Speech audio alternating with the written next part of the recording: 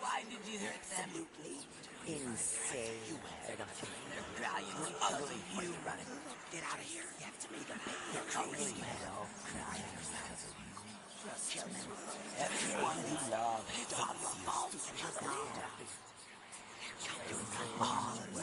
No, they last you. What are you waiting for?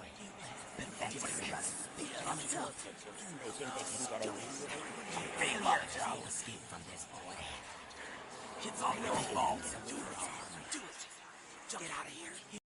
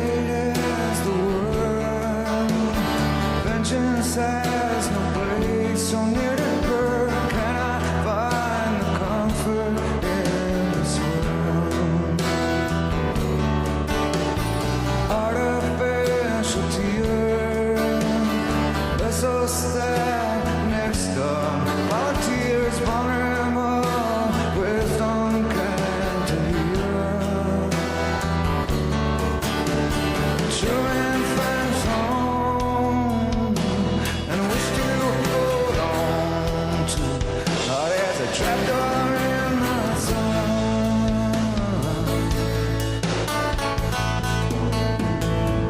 Immortality.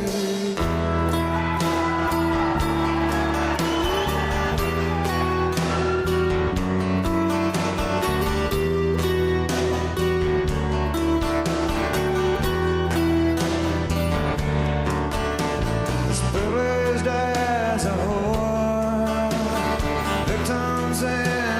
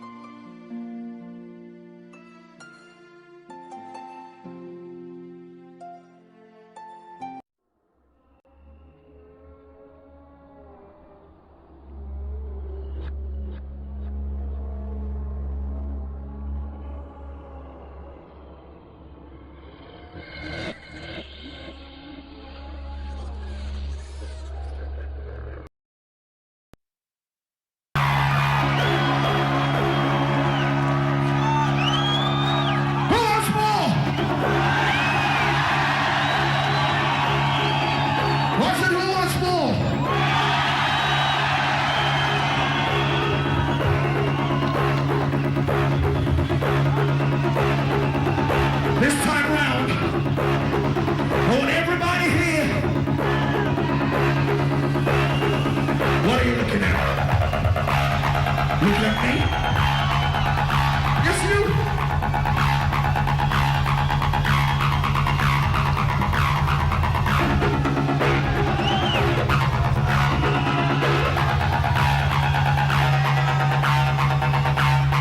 I want everybody here in Phoenix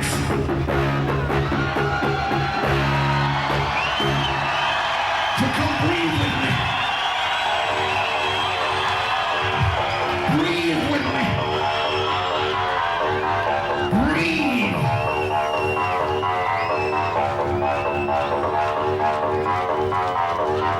Breathe. Breathe. Move with me.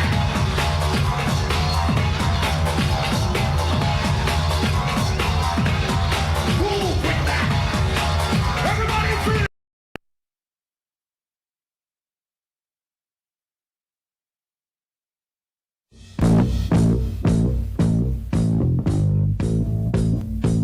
We're going right on to the next number.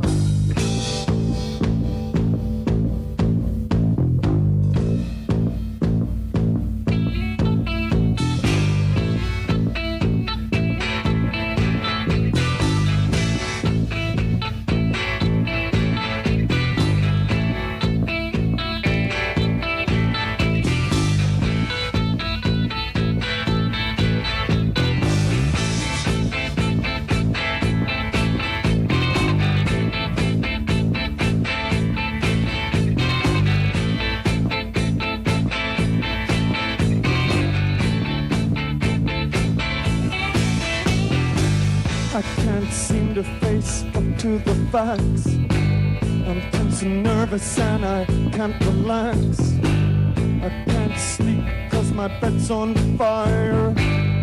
Don't touch me, I'm a real live wire. Psycho killer, qu'est-ce que c'est? Far better. Run, run, run, run, run away. Oh, oh, oh. Psycho killer, qu'est-ce que c'est? Far better. Run, run, run, run, run away. Oh,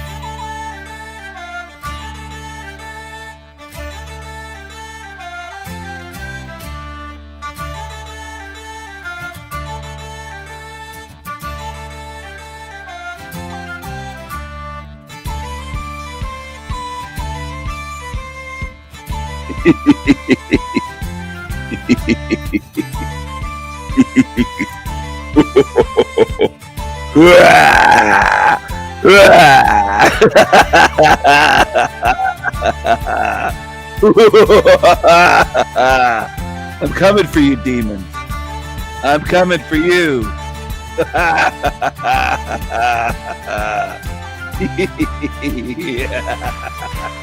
It's showtime. It's showtime, bitches. Come on, my niggas. It's showtime. Let's go, my niggas. It's showtime. Let's go, my niggas. Let's go. Let's go. Smile, laugh, dance, sing. Do what you're good at. Come on, my niggas. Come on. Let's go. Let's go. Let's go. Let's go.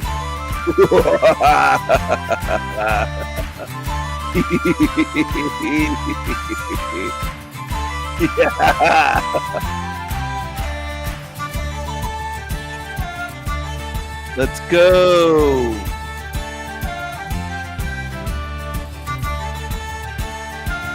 Let's go. Happy Fry the Demons Day.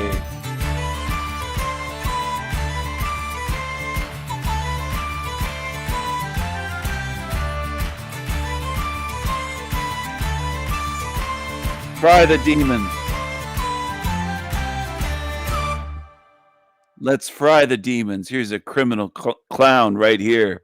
The big dunce hat on. Look at him. He looks stupid. He looks absolutely stupid. He looks dumb as fuck. He looks stupid. Hello, Ren. Good to see you. Hello, TG. I'm having a laugh attack at the start of the show. But doesn't he look like a fucking idiot? Doesn't he look stupid? Like, look at this. What a clown. What an absolute clown. What a psycho. What a psychopath. What a psychopath. What an absolute psycho.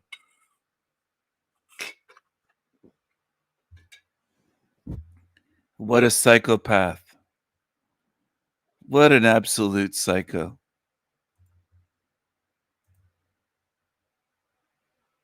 Hello. Hello, everyone. Hello. This is King Stephen here. King Stephen. Shouting to you today. Shouting to you.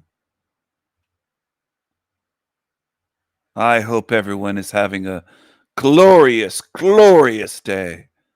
I hope you're having a glorious day. Burn the cockroaches. Burn the cockroaches. Seal in the demons. Seal in the demons. Seal in the demons. The demons. Seal in the demons forever and ever. This is where they belong. Here.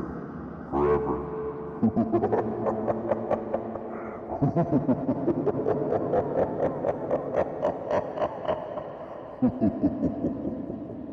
They can devour each other here forever and ever and ever.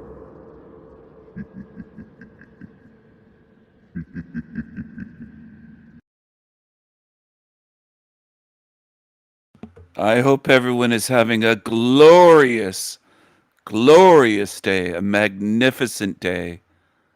To my beautiful, beautiful cult. I love my cult. I love my cult, and so does Dolphin Jesus. E E E E E E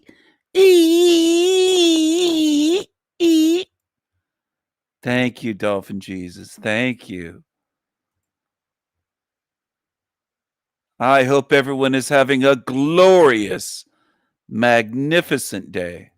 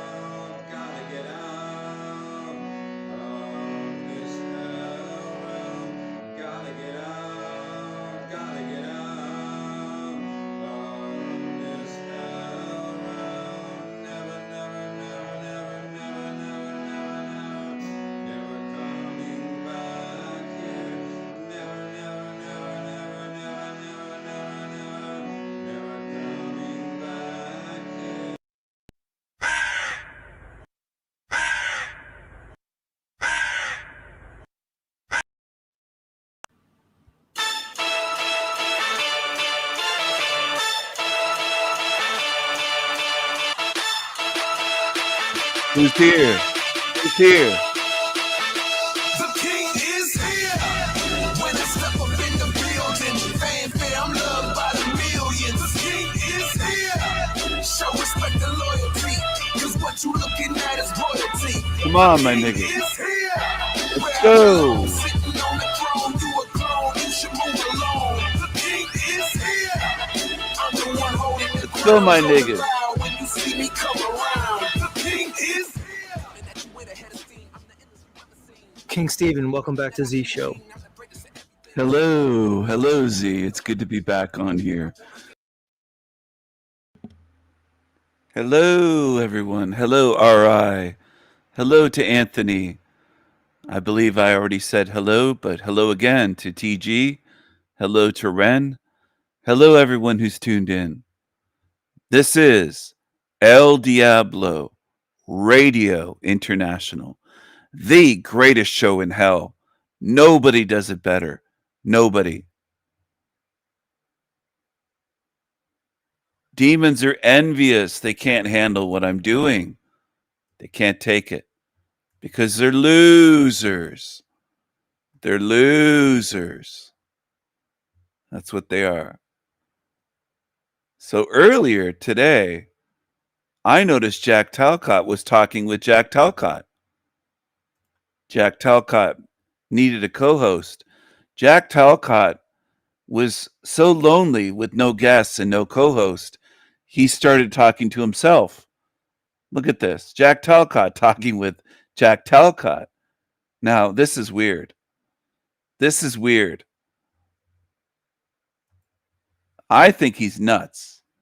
I think he's a psycho. I think he thinks he's Jesus. Look at him here with the Jesus look. Tried to make himself look like Jesus in a painting. I think he's nuts. I think he's a psycho. I think he should be locked up. What do you think? Do you think he should be locked up? Justice, fighting with the truth, for the truth, on the side of righteous and justice, righteousness and Look at him nodding his head in agreement with himself. Look at this. This is so bizarre. This is so psychotic. This is so psychotic. justice. I learned how to fight with my words through the unions and then through education in some of the organizations. I've been refining my path. And once I left the Postal Service, found the organization Veterans for Peace, I found my purpose for my life, ending wars. Can't really think of anything else to do, anything better than that, This is so bizarre. So strange. other than ending the wars. And I'm talking about the economic wars, the psychological wars, the wars through threat and intimidation. I'm talking about ending all of that nonsense. But somewhere along the way, God allowed me to learn surrender. And not just surrender out of weakness, but surrender out of faith. Surrender to God with faith. That's the path I've been on. So my early life was about fighting, and it was about conflict, and it was all learning and preparation for me and the future. And who I am today, I am just a simple man, but somehow God has allowed me to discover just peace on earth. Peace on earth in the here and now, like I never knew before. I mean, my heart is just, I feel peace on earth so deeply. And I want to share it with the whole world. Praise God, man. Praise God. I am, dude. Jack's getting back to Jack. Our poll, I did actually consider this. A lot of these streamers, they restream others, and many people restream me. So why don't I join that and restream me? I am restreamable. And there's a lot of ideas that I start out on an idea and either I drift or I get interrupted, and I never really get to complete a lot of thoughts sometimes. So it was actually suggested to me that this could be a great idea, and I'll figure it out. It's something that may come up. Jack reacts to Jack. I actually have some inspirations earlier for some other ways for me to capture some good ideas and to share improved content similar to restreaming me, right? Clipping me. I've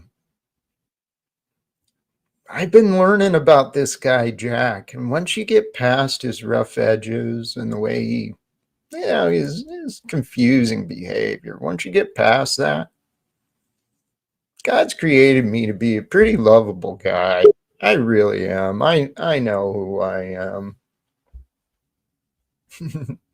Do cover songs of Jack. It looks like we've got a returning guest. And so what I'm going to do... Good. They stepped away from the back. Our friend Stephen had returned briefly to the back. And he is a part of this recent adventure. The recent adventures of me have included that character. But you know what, Pale Horse? I get it. 1.4, 1.5, I agree. I'm much better. When I listen to me, it's at 2 speed regularly, because otherwise I get bored of me. But that's not true, because I go back, and when I listen to me sped up, I enjoy a lot of the things I say.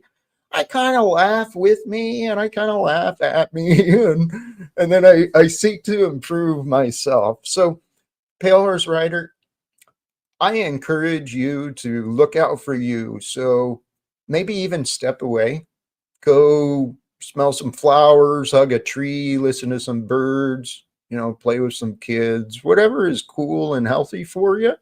And then come back and just speed it up then, whatever works.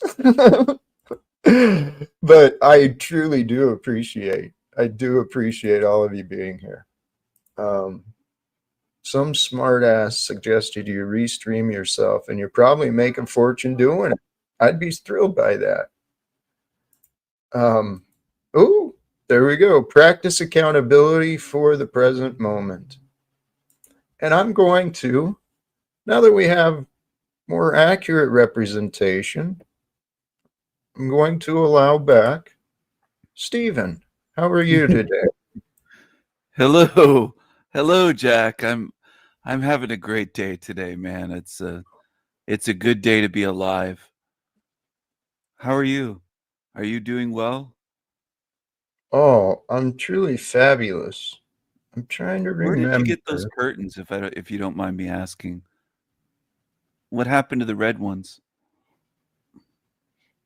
I chose to change them. I thought the red was just a little overpowering. Maybe it was a little too dark or something like that. I wasn't sure. I didn't really appreciate the way it came through, so I wanted a different look. Oh, okay. Yeah, Metafinkel is backstage Stripe. I'm not sure who Stripe is, but that's a good question. You mentioned, Jack, you listen to yourself at 2 times speed. Is that with your live streams, or what do? You speed up YouTube? Right. So, Stephen, yeah. I'm really, really curious about you. I know. I know that's you as well. And I'm not going to continue promoting it because you're kind of disgusting, dude. Wait, what channel was that you just brought up? Can you bring that back up for a moment? For what purpose? I was just grabbing a drink and I only got a glimpse. I couldn't see what channel that was. I'm getting a Coke Zero. I don't know if you drink Coke Zero. Do you like Coke Zero? I used to until I better understood the ingredients. Oh, it's not healthy? That's not a health drink? No, Stephen, it's not. Could you bring up that channel? Was that El Diablo? What was it? No, trying to show me. It was the Bexlard channel. Oh, the Bextra Lard. Yeah, okay. That's yeah. not my channel. I'm affiliated, but okay. It's not mine. Somebody else set it up. Sure. Whatever's your story. You just found it. And you don't. What did you say? You said my channel's disgusting. Well, I know it's associated with you, and the way that you've been representing me is quite. A friend of mine runs it, and it's you. Tell you what, Stephen. You are just an absolute clown, and I'm gonna dust my feet off. So Jack. Have a wonderful day and a wonderful life, and please don't return until you've got a new persona, new energy, a new intention, because you're wasting my time, Stephen. It's like, holy cows, man. It's something. There's some severe trauma I see a lot of symptoms of ego, right? A lot of insecurities come through some of these boastful characters. And a lot of people in this world, they gotten away with telling lies. Manipulators can go pretty far. But maybe I used to do that myself, and I assume that I did. I must have been a decent manipulator to be a functioning alcoholic. And I was. I learned how to read people in the environment that I grew up in.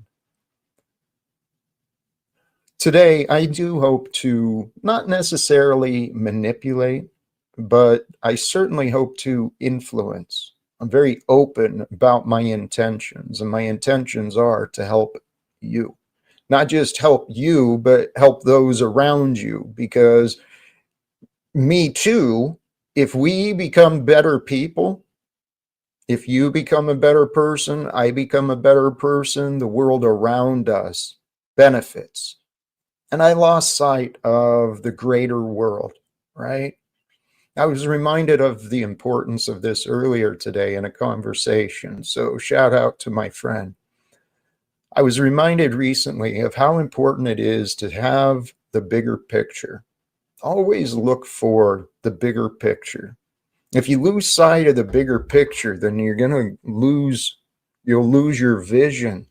You'll get a narrow focus on just the immediacy. You turn real reactive.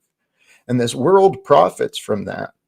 The world profits from people being short-sighted and not intelligent.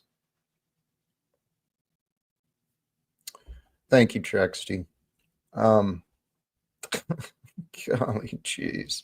Hey, and this actually reminds me, rather than promote that fool from earlier, Stephen, you want to be disrespectful to me, I will point you out as being a fool, because you don't know.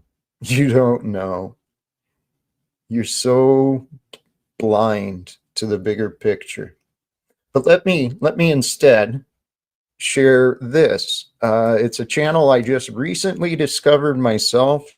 Professional short-sighted and not intelligent.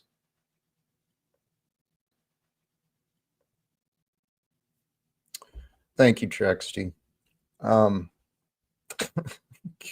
jeez. Hey, and this actually reminds me, rather than promote that fool from earlier, Stephen, you want to be disrespectful to me, I will point you out as being a fool because you don't know. You don't know. You're so blind to the bigger picture. But let me instead share this. It's a channel I just recently discovered myself. Professor Jang Explains. This link, here, I'm going to drop it again. The link is in the description, but he offers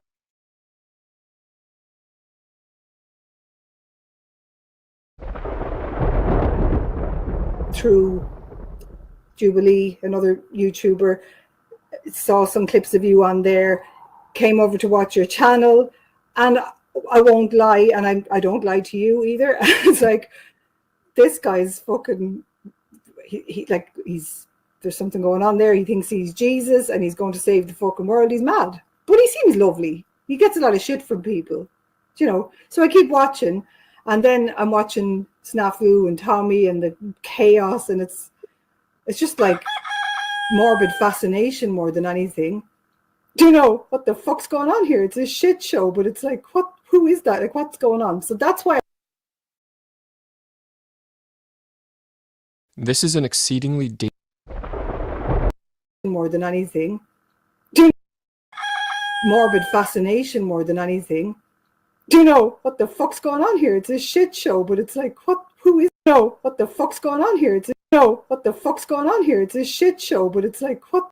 Do you know what the fuck's going on here? It's a shit show, but it's like, what? Who is that? Like, what's going on? So that's why.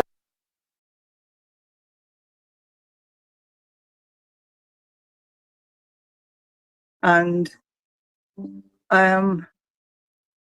in that, and I don't want to sound like a fucking self-righteous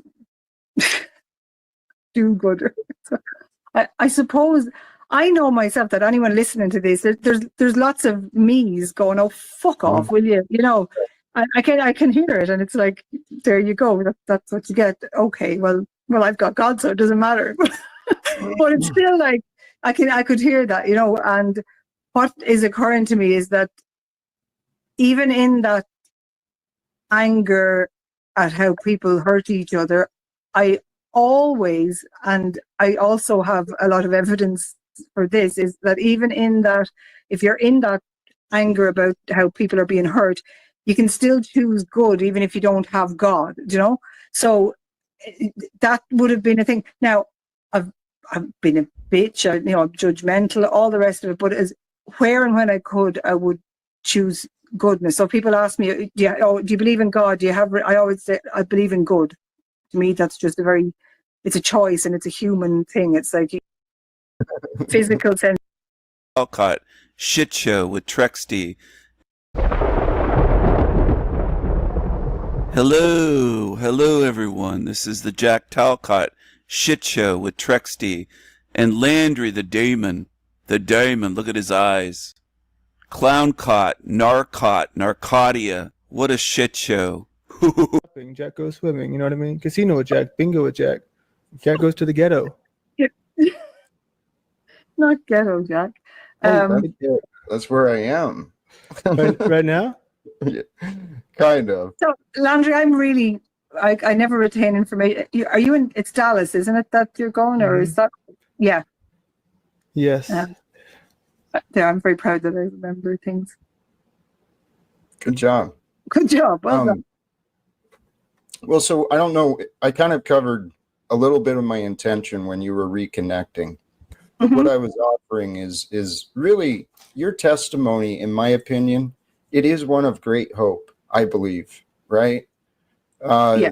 Many people can resonate with the feeling of darkness, a little bit of anger at what the world has shown, because it is an unfair world. There is so much cruelty. There's evil here, and it is easy to be angry, but you found a different perception, because really that's all that changed, right? Your body didn't change, and it has been an extremely physical sensation. That true, right? Yeah, but me, if it wasn't, there's nothing else would have landed with me, you know. I have to, feel that I'm not going to believe it. Sorry, just something occurred to me there as well.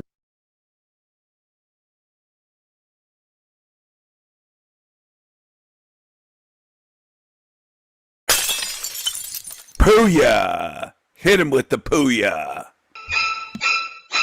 Like this is where I'm supposed to be, especially when I stop being lazy and I start learning more about how to edit. Stop being lazy. I see that you're lazy. He's a loser. Produce better and get better clips and get better preparation. And if I just did a better job for you guys, everything would be better. And I know that. But we've got,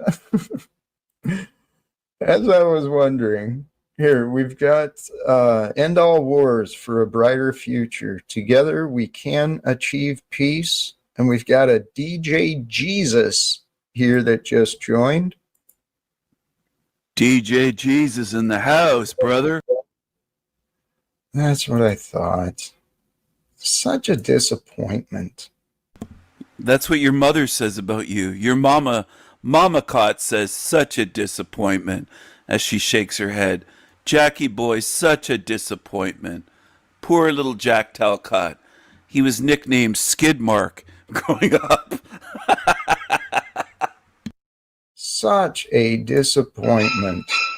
I mean, because all it would take is just a willingness to show me different. Instead of just showing up at the same silly routines, pretending to be the same whatever. The topic today. The wholeness that can be found from you. What a psycho. What an absolute psycho. Pooyah! Hit him with the pooyah.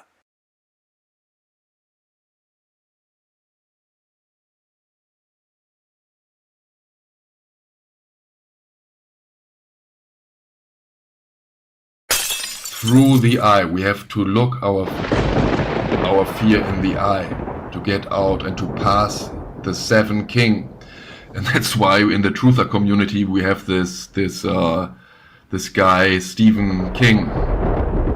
Just put away the T and you have the seven king, the king of the sevens. And this is would be. No, you have it backwards. It's King Stephen.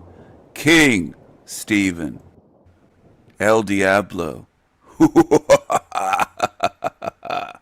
Our end boss, so to speak. Ladies love El Diablo. Yeah, and the King of Seven, yeah, it's the prism on top, which reflects the light, and it sounds like prison, or it's like El, or the Eye of Horus, which is in your brain. So to get out of the labyrinth of the mind, through the eye, we have to look our fear in the eye to get out and to pass the seven king. And that's why in the Truther community we have this guy Stephen King. Just put away the T and you have the seven king, the king of the sevens. And this is would be. No, you have it backwards. It's King Stephen. King Stephen. El Diablo. Our end boss, so to speak. Ladies love El Diablo. Yeah.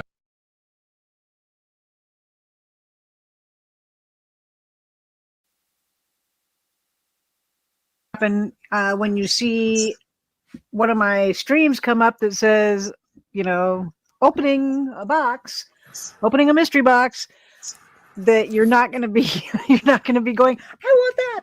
That's not going to happen. I'm keeping everything and giving it away slowly. Because the other day when I mailed off everything that everybody wanted was well over $200. So, Wendy-o!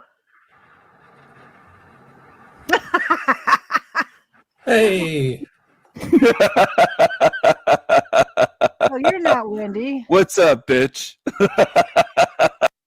Not much, asshole. You are now gone. You are banned. Who was that? I don't know. I don't care. I don't care. Don't come up here and call me a bitch. Except the Twitchy can. Bitch. You bitch. Shut up, Silver, you bitch. You doxing cunt. Hey, you know who that was, right? King Stephen. Yeah. Yeah. He got you. That's all right. He didn't say anything bad. He just said bitch. He That's does all. what he does. How's it going, Satoichi? I don't give Good. How are you, Howie? Not bad. Yes, yeah, you did. I see your short from when you was at the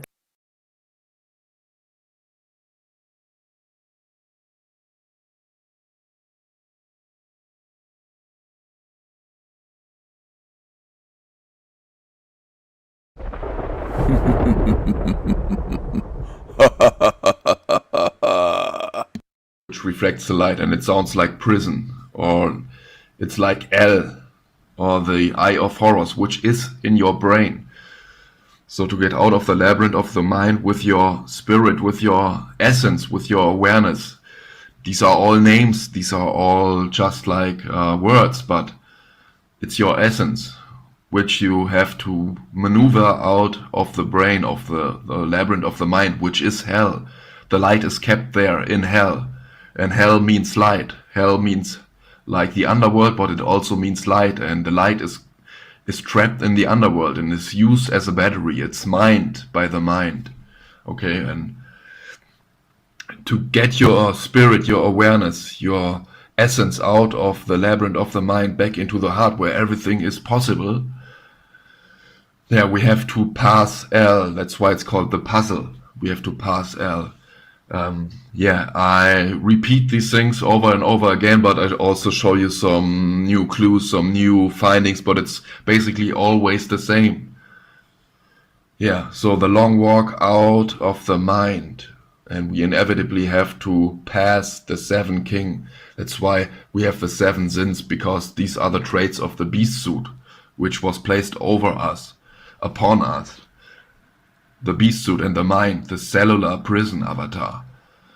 Yeah, and yeah, to overcome the seven sins, we will, or the seven king, the Stephen King, King Stephen, the insanity machine, we will be given an opportunity, in my opinion, which will be the rollout of the mark of the beast, the MOTB. It's the sanity machine, not the insanity machine. Get it right. The sanity machine. The greatest channel ever to be on YouTube. Because then we are at a point where we have to make an ultimate choice, whether to merge with the lie, with the machine, whether to choose the money, the venom, the L,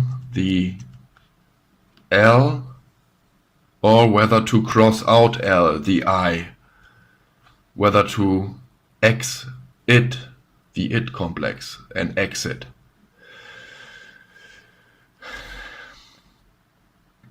Yeah, so the long walk is like reflected back, or reflected in this cover with Stephen King on the top.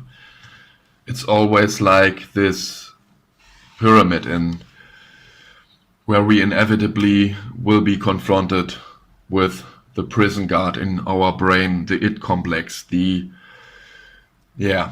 third eye, and that's why we have this comment, third eye, and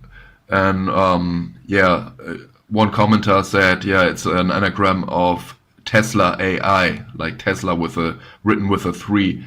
And yeah, that's of course true. It's like an outward reflection we are now getting, because this thing, this third eye, is an AI complex. It's the machine.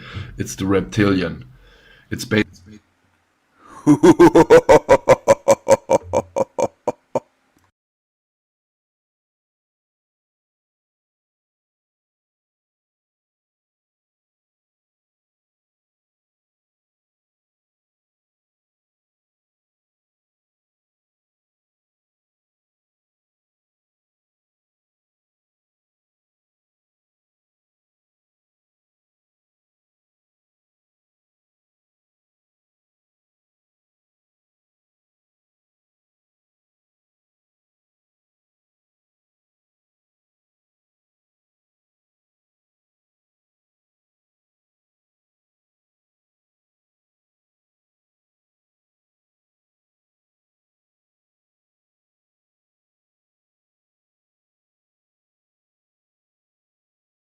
offered some wonderful,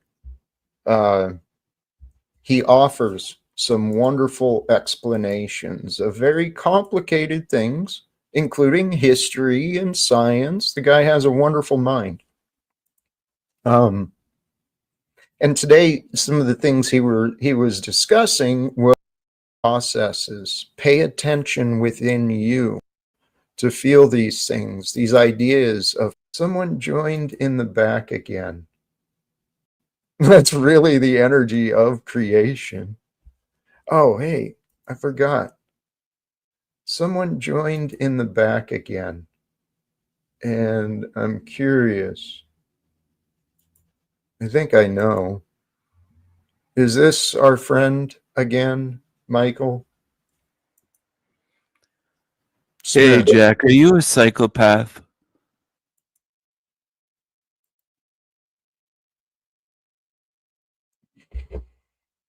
It's interesting that you asked that question. Are you a psychopath? Because earlier today, one of the videos I watched was the similarities between. Are you a psych? I think I know. I think I know. I think I know. Is this our friend again, Michael? Hey, Jack, are you a psychopath?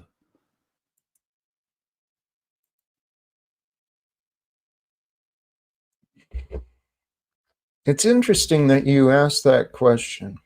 Are you a psychopath? Because earlier today, one of the videos I watched was the similarities between the spiritual path and the path of a psychopath. They appear similar in nature because of the detachment from others. I am detached. I'm no longer of the world, right? I feel quite detached from the world and the ways of the world, but yet here I am. I got to be a part of something, so I'm a part of me for sure. And I'm not fractured. I'm not broken. I feel quite whole in my beingness because I've done the inner work on my shadow, on my guilt. They appear similar in nature because of the detachment from others.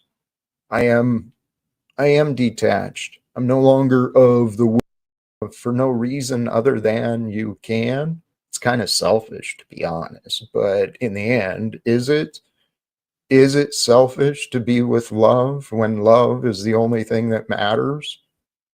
I mean, that's really the energy of creation. Oh, hey, I forgot. Someone joined in the back again. And I'm curious. I think I know. Is this our friend again, Michael? Hey, Jack, are you a psychopath?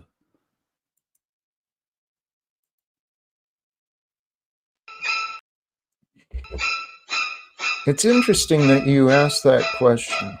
Are you a psychopath? Because earlier today, one of the videos I watched was the similarities between the spiritual path and the path of a psychopath.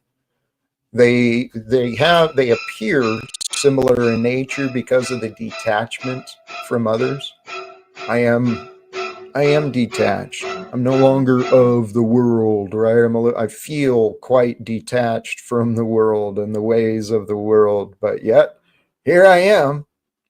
I got to be a part of something, so I'm a part of me for sure. And I'm not fractured. I'm not broken. I feel quite whole in my beingness because I've done the inner work on my shadow, on my guilt, on my consciousness, and I've invited God's light to be with me. For God is the light, and it is through the light that the goodness is known. It's where you can move, is with the light. In the light, you have awareness. In your mind is the light of consciousness. In your mind is this light that shines upon whatever you're thinking of, whatever you're knowing of. in your conscious mind at least, but then there's in the darkness, in your subconscious. And it comes through, and it could be ancient memories in your subconscious. Science really doesn't know a lot of things. And that's one of the things that impressed me about this professor is he's very quick to point out what, even as a scholar, as a professor, as a scientist, whatever, he's quick to point out what is not really understood. And I was noticing that recently. I wish more of my teachers and more of the media, more of the authorities, if more people were actually honest about what is not known, we'd soon realize how much there is to learn, right? It's just everyone's walking around making up answers and telling everybody that they've got it all figured out. And I know the appearances. Look at you, Jack. That's just what you're doing. Praise God. Here I am. Now, I do have a hard end at the end today. I've got a hard stop because I'm scheduled to actually what I think is a great opportunity. Like I said, there's a lot of free and inexpensive value to be found online, and I hope to be a part of that. And so with that, let me welcome back our friend Cage. Welcome back, bro. You know the post office over here in Canada, you heard? They got back. They're doing like some rotating strike. You know what I mean? They're unionized over here. Welcome back. Yeah, they're back. How you doing, Jack?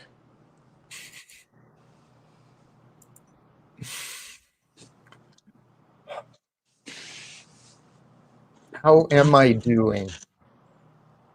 Mm-hmm. Your audio is bringing some feedback. I'm going to keep you muted, but when you're ready to talk, feel free. Okay. How am I today? There's been a pattern in my life where repeatedly I've been held accountable for and blamed for what other people have done. So I've had people that have been associated with me, whether closely or not. Hello, Louise. Hello. You just missed one of the best parts.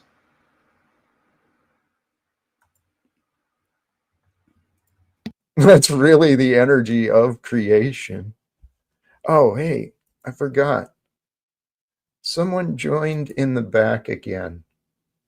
And I'm curious. I think I know. Is this our friend again, Michael? Hey, Jack, are you a psychopath?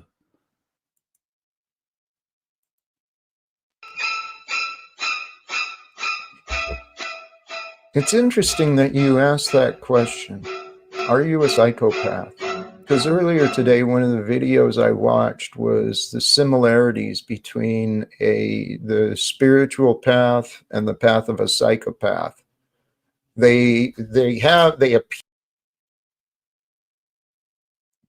That's really the energy of creation. Oh, hey, I forgot. Someone joined in the back again. And I'm curious. I think I know. Is this our friend again, Michael? Hey, Jack, are you a psychopath?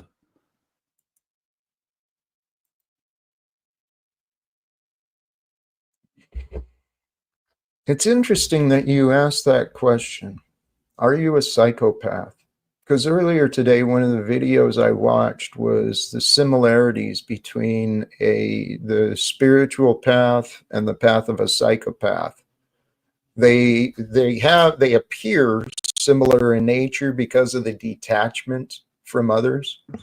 Stop deflecting and dodging and trying to explain it away. You know what you are. Little Jack Talcott, skid mark. You know you're a psychopath. You know what you are, Jack. And you know that I can see you. You know I can see what you are. I see exactly what you are because I observe your behavior. And I called you out right on your shit show. I called you out in front of everybody. I just embarrassed you in front of everybody. Everybody asked me, everybody watched me, listened to me ask you, are you a psychopath, Jack? And you really didn't answer. You deflected. You can't answer, can you? Look at the dead eyes there. I know what you are. Your family knows what you are, Jack. I am detached. I'm no longer of the world, right? I feel quite detached from the world and the ways of the world, but yet here I am. I got to be a part of something, so I'm a part of me for sure. And I'm not fractured. I'm not broken. I feel quite whole in my beingness because I've done the inner work on my shadow, on my guilt, on my consciousness. And I've invited God's light to be with me. For God is the light, and it is through the light that the goodness is known. It's where you didn't answer my question, Jack. Are you a psychopath? Little Jack Talcott. Skidmark, angry Skidmark. I'm asking you again.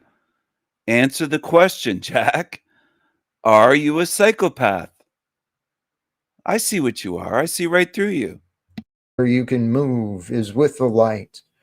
In the light, you have awareness. In your mind is the light of consciousness.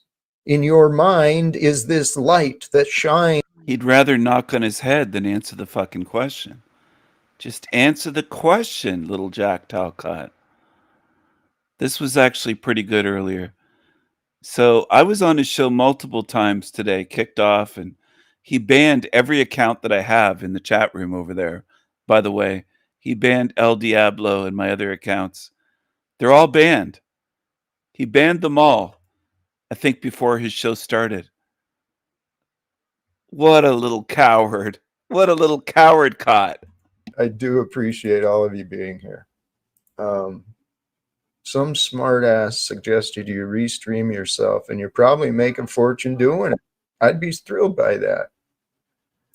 Oh, there we go. Practice accountability for the present moment. And I'm going to, now that we have more accurate representation, I'm going to allow back Stephen. How are you today? Hello. Hello, Jack. I'm having a great day today, man. It's a good day to be alive. How are you? Are you doing well? Oh, I'm truly fabulous. I'm trying to Where remember. did you get those curtains, if you don't mind me asking? What happened to the red ones? I chose to change them. I thought the red was just a little overpowering. Maybe it was a little too dark or something like that. I wasn't sure. I didn't really appreciate the way it came through, so I wanted a different look. Oh, okay. Yeah, Metafinkel is backstage Stripe. I'm not sure who Stripe is, but that's a good question. You mentioned, Jack, you listened to yourself at 2 times speed. You're being exposed, little Jack Talcott. You're being exposed. Is that with your live streams, or what do? You speed up YouTube? Right. So, Stephen, yeah. I'm really, really curious about you. I know. I know that's you as well. And I'm not going to continue promoting it because you're kind of disgusting, dude. Wait, what channel was that you just brought up? Can you bring that back up for a moment? For what purpose? I was just grabbing a drink and I Only got a glimpse. I couldn't see what channel that was. I'm getting a Coke Zero. I don't know if you drink Coke Zero. Do you like Coke Zero? I used to until I better understood the ingredients. Look at the faces he makes when I mention Coke Zero, as though he's so above that. He's so healthy as a vegan. He's such a health Nick. He's such a health guru. He's the picture of health. Look at him. He looks like a corpse. He thinks he's the picture of health. I don't think he could hike a mile or two. You look unhealthy. You look weak. You look skinny fat. You're a weak little twig of a vegan that anybody could break in half. You look like shit. You look much older than your biological age. You look like you're 70 plus, not in your 50s. You look terrible. But he thinks he's healthy. He thinks he's healthy because he just eats nuts and seeds and vegetables. No meat, no eggs, no cheese, no dairy ever. Oh, you're so healthy, Jack. Look at this. What's this? I knew he was going to react this way. It's just like he's throwing me softballs and I'm standing at the plate like Babe Ruth, just cranking out fucking home runs. You don't even know what I'm doing. You're so stupid and arrogant, Talcott. You're such a fucking dummy. You're such a fool. Kind of disgusting, dude. Wait, what channel was that you just brought up? Well, I like playing dumb on his channel because it plays to his big ego. When I play dumb, his ego gets even bigger and he thinks, oh, Steven's stupid. He put Baxter Lard up on the screen. Bex is going to have a fucking fit. She's going to be so pissed off that Baxter Lard is up on the screen on the Talcott shit show. I mean, it's hilarious. You fall into every web, every trap that's set for you, Talcott. You're a dummy. You're a dumbass. I don't know who told you when you were young that little Jack is smart, but you're not smart. You're stupid. You're a dumb ass weakling of a vegan. You've got vegan brain, dummy. And I'm not going to continue promoting it because you're kind of disgusting, dude. Wait, what channel was that you just brought up? Can you bring that back up for a moment? For what purpose? I was just grabbing a drink and I only got a glimpse. I couldn't see what channel that was. I'm getting a Coke Zero. I don't know if you drink Coke Zero. Do you like Coke Zero? I used to until I better understood the ingredients. Oh, it's not healthy? That's not a health drink? No, Stephen, it's not. Could you bring up that channel? Was that El Diablo? What was it? No, Trying to show me. It was the Bex Lard channel. Oh, the Baxter Lard. Yeah, okay. Mm, That's yeah. not my channel. I'm affiliated, but okay. it's not mine. Somebody else set it up. Sure. Whatever's your story. You just found it. And you don't. What did you say? You said my channel's disgusting. Well, I know talking it's about- associated with you, and the way Yeah, that it you've is. been representing me is quite. A friend of mine runs it. And it's you. Tell you what, Stephen, you are just an absolute clown, and I'm gonna dust my feet off. So they Jack. have a wonderful day and a wonderful life, and please don't return until you've got a new persona, new energy, a new intention, because you're a waste of my time, Stephen. It's like, holy cows, man.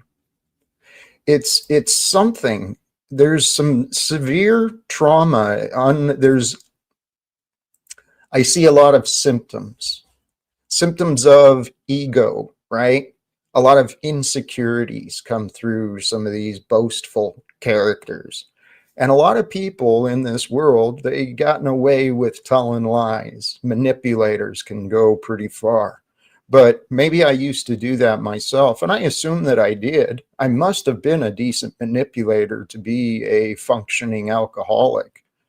And I was. I learned how to read people in the environment that I grew up in. Today, I do hope to not necessarily manipulate, but I certainly hope to influence. I'm very open about my intentions, and my intentions are to help you. Not just help you, but help those around you, because me too, if we become better people, if you become a better person, I become a better person, the world around us benefits. And I lost sight of the greater world, right? I was reminded of the importance of this earlier today in a conversation. So shout out to my friend. That's really the energy of creation. Oh, hey, I forgot. Someone joined in the back again. And I'm curious. I think I know. Is this our friend again, Michael? Hey, Jack, are you a psychopath?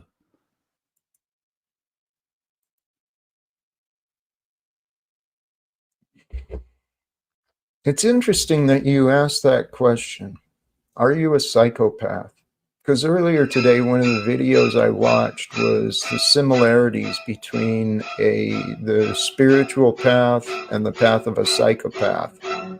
They appear similar in nature because of the detachment from others. How did I know that you watched a video earlier today on you being a psychopath? How would I know that? To ask him that question today of all days, when earlier, before he did his live stream, he watched a video on psychopaths. How would I know? Out of all the appearances I've had on his show, how would I know? How would I have that timing? That divine timing. It's almost like I could see. It's almost like I could see, isn't it? It's almost like I had a raven watching Talcott and then coming to me and saying, hey, all right, today's the day. Go on and ask him that today. It's a perfect time.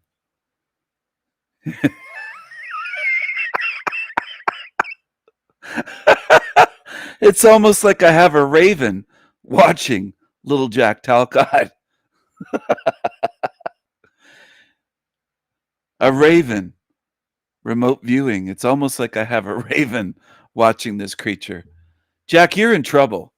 You shouldn't mess around with me and my ravens. You're in trouble now. You've been a bad boy. You're gonna have to be punished. You're in trouble, little Jack Talcott, little Skidmark, angry Skidmark. You're in trouble. I'm scolding you now. I'm scolding you. You're a psychopath. I see what you are. And I know how you were raised. I know how your mommy and your stepdad raised you. I know all about you, little Jack Talcott. You can't hide anything from me. You talk about no more secrets. Well, the secret's coming out, boy. Jackie boy, you're a psychopath. Your secret's coming out in public. I am detached. I'm no longer of the world, right? I feel quite detached from the world and the ways of the world, but yet here I am. I got to be a part of something, so I'm a part of me for sure. And I'm not fractured. I'm not broken. I feel quite whole in my beingness because I've done the inner work on my shadow, on my guilt, on my consciousness. And I've invited God's light to be with me. For God is the light, and it is through the light that the goodness is known. It's where you can move, is with the light. Mind me asking, what happened to the red ones? I chose to change them. I thought the red was just a little overpowering. Maybe it was a little too dark or something like that. I wasn't sure. I didn't really appreciate the way it came through, so I wanted a different look. Oh, okay. Yeah, Metafinkel is backstage. Stripe. I'm not sure who Stripe is, but that's a good question. You mentioned, Jack, you listen to yourself at 2 times speed. Is that with your live streams, or what do? You speed up YouTube? Right. So, Stephen, Yeah. I'm really, really curious about you. I know. I know that's you as well. And I'm not going to continue promoting it because you're kind of disgusting, dude. Wait, what channel was that you just brought up? Can you bring that back up for a moment? For what purpose? I was just grabbing a drink and I only got a glimpse. I couldn't see what channel that was. I'm getting a Coke Zero. I don't know if you drink Coke Zero. Do you like Coke Zero? I used to until I better understood the ingredients. Oh, it's not healthy? That's not a health drink? No, Stephen, it's not. Could you bring up that channel? Was that El Diablo? What was it? No, Trying to show me. It was the Bexlard channel. Oh, the Bextra Lard. Yeah, okay. That's Yeah. not my channel. I'm affiliated, but Okay. it's not mine. Somebody else set it up. Sure. Whatever's your story. You just found it. You don't. What did you say? You said my channel's disgusting. Well, You're I know talking about I know it's Bexlard. associated with you, and the way Yeah, that it you've is. been representing me is A quite, friend of mine runs it. and it's you. Tell you what, Stephen, you are just an absolute clown, and I'm gonna dust my feet off. So Oh, they say. Jack. Have a wonderful day and a wonderful life, and I thought he said there he's gonna shit. He said I'm gonna shit. What? I gotta play this again. I think Jack said he's gonna shit. Watch this. You said. I think I made him shit his pants. I think I made him shit himself. Jack, did you shit yourself? My channel's disgusting. well, You're I know talking it. about I know it's Bexlard. associated with you, and the way Yeah, that it you've is. been representing me is A quite, friend of mine runs it. and it's you. Tell you what, Stephen, you are just an absolute clown, and I'm gonna dust my feet off. So Oh, they say. Jack. Have a wonderful day and a wonderful life, and just an absolute clown, and I'm gonna dust my feet off. So Oh, they say. Jack. Have a wonderful day and a wonderful life, and please don't return until you've got a new persona, new energy, a new intention, because you're wasting my time, Stephen. It's like, holy cows, man. It's something, right? I found these levels of that for myself. So I want you to. I was trying to help him out because he was on there speaking to himself. Jack was on there talking to Jack. He needed a co-host. I thought he needed a co-host. I thought he needed some help. I joined today because I thought Jack needs some help. He's losing it. He's on his show talking to himself. like Norman Bates or something. He's lost it. Jack, you're a psycho.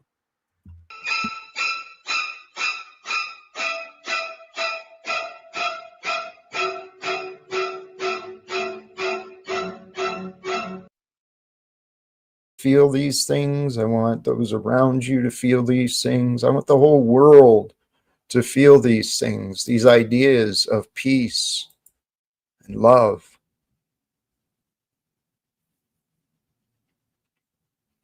See, ideas actually create our processes. Pay attention within you. Become the judge of the thoughts you allow you, right? Don't focus so much on trying to judge. That's really the energy of creation. Oh, hey, I forgot. Someone joined in the back again, and I'm curious. I think I know. Is this our friend again, Michael? Hey, Smith. Jack, are you a psychopath?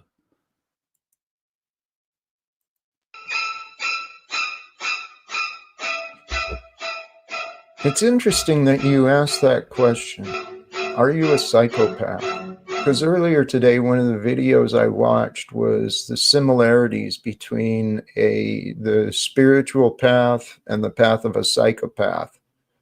They appear similar in nature because of the detachment from others. I am detached. I'm no longer of the world, right? I feel quite detached from the world and the ways of the world, but yet here I am. I got to be a part of something, so I'm a part of me for sure. And I'm not fractured. I'm not broken. I feel quite whole in my beingness because I've done the inner work on my shadow, on my guilt, on my consciousness, and I've invited God's light to be with me. For God is the light, and it is through the light that the goodness is known. It's where you can move, is with the light. In the light, you have awareness.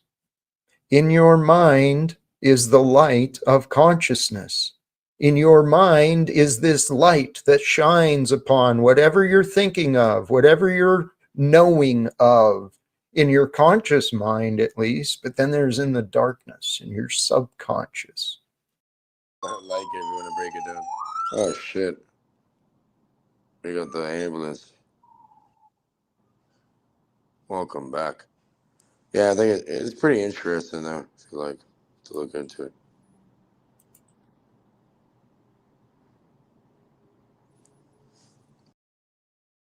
Pardon me, I'm snacking on something.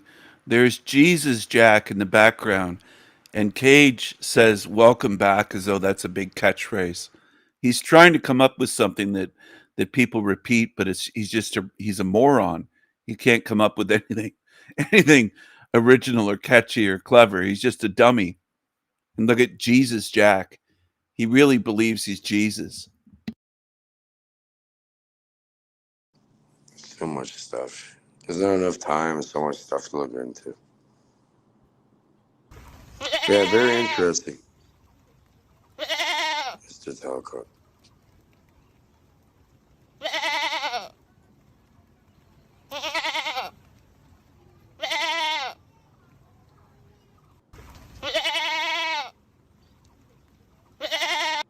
You all right, bud? Trying to understand why you interrupted my efforts of providing feedback on what we just reviewed. You interrupted me to promote some 25-minute video you put in the backstage that We're being tagged in these things, Talcott. I'm trying to figure it out. You're being tagged in it. Mm-hmm. How? At whatever. Cage, the link you shared with me is this. Yeah, and go look at it. Like, I like to see your opinion on it. Kind of. Where are you tagged? Where is anyone tagged? I'm not sure. It put on my notifications. Like I get tagged in it, like just like you tagged me in your thing. Cage, Mm, you're delusional, dude. I'm not. You are. You're absolutely disassociated from reality here and now. And it's most bizarre. And I've been tolerating you. I've been patient with you, Cage. But you don't get it.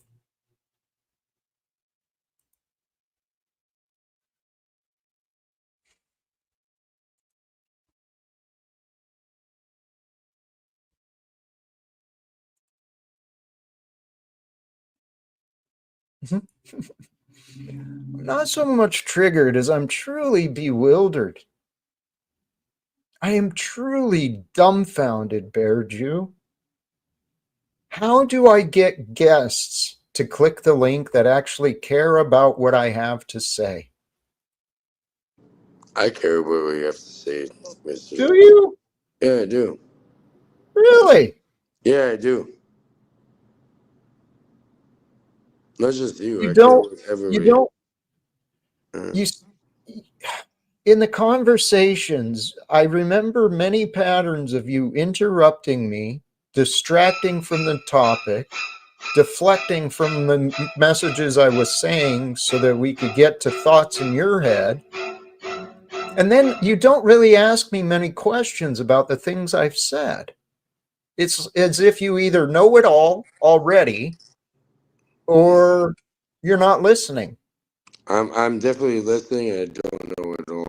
So yeah, Mr. Talcott, as a young man, what would you recommend for me to do in order to come to the truth and be the best version of myself possible? Here.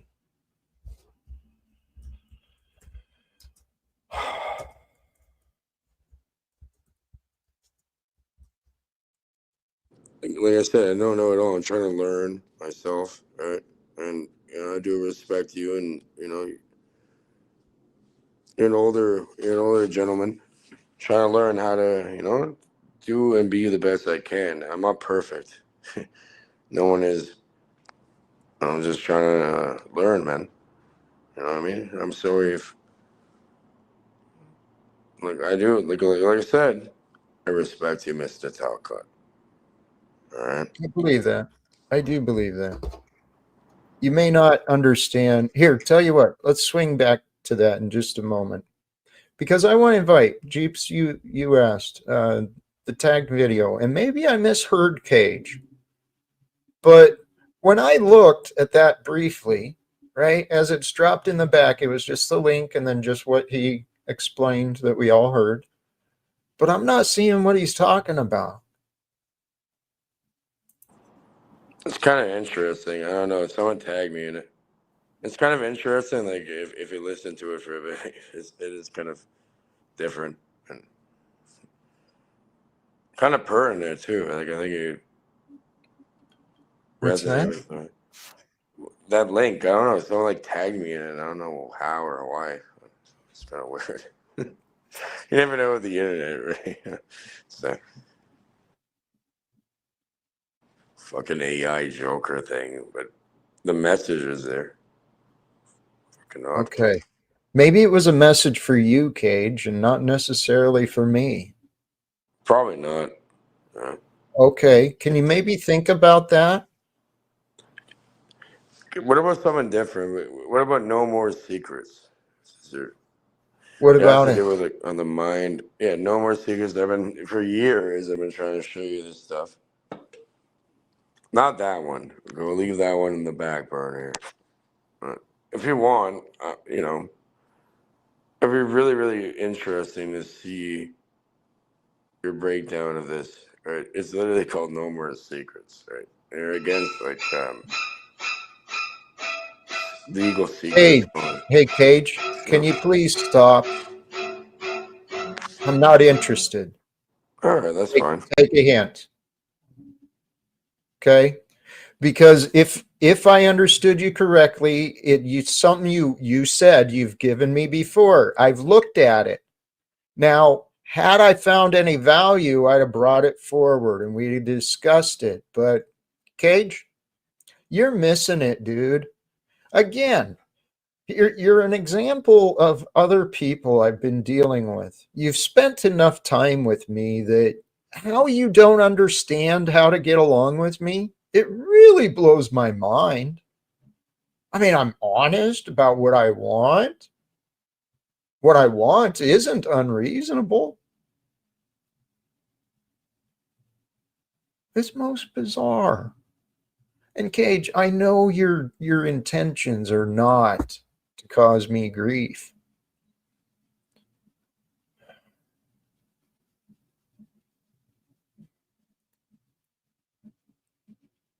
So here's where I'm at. This is a pattern with me.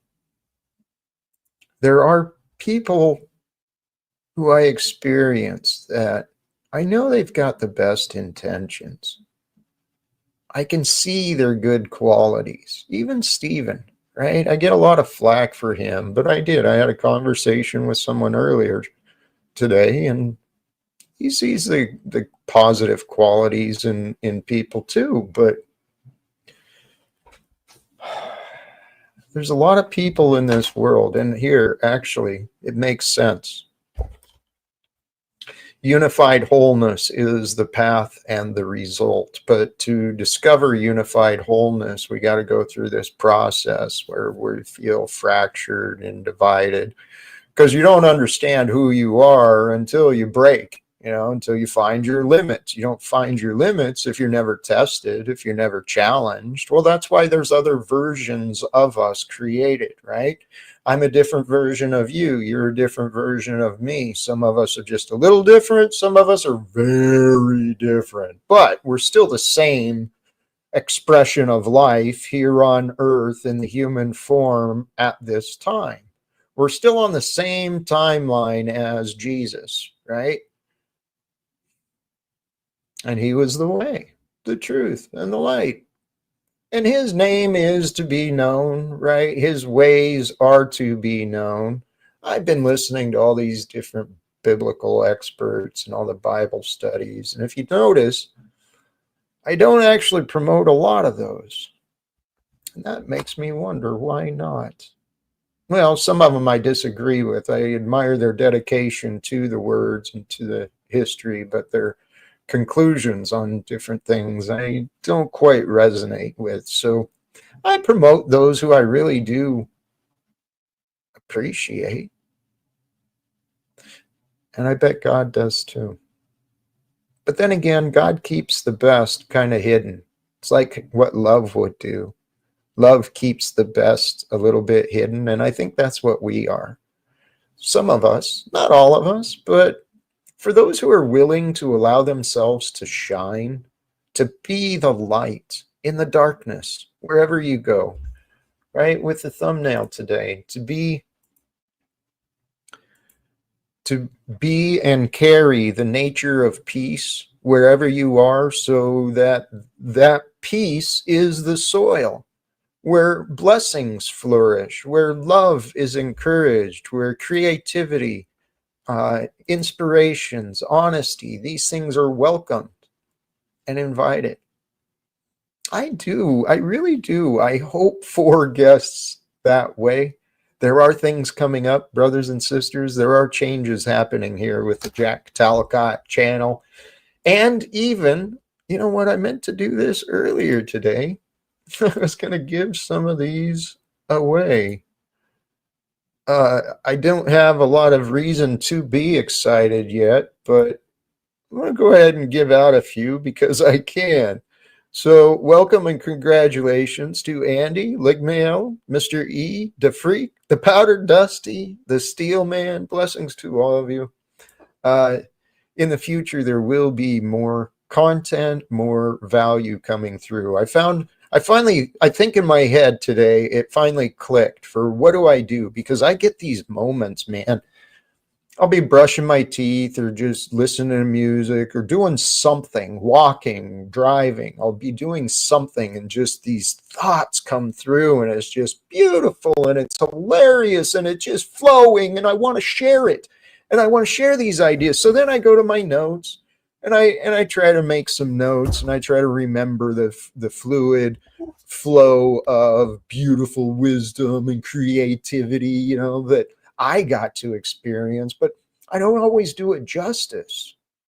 Once I click go live, man, I get up in my head, I get distracted by the chat, I do this, I do that, but today simple solutions have been available. So my guarantee to myself is the next time that flow is feeling, right? Next time I'm feeling that flow of love and encouragement and inspiration, I'm going to do something with it. I'm going to capture it. And then we'll do something like I did earlier, right? We'll just play Jack. We'll play Jack playing Jack, and then we can review it together. And for those who missed that one, I encourage you, go back and see what I said. I think I'm going to start wrapping it up here, though.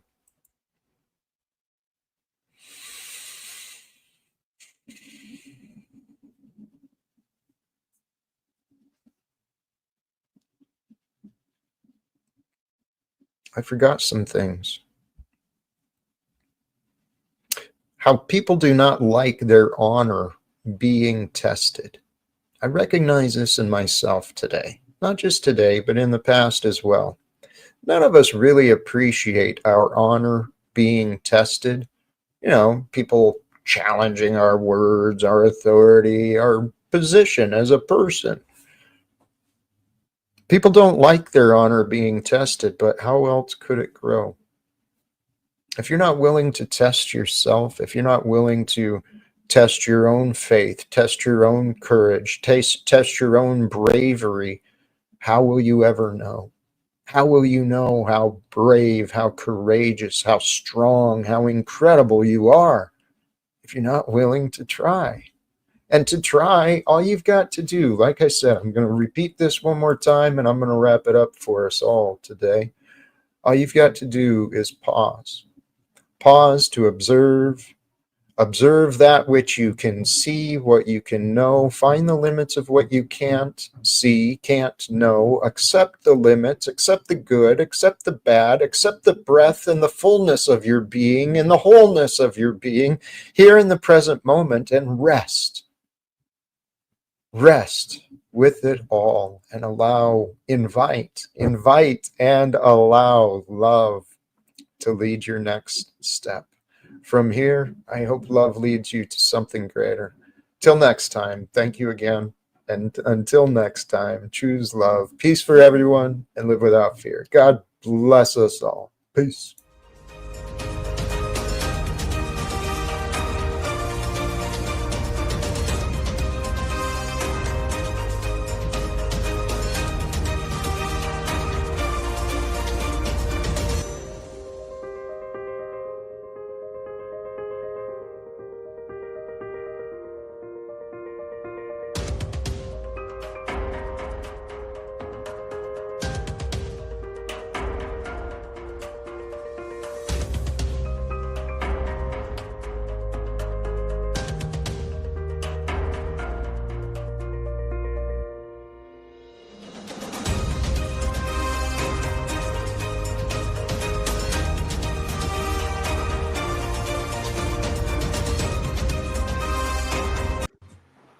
They're all kissing his ass again. The ones that, of course, that's the way they are in the panelverse.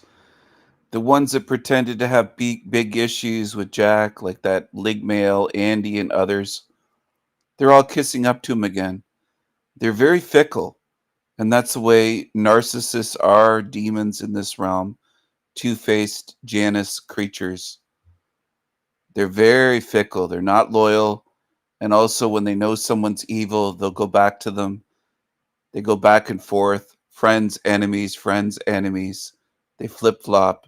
You can never trust these creatures. And that's something that I'm showing you when I expose Jack Talcott and his channel. It's not just about exposing him. It exposes his whole channel. And that's something that I'm doing.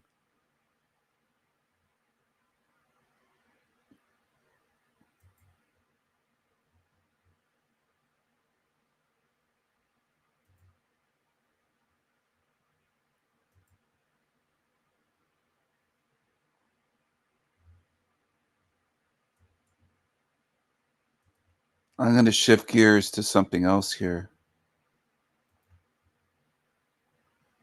It's getting dark already, and I'm starting to get sleepy.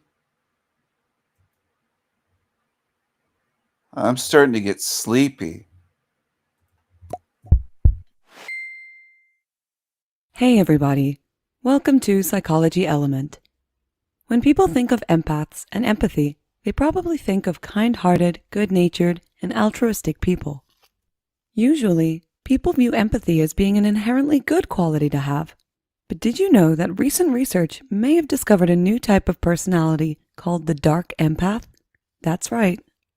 In 2020, Haim and other psychologists at the Nottingham Trent University conducted a study on 991 participants and found nearly 20% would meet the classification of what they have coined the dark empath. If you're stumped, wondering what on earth a dark empath could be, stick around. We're going to go over 10 facts about dark empaths that will totally blow your mind. Be sure to watch until the end because we found the last one to be mind-blowing. Number 10. They have traits from the dark triad, but don't quite fit that. Before 2020, psychologists typically categorized people who didn't fit another diagnosis as empaths, average people, or individuals who'd fit on the dark triad of personality traits.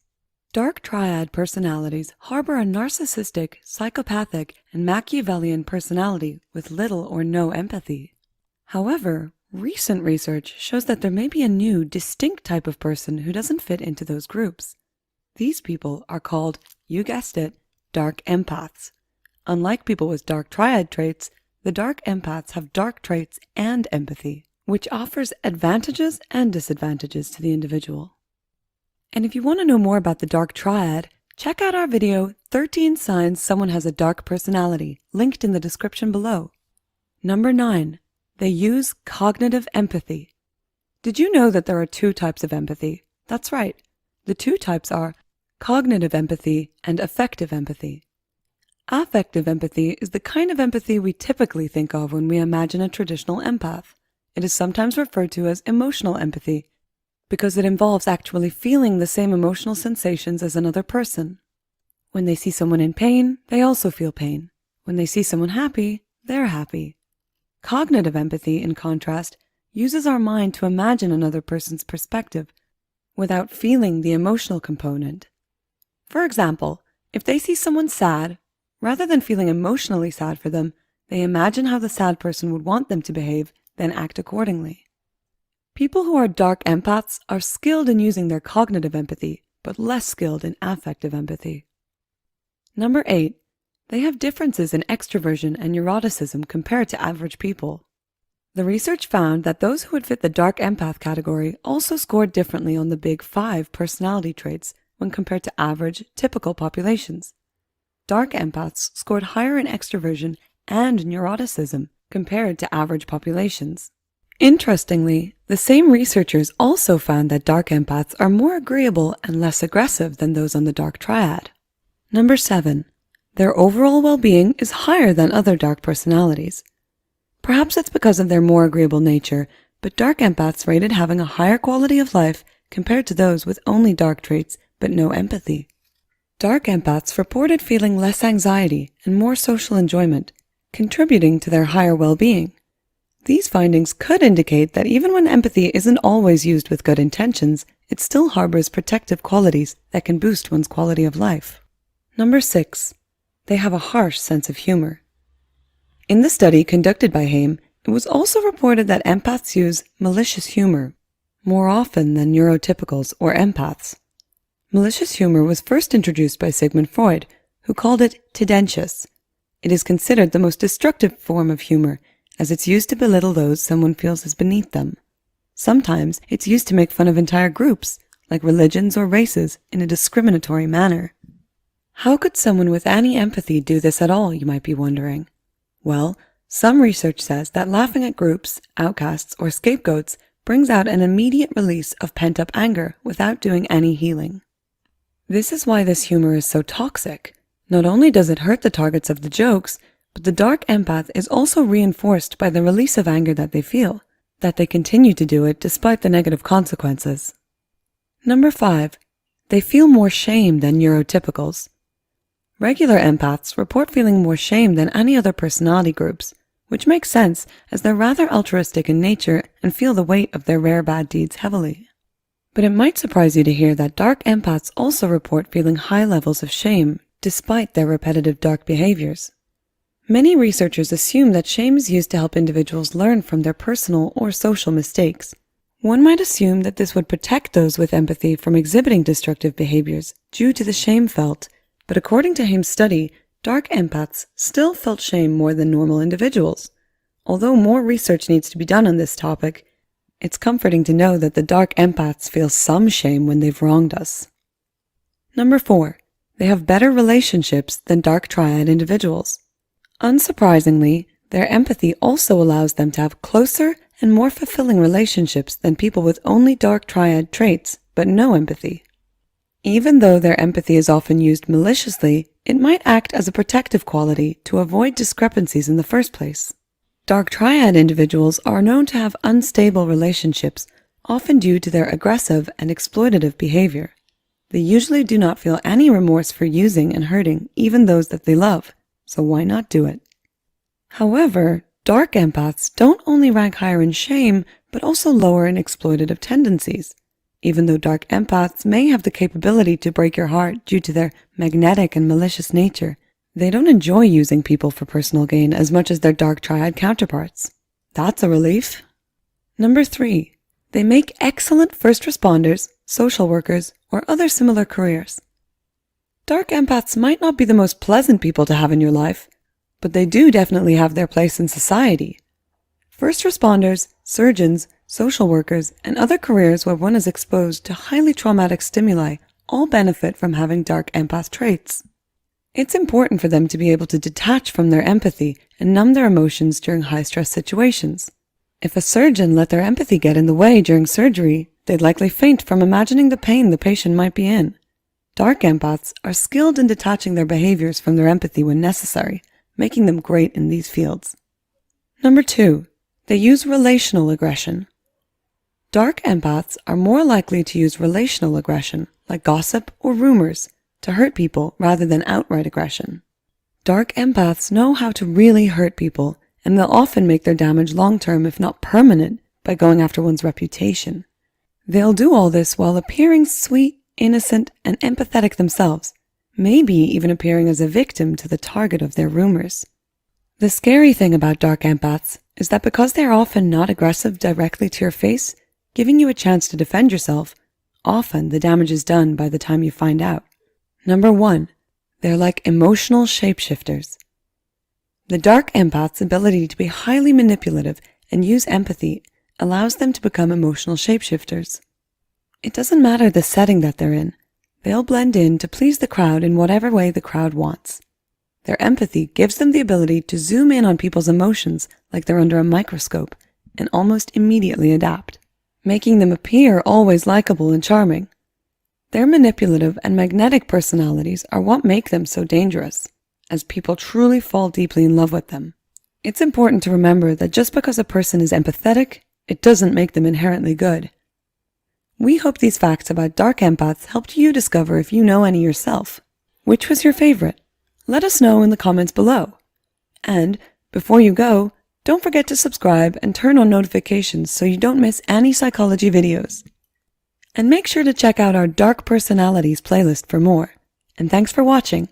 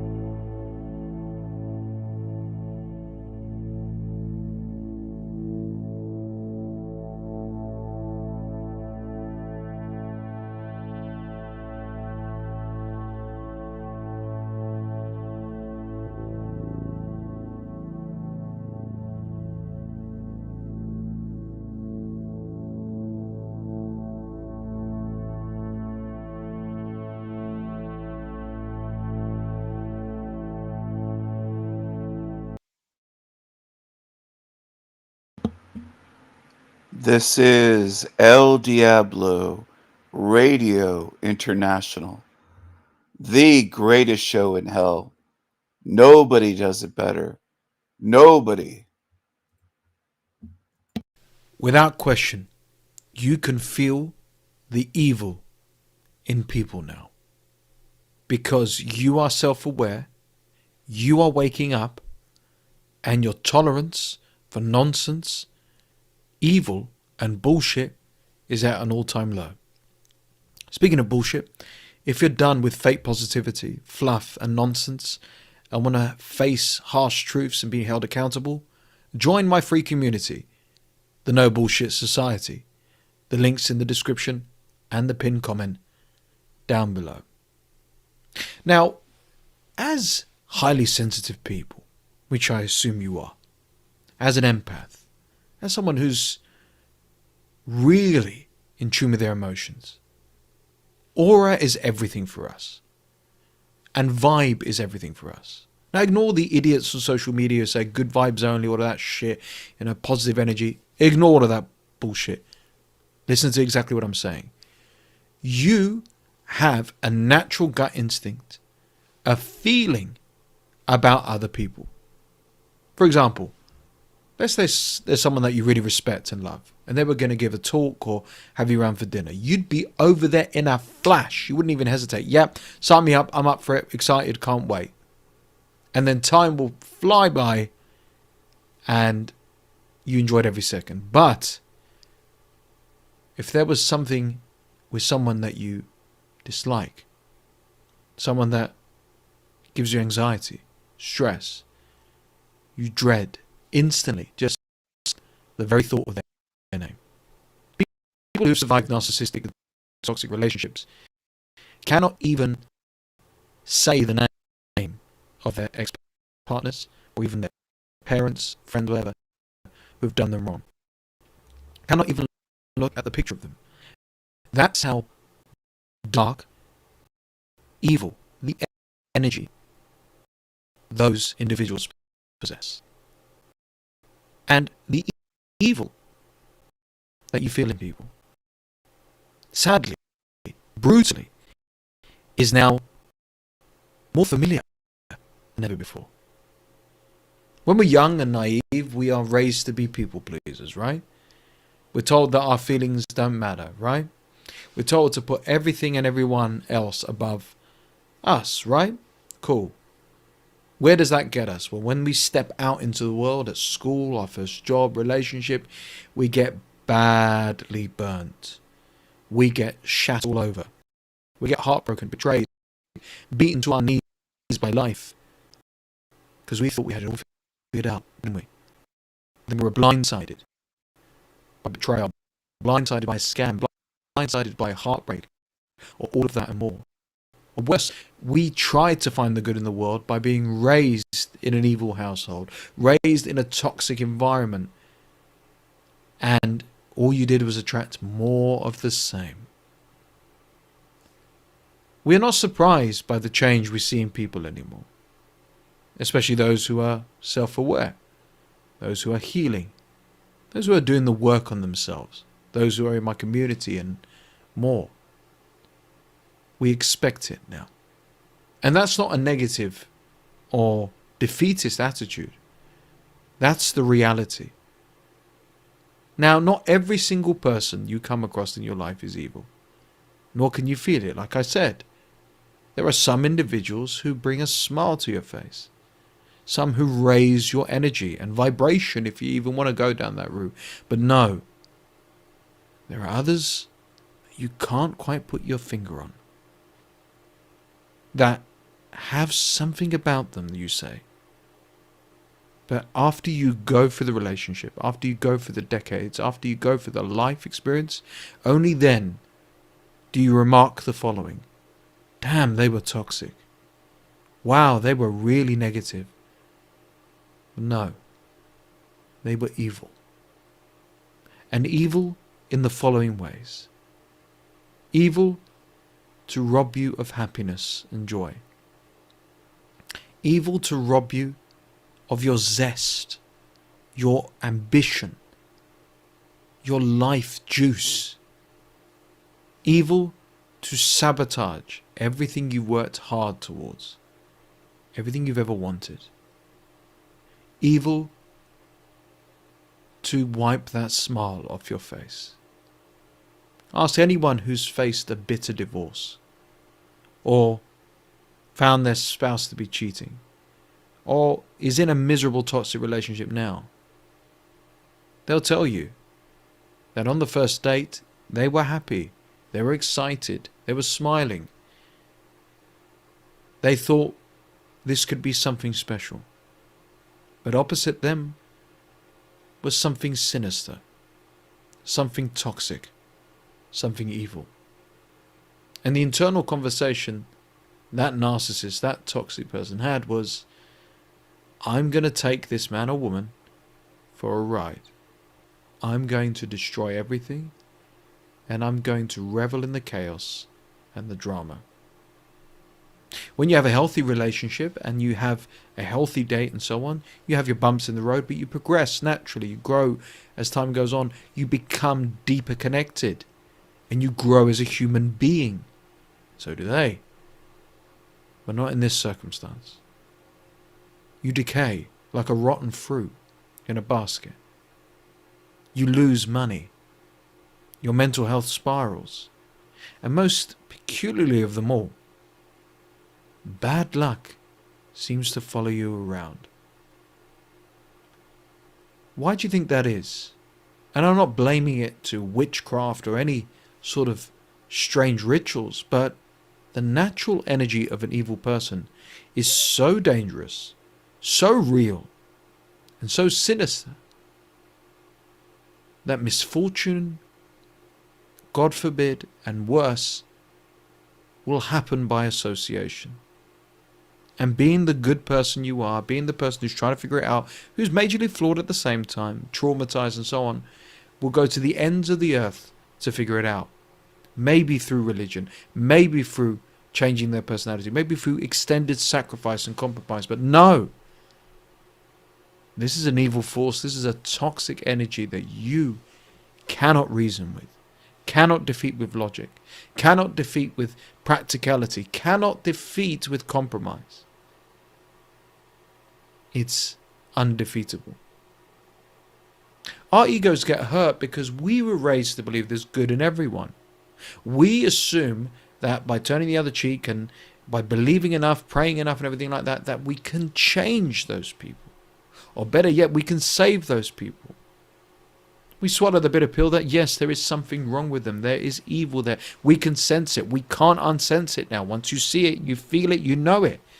Well, maybe I can help them. Maybe I can take them somewhere. Maybe I can bathe them in holy water. Maybe I can show them the light. But you can't. And right there and then is where everything falls into place for you to make the most important decision of your life. You've cried enough tears that there's nothing left. Your heart has broken so many times that it's incredible you've managed to piece it together again. You are beyond traumatized, beyond abandoned. Your mental health is on the floor. You are not living. You're not thriving. You're barely surviving. You're just getting by. And right there and then, when you know you're never going to be good enough for the wrong person, when you feel the toxicity, when you notice the evil, you have a choice. To be sucked down into their own personal hell with them. The vortex, the black hell of despair, negativity, misfortune, bad luck, suffering. Or to break free and piece your life, your mental health, your heart together again one last time to truth, to help.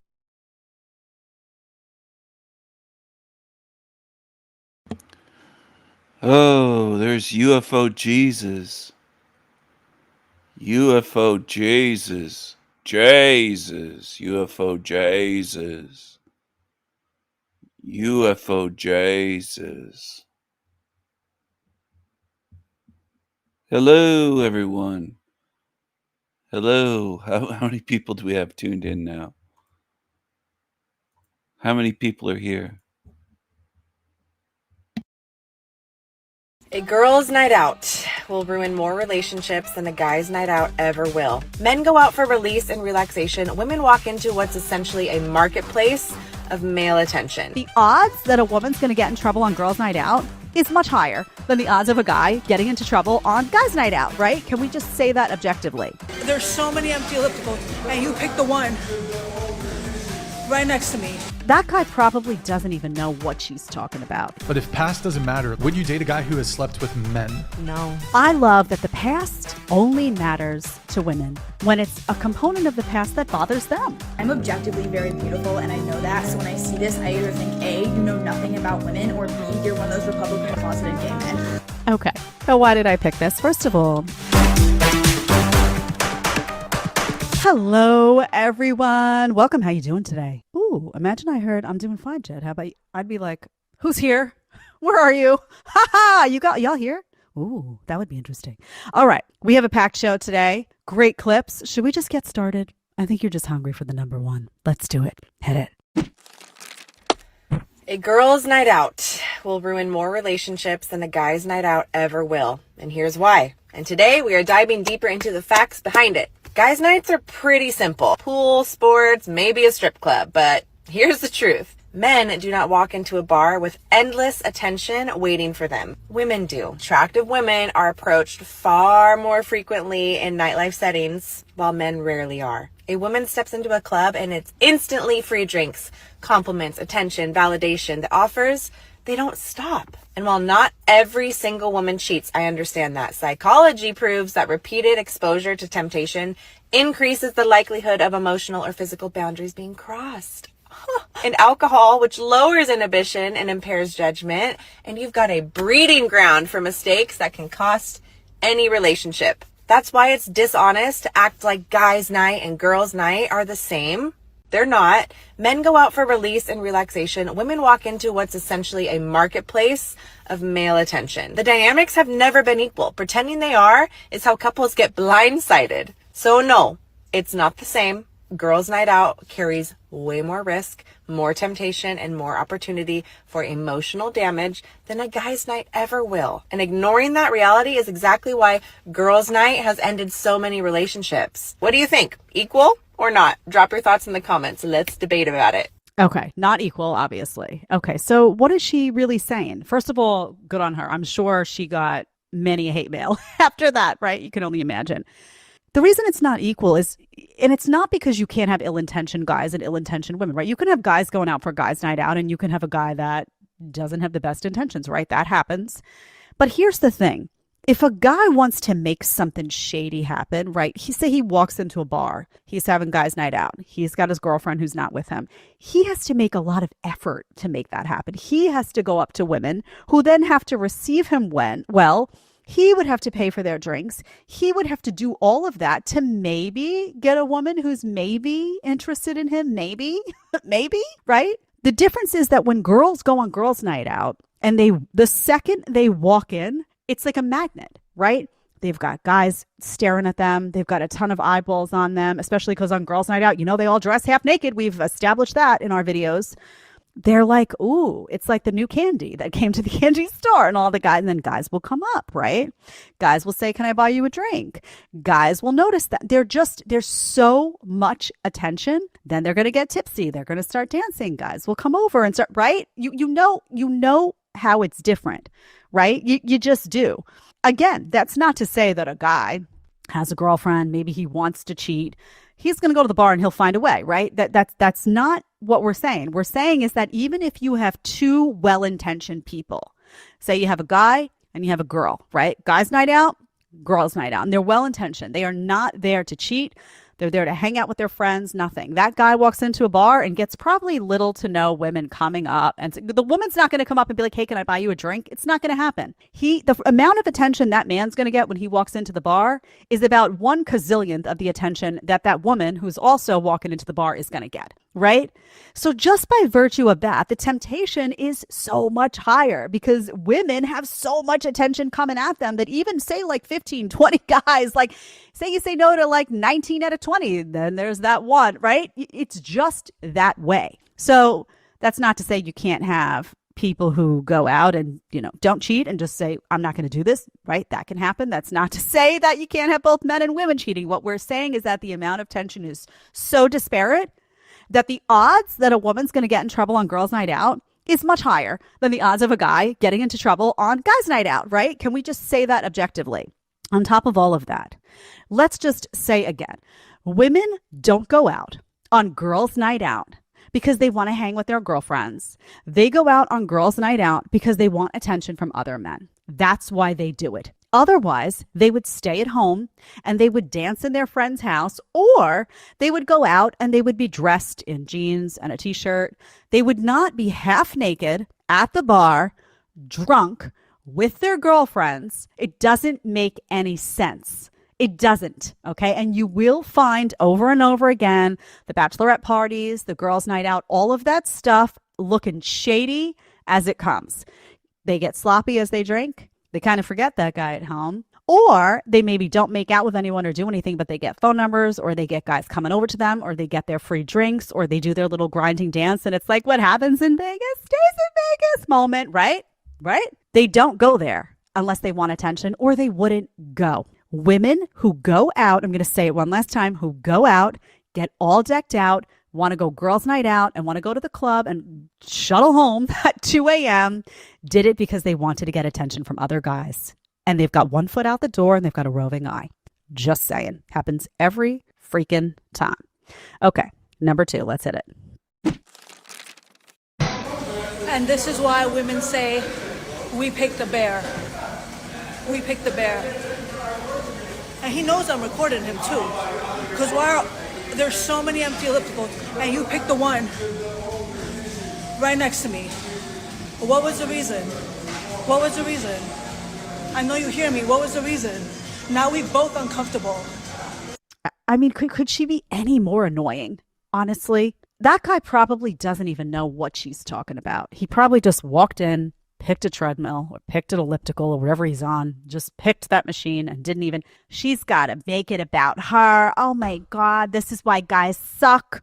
He just wants to be near me. He could have picked any of these machines. You, see, you're on the video. Oh, honey, shut up. You're such a nag. So annoying, so self-centered with an ego the size of a hot air balloon. Be quiet, for the love of God. Oof. That guy should have turned around and been like, man, I wish I had picked a different machine. I don't want to shut it off and start over. Could you shut up though? I mean, honestly, it's like just, so freaking annoying. Again, why did I pick this? Well, because I just want to show you how big the ego is. It's always about her. It's always about her. No matter what it's actually about, in her mind, it's about her. So it's not that the guy just walked in and picked a machine. No, he picked it because she was there and he was trying to get at her and he had her in his mind the whole time because the whole freaking world revolves around her, right? This is what they think. The whole freaking world revolves around them, except that it doesn't.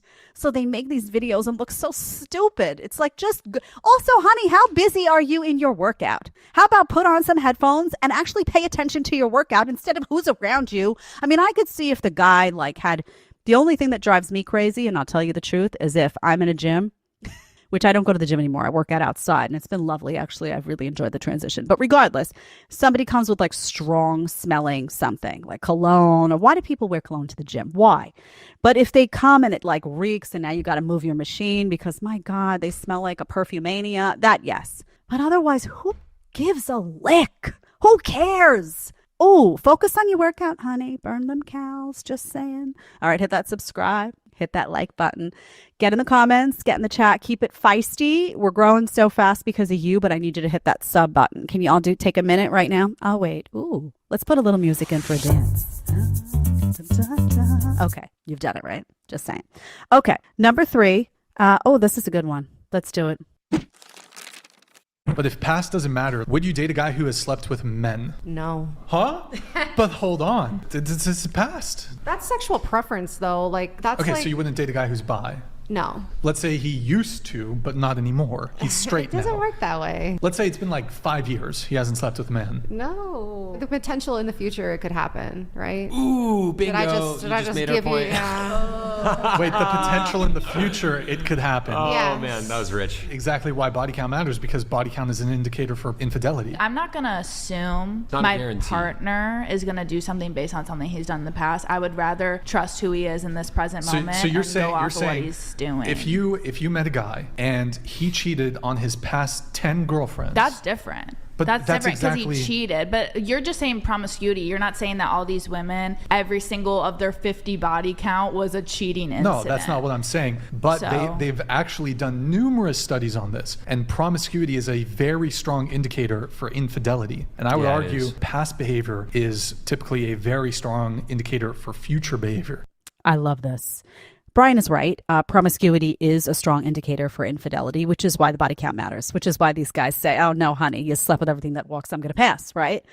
What I love about this is just, first of all, these women like foot and mouth disease, right? Because they say something and then they're like, oh, did I just say that? Because I think I just refuted my whole argument. Dang.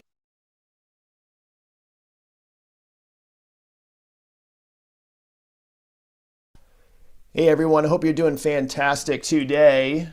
So I wanted to react to Demon Slayer, the Demon Slayer here. His post that he sent out 11 days ago. Wanted to focus mostly on the bottom part, which says hate speech is not free speech. You guys can check out the rest of the comment. If you do, clearly you can see how classy of an individual this is. But hate speech is not free speech. Very confusing to me because I thought this was a truth seeker. I thought this was a truth teller. So apparently it's not. Apparently this is a leftist. This is a libtard, as some call it, a liberal. Now this is also a coward too, because he does not, or she, we don't know, does not share a name, no face, don't show their face. Even worse, they use an AI voice. So you don't even know what their voice sounds like. You don't know what their gender is. Like what? Why are you doing that? Obviously, he wants to remain anonymous. He's afraid. He's a coward. But here's another coward down here, Jake the Awake, who commented after I was asking, what is your definition of hate speech to Demon Slayer? Because I want to know, what is your definition? What do you think it is? I can look up the definition on Google and get the Google definition. I want to know what his definition is. I don't get any response, of course. So then I get Jake. I get Jake here, who's a fanboy of Demon Slayer, who literally, almost literally, virtually, will comment on every single one of Demon Slayer's videos. He is a huge supporter of Demon Slayer. And this is where Jake is a hypocrite, is that he would call anybody who does not share a name, who doesn't show their face, especially anybody who uses an AI voice, he would call them a nameless, faceless coward. That's what he calls people, but not in this situation, because it is convenient for him to support the Demon Slayer, because the El Diablo handsome devil has gotten under Jake's skin, and Jake just cannot handle it. He can't stand it. Apparently, he has a lot of time on his hands to leave all these comments on a channel that has 380 subscribers. He has all this time, between analyzing NFL highlights. Okay? So, he's got the greatest job in the world. He gets to work 4 hours a week, basically, and, and then watch YouTube the rest of the day. But anyway, he says some bullshit here. Basically, I'm a fanboy of Queen Stephanie. He likes to call him Queen Stephanie, because that really, really hurts, And then, I'm going to replace Insanity. He calls him Insanity Machine. I'm going to replace him, because he's going to leave YouTube or whatever, get kicked off. And he, says cry harder because I'm crying so much right now. And then he says I slander him as well. My slander videos. Why do you lie? And I just say, why do you lie? I didn't slander. You get a dictionary, man, because it's not slander. You got to look up the definition. You got to know what these words mean. Slander is a pretty serious accusation. Giving your opinion is not slander. It is not slander to call Jake a sellout, because he is a sellout. And you can't prove or disprove it either way, so he's just an idiot, doesn't know what slander is, and he's accusing me of being slanderous. So that's almost kind of like he's being slanderous, right? As if Jake has never done that to anyone else before. But that's way beside the point. Hate speech is not free speech, which is the point of this video.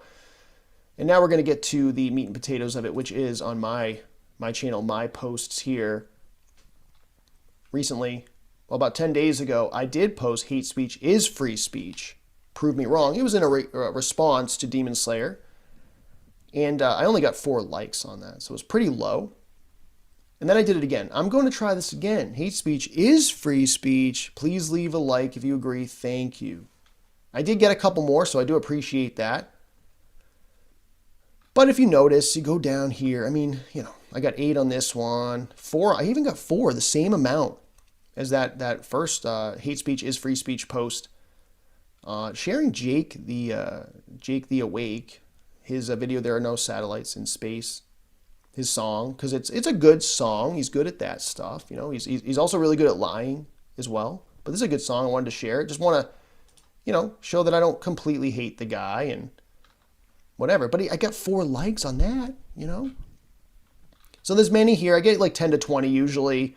This is 19. I'm talking about, Soul Trap stuff. 17, 15 here, Demon Slayer, why do you stand, defend felons? People are interested in that. They want to hit the like button. They support that. That's great. Let's find, some are low, like this is 2. People didn't like that one. That's fine. Whatever, happens. But most of them are way over 4. There's 12. This one no one cared about, but he made it members only, because he doesn't want people to know about, this is Jake again, he doesn't want people to know about alternatives of what the Earth is. Or could be, or whatever. It's all just theories anyway. 14, blah, blah, blah. There's one that's 20. Here's 20 right here, because I'm talking about agents, bitching about that, bitching about vegans. That's 13. So as you can see, I'm getting a lot more support and likes on many of these posts, unless it's about Nachiketa. So if it's about Nachiketa, I don't get a lot. Nobody cares about him. Nobody knows who he is, I guess, or doesn't care. I got 4 in this one, so that doesn't happen. It's not going to always happen to be, there's not always going to be a lot of likes. 22 here. Shit, Cool. But then, we go to the, this controversial, right? A controversial post that hate speech is free speech, and I get 4 likes. Now, before you get too carried away, or before I get too carried away, I want to tell you that it's okay, it's fine that you didn't smash the like button. Maybe you didn't see the post. Maybe it was super late. That's fine.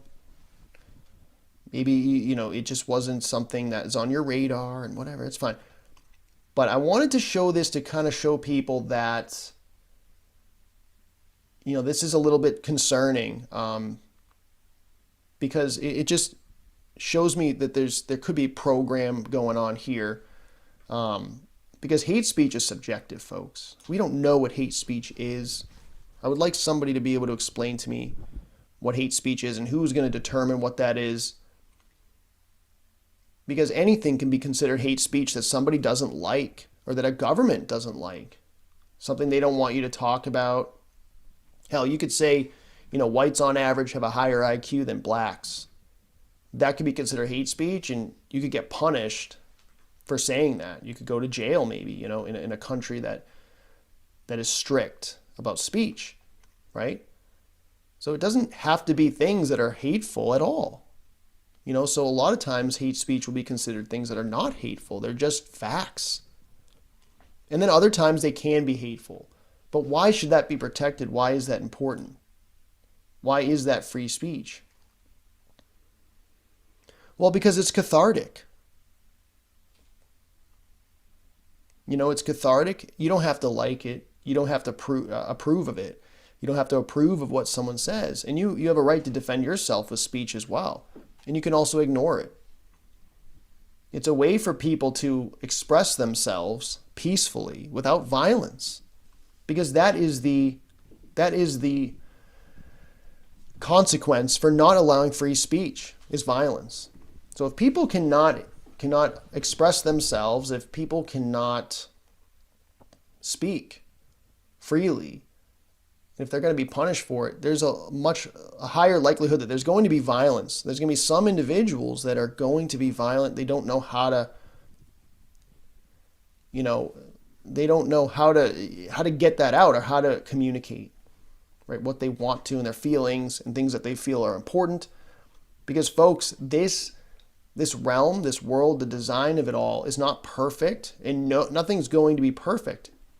So, if we have free speech, people are going to say things you're not going to like. Okay? And like I said, a lot of that's subjective. People aren't going to like it, but what's the alternative? Not to allow it, and then people are more violent. Which one would you choose? I choose peace. I don't choose violence. I am for the non-aggression principle.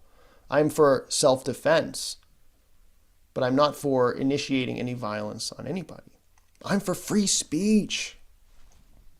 So this is the concern here. The concern is that only 4 people, it is anonymous if you hit this like button there.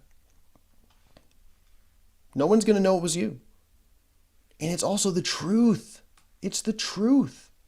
It's not illegal in America. For me to say, I'm not going to say it right now, but for me to say something very hurtful and offensive, something inflammatory, is legal. So that's a truthful statement. And to only have 4 people like it, and I appreciate the ones who did. And like I said, not everybody saw this. Not everybody's guilty here. But some of you looked at that and you were just like thinking, it's like something was blocking you from hitting the like button. Like I say, I call it a program. It's something that's blocking you from doing it. You feel bad about doing it. Why do you feel bad about doing it? I'm not saying it's good to speak in a way that's hateful towards others and use inflammatory speech or, to use certain language. I'm not saying that at all. You don't have to like it. You don't have to approve it. Okay? But there might be one day you want to say something and you have something to say. Okay? And things might change. The rules are going to change over time, especially if people aren't standing up to this stuff and aren't supporting free speech. You might have something to say someday. And you may not be allowed to say it freely. That could be you. That's all I'm saying. So I appreciate you guys watching. Appreciate the support. You guys take care and have a great rest of the day.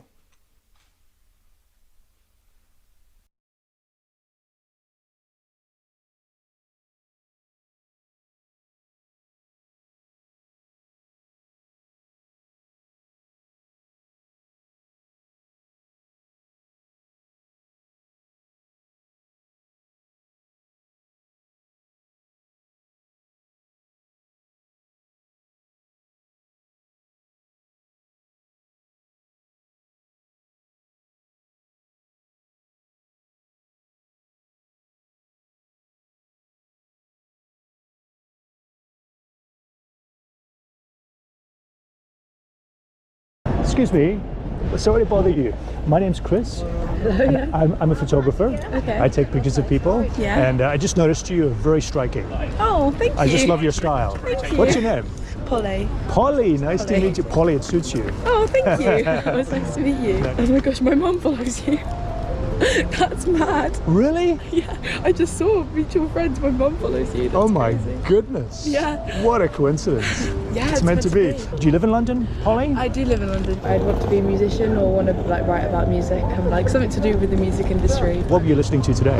I was listening to Fiona Apple. I love the Carpenters and the Mamas and Papas. I've come from a little town in Buckinghamshire. Polly, what kind of things make you happy in life? I actually really like learning. I find sometimes when long holidays, they kind of get to me. I like having a purpose.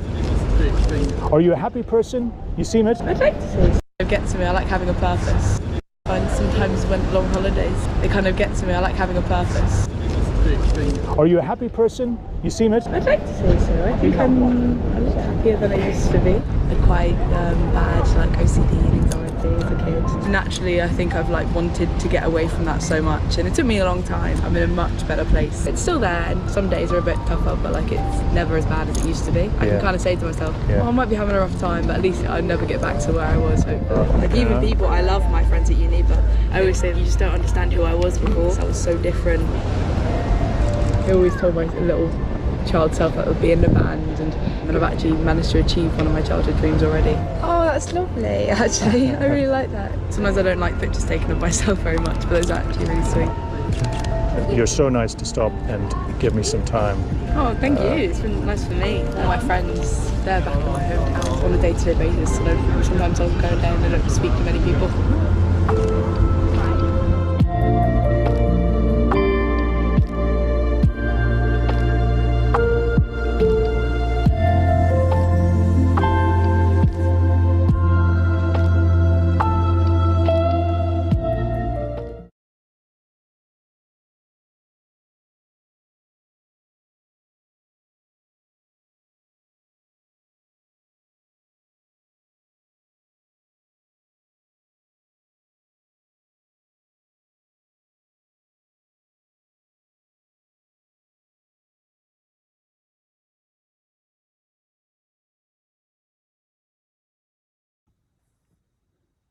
The major problem in the United States of America is that everyone and their fucking uncle thinks that they are middle class in social standing. And they are flat wrong about that. So let me explain what I mean, and you'll get the gist very quickly. So this is very clever, and I've noticed this is especially prominent in the culture of the United States. I can't really speak for other cultures elsewhere because I haven't lived in them. But I've seen enough in my own life and people that surround me, and in even my own fucking psychology here, for fuck's sake, to know better, okay? And it goes like this. In the United States of America, with this American experiment of trying to hybridize a sovereign with a citizen into one form. So each one of us, the goal within the American Constitution was to try and hybridize as much as possible a sovereign entity akin to a king with a citizen as one and the same person, basically. Right? Yes, it's not a perfect system. Yes, there's tons of flaws, but hey, it was a noble attempt at least, right? And that's basically been the American experiment ongoing ever since America was founded and created formally in the late 1700s. So basically, what we live in today, because of how that's set up, this ideal on paper that we have that's waved in front of, the Constitution, this and that, the American ideals, blah, blah, blah, home of the free, land of the free, home of the brave, blah, blah, blah, all that type of shit, right? It's all these ideals, right? But very, very little of that has ever actually occurred in America. Very little of that had actually come to fruition according to those ideals, right? Specifically and in particular for people below the poverty line. He's a typical lefty. He hates America. He hates any country that's trying to do better than the third world. He's one of these creepy creatures that's just a complete fucking lefty. Calls himself perpetual pleasurist. He's perpetual pervert. Pee-pee, he calls himself. Pee-pee. Pee-pee likes poo-poo. Pee-pee likes scat. He's got a scat fetish. Very strange, but most of these YouTubers that run channels are leftists. Most of them are leftists. All right? Yeah, sure, those ideals have been mostly fulfilled and experienced by people who are high wealth tier or, upper middle class wealth tier, sure. But very little of that has been experienced that way by people below the poverty line. And here's why. Here's especially why. Because whether someone's below the poverty line or not, and I've noticed this especially among people who are below the poverty line, they never treat things like homelessness, being below the poverty line, being out of substantial gainful employment, being out of large amounts of money coming in passively. They never classify any of these difficult situations as they themselves, in social standing, actually, for real, being a poverty-stricken person. This guy's so fucking annoying. He truly is. And the way he makes videos filming something like this, holding a phone, everything about what he does is just annoying. Everything about him. His voice, his mindset, his creepy sicko fetishes, all of it. He's a creep. They still consider themselves in social standing, interpersonal treatment standards, how they're seen by others, how they should be seen by others, as middle class or above, in how they should be treated and seen in social standing. Okay? So they'll know they're below the poverty line money-wise, but they'll still think that they should be treated according to high tier wealth standards or mid tier wealth standards in terms of how others socially treat them and behave towards them, in spite of being below the poverty line. So it's this waved ideal that's waved over our heads that's actually created a very unique trap for people in poverty in the United States. In this particular, it's like a loophole, right? So unless and until you recognize that you're not in social standing above the poverty line, in the view of others en masse, you actually are below the poverty line in social standing in their eyes, even though they'll never admit this to you. Until you realize that, you'll never actually be able to pull yourself out of the shitty crap you run into in that poverty situation. You won't even be able to begin pulling yourself out of it. And here's the reason why. Because while you're waltzing along, going and doing whatever you're doing, getting the next job, employing yourself in the next place, or abstaining from work and doing the disability route or whatever other route you take, the couch surfing route, the, going to the... That's what he's done, the disability route. He hasn't worked a full-time job in his life. He's on disability for his autism or whatever else. He probably made up a bunch of things. But he collects a disability check so he doesn't have to work. He's got plenty of time on his hands because he doesn't do anything with his life. He's on disability. The woods and creating a homestead, whatever version. He admitted that years ago. This creature's on disability. He admitted to being on disability. He does anything to avoid working, so he got on disability. So he can sit around in his apartment. He's got plenty of time on his hands. Whatever route you take with it, okay? While you're doing that, if you have in your head, while you're doing that, in social standing, that you're middle class or above, and you have that delusion floating around in your head, this is not a sacred delusion, by the way. This is just a dumb, unhelpful delusion. Then what's going to happen is you're going to run into all these weird problems over and over and over again that you're not going to be able to pinpoint the actual cause of. Okay? The actual cause of most of these problems is because others are perceiving you as a poverty-stricken individual who is not middle or high class in social standing, but they won't admit this to you. That's why you run into the specific issues you run into, motherfucker. And unless you understand that specific key thing and get your head out of that specific bad delusion, you're not going to be able to pull yourself out of that shitty situation effectively. This guy believes he has the answers for everything and solutions. He belittles people, calls them motherfucker. He's just an arrogant prick. I don't know how anyone could stand him in life. Just insufferable. What a prick. Okay?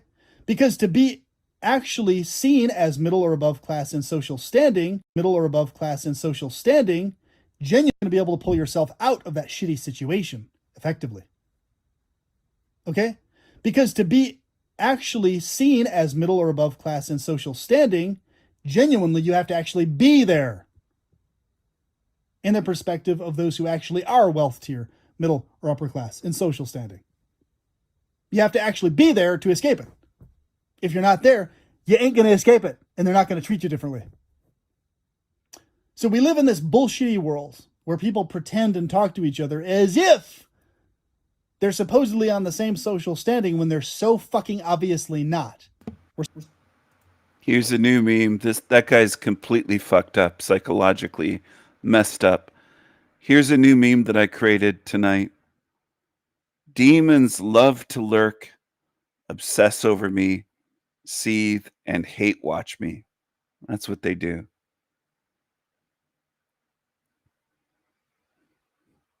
I own you, demons. I own you.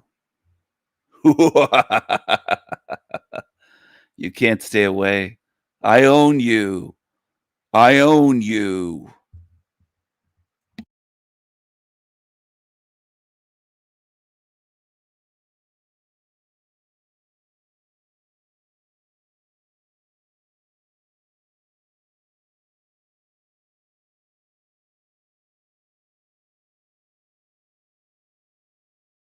We're surrounded by liars and hypocrites who do treat people differently based on whether they pick up on them being below the poverty line or not. They do. It actually happens. Observe, watch, pay attention. Okay? But what's interesting about this is it creates this convenient illusion for the extremely wealthy and the actual middle class and above wealth tiers because, well, I should say it creates an illusion for those trying to get into that fold and not scratching their heads. Why are they treating me specifically this way? Why am I the one in the dumps over and over and over and over and over again? Why do they always seem to bounce back and I don't? The illusion that the people are in poverty is the illusion of the should be illusion. Okay, the should be, I should be treated this way and that way because I've got rights, damn it. Well, okay, no one in all of history has honored or cared about your degree of rights in actual reality. Look at any employer, look at any situation. What they value is who's actually in the hierarchy spot or not, is what they actually motherfucking value, no matter what they say to you otherwise. They value who's who above who else. They don't actually value your freedoms and rights and shit like that when they're in positions of leadership and power. They'll say they do all day and motherfucking night because that's what they know you love fucking hearing. They know you love hearing that shit. And you eat it up. Your ears eat it up. Like it's tomorrow's fucking breakfast, man. Like it's sugar fucking cereal to your ears. You have rights. Your rights are valuable. Your say has meaning. Bullshit. We'd have edible landscapes all over this motherfucking city and everywhere else if my say had any validity to you motherfuckers. Bullshit. My say has validity to you bullshitters. Shut up. Quiet. You fucking liars. My say doesn't have validity to these fucks. They'd change the way they do stuff if it did. This creature is such an angry, rage-filled little demon. And he loves filth. He loves shit. He loves the smell of it. He loves all of it. It's a real creepy creature. Real disgusting, degenerate demon. Creepy creature. Come on, let's be real, god damn it. They don't change jack shit about how they run stuff. They still have these gigantic flat fucking lawns. They don't even house a single homeless person that they know within their own fucking family life, within their own fucking friend circle. They won't even house a single goddamn person in these empty motherfucking rooms. And they'll say that our say matters. Give me a fucking break. What matters is the money you make, motherfuckers. And how much passive money you have coming in is all that matters to these fucks. They'll talk your ear off all day. Oh, I value you so much, you poverty-stricken fucker, you. They'll leave out the poverty-stricken fucker part. That'll be what they're thinking in the back of their head. I value you and your opinion so much. Oh, it's so sad you're in this poverty-stricken situation. Oh, but I'm sorry, I can't house you for even a week in my gigantic fucking 5 mansions. I'm sorry, I'm doing renovations. And shut the fuck up. You just want to pull their tongue out, you know, when they do shit like this. It's like, well, here I am housing multiple people over the years. Many times over, one fucking room studio apartment. God damn these fuckers. Okay? And I make no excuses for it. It's like, okay, yep, I'm an introvert. I have all these fucking needs for alone time, total alone time, away from people, a shit ton, a lot. Oh, but nobody else is housing them. Even though they know like 10 to 20 fucking people who have gigantic fucking houses. They could house them. Relatives and otherwise. And they're not even drug addicts. And they're kind people. God damn it. And so here I am, the only person willing to house them. And so I do. And so I do. And so I do, motherfucker. And I do it many times over. There we go. I do. And so I do, motherfucker. And so here I am, the only person willing to house them. And so I do. And so I do. And so I do, motherfucker. And I do it many times over. There we go, even if I've been it for one day. And there it is. There they are, laying next to me in my studio apartment, right next to me. Little tiny, little amount of space. There they are, there I am. All these gigantic fucking houses with empty rooms everywhere. Nobody else is housing them. And I'm just sitting here. I'm like, isn't this fucking interesting? What a bitch this is. Me, the introvert, who has less patience than most people. Yeah, I know. You don't have any patience. You should house them. They're your people, the poor. The homeless bums belong with you. House them. Take in all the homeless until they repay you one day by taking you out in garbage bags. The only one willing and able to house these people, because no one else. All right, genius. As well. If I don't, they're just laying on the street. Has less patience than most people. The only one willing and able. Isn't this fucking interesting? What a bitch this is. Me, the introvert, who has less patience than most people, the only one willing and able to house these people, because no one else will. If I don't, they're just laying on the street, homeless. Nobody's housing them. What do they do? I'm not going to let them lay on this fucking street. If I can house them, come on. But yeah, of course, I've got to draw the line somewhere. I've got to prioritize my own mental and emotional health. Obviously, I have to have my cap of time and everything. Oh, sure. At least I can do something, though, right? That's my point. At least I can do something for these people with whatever low means I have. Below the poverty line, one room, barely any space. Something. I can do something. Right? Versus nothing. But we're surrounded by these motherfuckers who don't do anything. They've got millions of fucking hundreds of thousands of fucking dollars. They don't do jack fucking shit to house even their relatives or closest friends. In so many fucking cases. Oh, I'm so sorry. I hope things go better for you. Meanwhile, they got $100,000 fucking dollars sitting in their bank account. Well, how about you help your close friend and spot him $500, motherfucker? You've been friends for years. You've known them for years. They've treated you well. They helped you with so many fucking things over the years for free, mind you. You won't even spot them a couple $100 in cash. Fuck you. Fuck you. You greedy sacks of shit. And you leave it in the laps of all the rest of us who don't have the fucking money to even cover our own goddamn expenses. This is the world we live in, folks. This is the world we've always lived in. And how human society has always remained because they can't get their fucking shit together. No, we're not talking about let's go communism or socialism or those other bullshitty fucking systems that are even worse than goddamn capitalism. No. We're not talking about that. Because that's also bullshit. That's also fucked up. That's even worse than what we have now. Duh. We're talking about genuine, actual motherfucking meritocracy that's documented and trackable and followable. That actually encourages people to be good quality people to others. And that's how you make more money. You make more money by doing right by a larger number of people. Via the food you provide for them. Edible landscapes, motherfucker. That's how. An edible landscape meritocracy, and everything follows from that. No communism, no socialism, no capitalism of the variety we have now needed. He thinks you can live off eating the fruit off of trees, and fruit is just mainly sugar. It's just carbs, empty calories for the most part. You can't live just eating fruit. But he's a retard. He's a retard. He believes you can just plant a bunch of fruit trees and that's a, quote, edible landscape. He's a moron. And people follow this.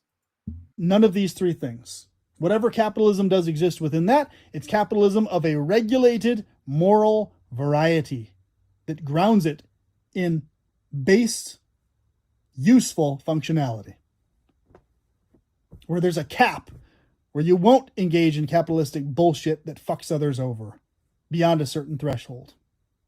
Yes, hyper-technically everything is some variation of fucking others over to some fucking degree, duh, obviously. Everybody understands that. Rent is thievery. It doesn't matter where you are. Every form of rent everywhere is a version of thievery. It's just agreed on and legal in certain cases and not in others. But it's all thievery. It's just a matter of, do you approve of it en masse or do you not approve of it? Do you approve of the thievery of rent or do you not approve of the thievery? That's it. It's a thievery of whether people approve of it or not. That's all it's in. That's all it is. That's all it's ever fucking been. All it ever will be. All it can be. Who the fuck are you or anybody else to claim that you own or I own or anybody owns this or that or the other? Sure, we have legal systems that say we own this or that or the other. Fine. But you need to know what it really is. You need to know, even though you have laws protecting it, that it's still a version of thievery. So yes, have our property. Everybody have their property. Everybody have their thing. Within healthy limits. where it's not excessive for one individual at any point in time. Everybody maintains their own private shit. The government maintains their certain small range of regulated shit. And then it's all checks and balanced that way. There's a hard cap on government shit. There's a hard cap on private stuff. Both directions. Government can't overstep. Private can't overstep. Neither. I could go all day into the fucking details and nuances of this shit, but here's the thing. Here's the fucking thing. If you're a person who's in a position of not having high wealth tier or mid wealth tier social standing in the eyes of others en masse, nobody gives half a shit what you say, period, on any large scale, no matter how valid it is, ever. Ever. Why? Oh, that's why. Because you don't have the funds to blast your voice out in everybody's faces 24/7 like these other people do. That's why. That's why. That's the reason. Oh, just create a YouTube channel, have millions of subscribers, blah, blah, blah, blah, blah, blah, blah. Okay, be a talking head for years and years and years and years and years. Along with its own bullshit problems. If edible landscapes were going to become a thing worldwide, they would have become a thing many times over throughout human history already. This is how I know for a goddamn fact en masse this shit is never going to fucking happen ever. Because it would have happened countless times over throughout human history all fucking ready. If it was ever going to happen at all, ever. There's a genetic flaw in most humans that prevents them from allowing edible landscapes to become the thing. In cities, in rural areas, etc. They don't let it happen. Even though they could, they won't, and they don't. The reason they won't and the reason they don't is because they're that fucking stupid. We're surrounded by a painfully stupid species en masse. There's not enough skilled people and philosophers in society. Anywhere. They're always too small in number. And that's the bitch of it, isn't it? And the vast majority of good quality philosophers and skilled people are chronically for their whole lives below the poverty line, no matter what they do, because they can't escape that social standing bullshit thing hanging over their head, no matter what they do. And the only way they do escape it, if they do, is by specifically, in particular, screwing a specific batch of people over knowingly and making themselves okay with it. Even then, it's not a guarantee. No. So the solution has been in front of our face for thousands of years. Edible landscapes mandated into law everywhere. Cities, rural areas, to where the vast majority of new plantings and currently existing plantings that are tended to are all edible stuff. Edible trees, especially edible food that's planted, edible everything, edible bushes, edible berry bushes, edible leaf plants, edible everywhere, everything, edible, something you can eat a part of or the entirety of. Okay? Instead of things you can't do that with. That has always been and always will be the only solution, and because it's the only solution, that's why it'll never be implemented by this dumb shit fucking species we're surrounded by. That's the fucking reason. And so you eventually end up with real scenarios or fictional scenarios like this, Warhammer 40,000, where humans remain these fucked up pieces of shit forever. And still never fucking plant edible landscapes anywhere, ever, for any reason, under any circumstances. Even 40 motherfucking thousand years into the goddamn future.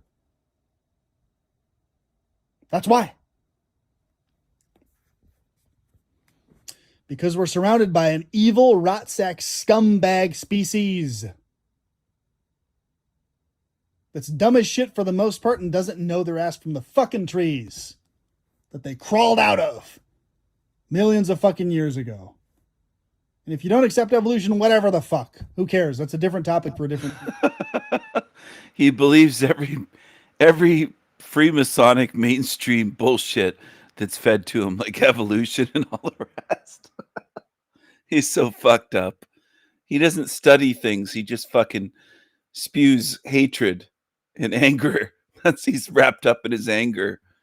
His anger's devouring him as time goes on. This creepy creature. Day anyway. Jeez. That's dumb as shit for the most part and doesn't know their ass from the fucking trees that they crawled out of millions of fucking years ago. And if you don't accept evolution, whatever the fuck. Who cares? That's a different topic for a different day anyway.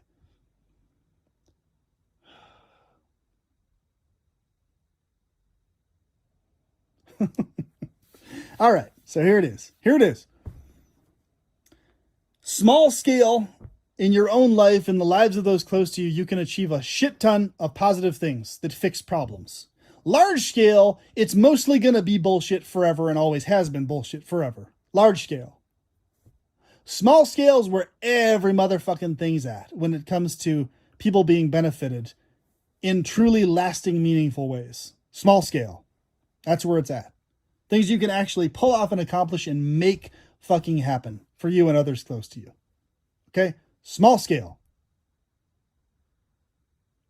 Large scale, you can fucking forget about it. Large scale is a nightmare cesspit of shit from the pits of hell. That's the large scale world. Okay? Too many talking heads, too many mouths to feed, too many babblers here and there, blah, blah, blah, blah, blah, you know, clawing at scraps, too much muchness, too many things happening, going on. Too many hands clawing at the same piece of ground. That's large scale for you. Okay?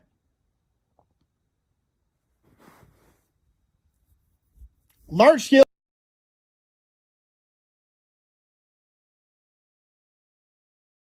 Let's get started. Number 10. You question everything.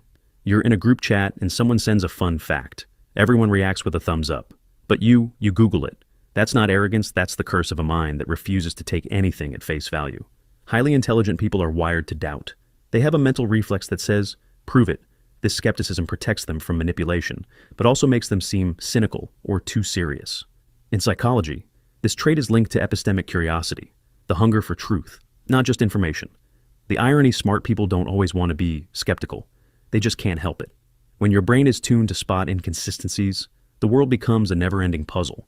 Conversations that others enjoy, gossip, trends, politics might feel painfully shallow. And here's the twist: studies show that overanalyzing everything actually reduces social bonding. Your brain is busy dissecting, while others are simply connecting. So, when people say, you think too much, what they really mean is, you're noticing things I'm ignoring. Being smart often feels lonely, not because you dislike people, but because you see too many layers beneath their words. Number 9, you get bored fast. You ever start a new job, hobby, or show, and 2 weeks later, you're done. Not because it's bad, but because your brain already solved it. Highly intelligent people have what's called low tolerance for mental monotony. When something no longer challenges them, their mind starts craving novelty like an addiction. It's the same dopamine hit thrill seekers chase, but instead of skydiving, you're chasing intellectual danger ideas, mysteries, arguments, projects. But here's the dark side: that craving makes life unstable. You might hop between passions, friendships, even careers, not because you're flaky, but because your brain demands stimulation. Psychologists call this the novelty paradox. The smarter you are, the harder it is to stay entertained by normal life. And that's why many smart people mistake chaos for creativity. They say, I work better under pressure, when in reality, their brain is addicted to the rush of problem solving. Routine feels like slow death. But remember, boredom isn't always bad. It's often the space where creativity brews. The question is, can you sit with the quiet long enough to let the next big idea form? Instead of running to the next shiny thing, Number 8, you argue with yourself, inside your head. It's a war zone, 2, 3, maybe 5 voices, all debating one point. You'll have a brilliant idea and immediately tear it apart with logic. This internal debate isn't self-doubt, it's mental cross-examination. Smart people run thought simulations automatically before they speak. They've already imagined 5 objections and written counter-arguments in their mind. That's why conversations with you feel like debates, even when you're just discussing. Philosophers call it dialectical reasoning. The brain constructs and destroys its own beliefs to find truth. But in real life, that makes you intimidating. You're not trying to dominate, you're just allergic to lazy thinking. But the cost. You rarely feel certain. because for every conclusion you reach, your mind immediately whispers, "But what if you're wrong?" It's exhausting. You crave peace but can't silence the courtroom in your head. Yet this very tension, that relentless questioning, is what drives progress. Every great thinker from Socrates to Einstein lived inside that same mental storm. Number 7. You feel emotionally out of sync. You can walk into a room and instantly feel the tension before anyone says a word. Someone's smiling, but you can tell it's not real. That's not paranoia. That's emotional intelligence turned up to 11.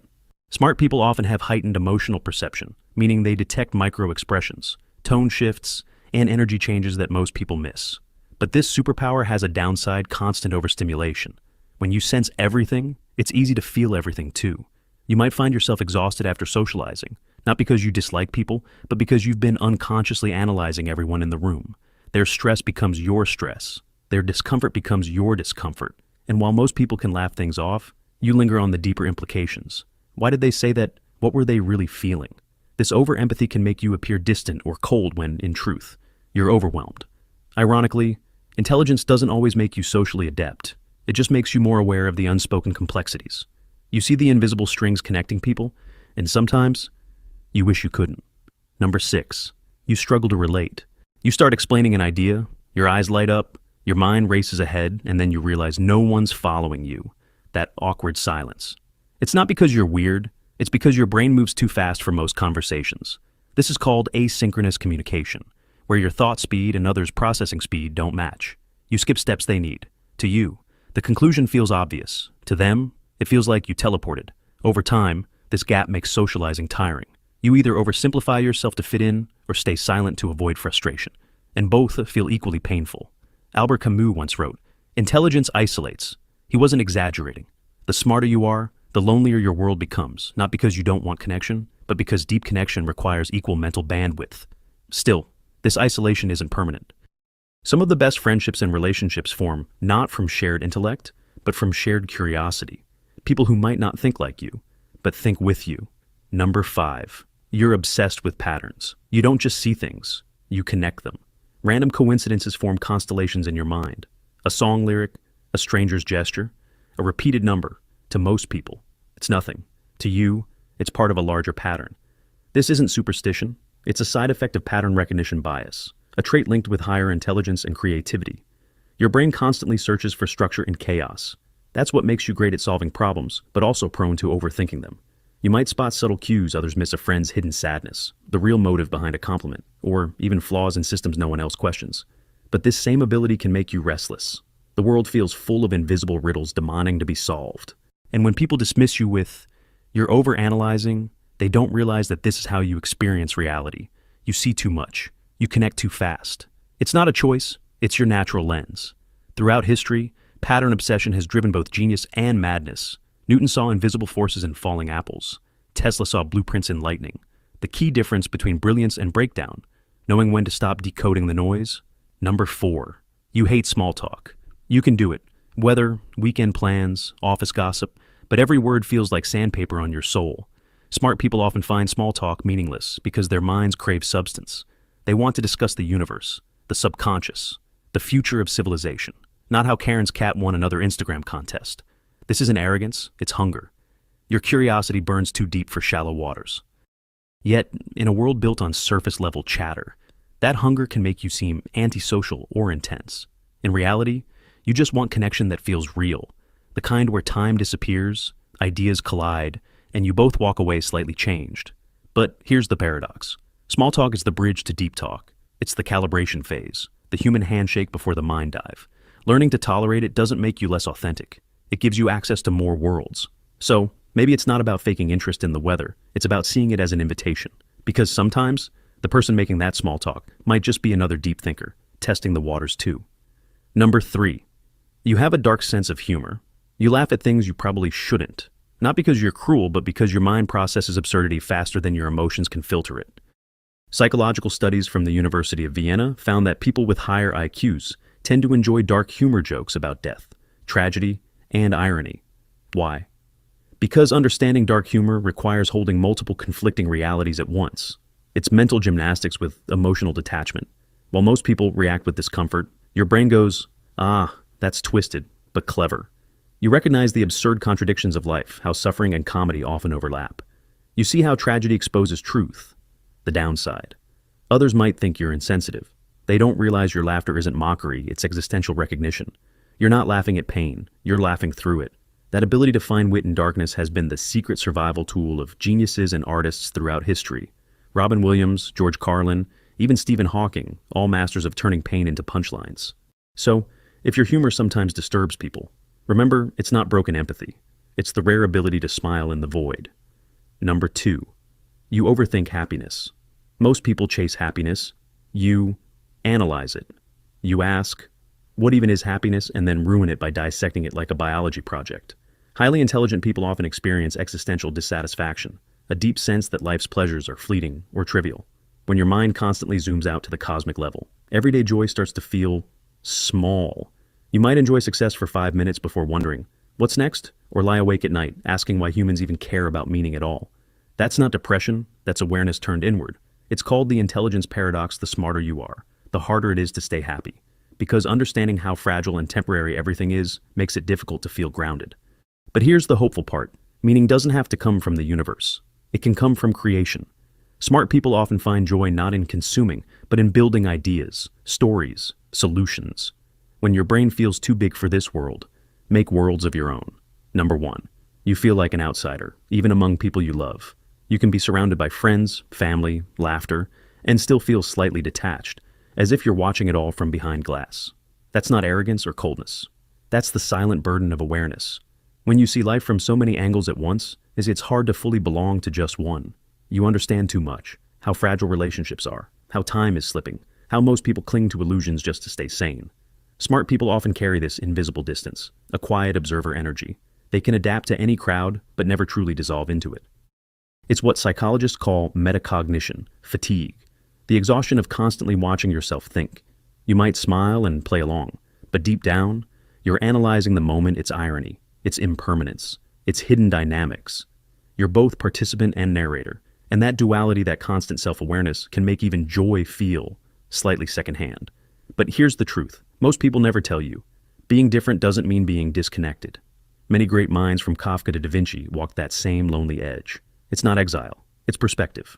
You're not standing outside life, you're seeing all of it. So, next time you feel like an alien in your own world, remember, solitude isn't punishment for intelligence, it's where deep thinkers recharge. The goal isn't to fit in, it's to find those rare people who make your mind feel at home. That's it for today. I'll be doing similar videos in the future. Subscribe to see them.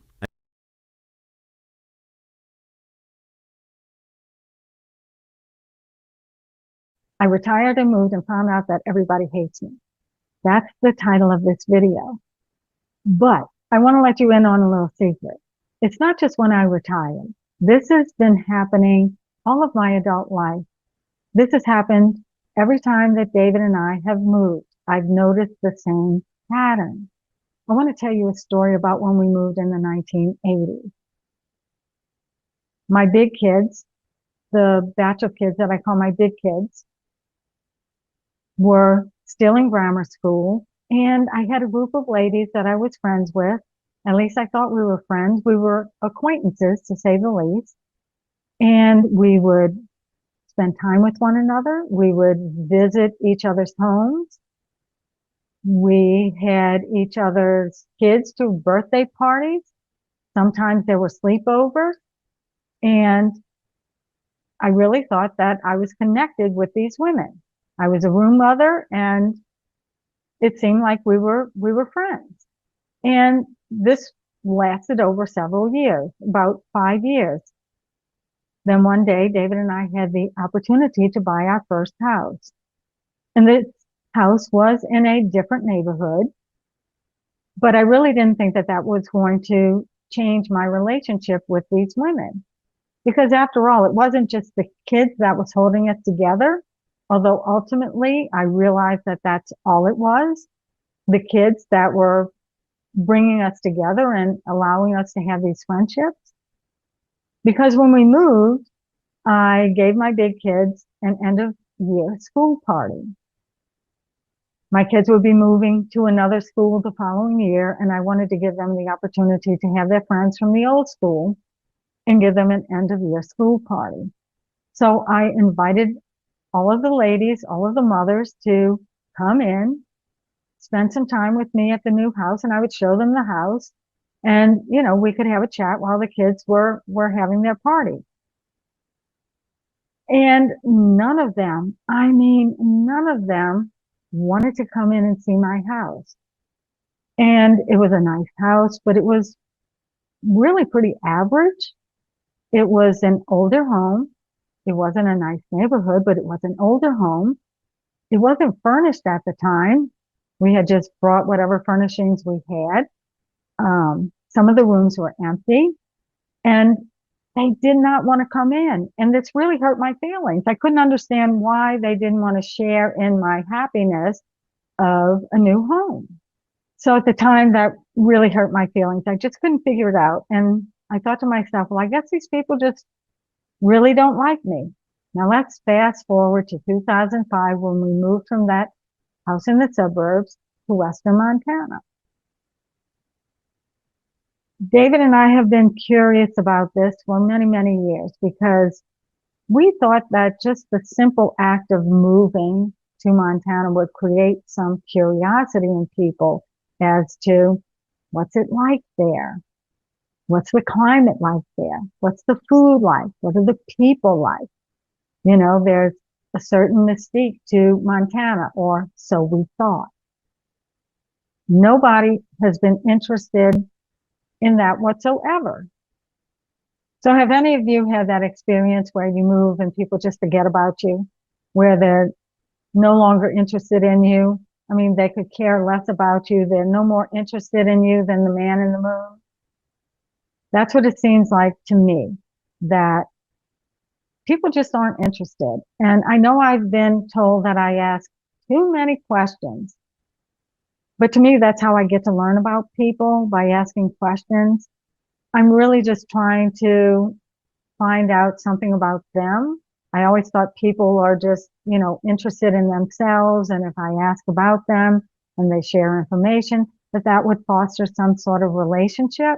So getting back to this point of moving and realizing that people don't like me, there's a little bit of a different angle here that I was thinking about. And it comes from the movie Larry Crown. It's the movie with Tom Hanks and Julia Roberts.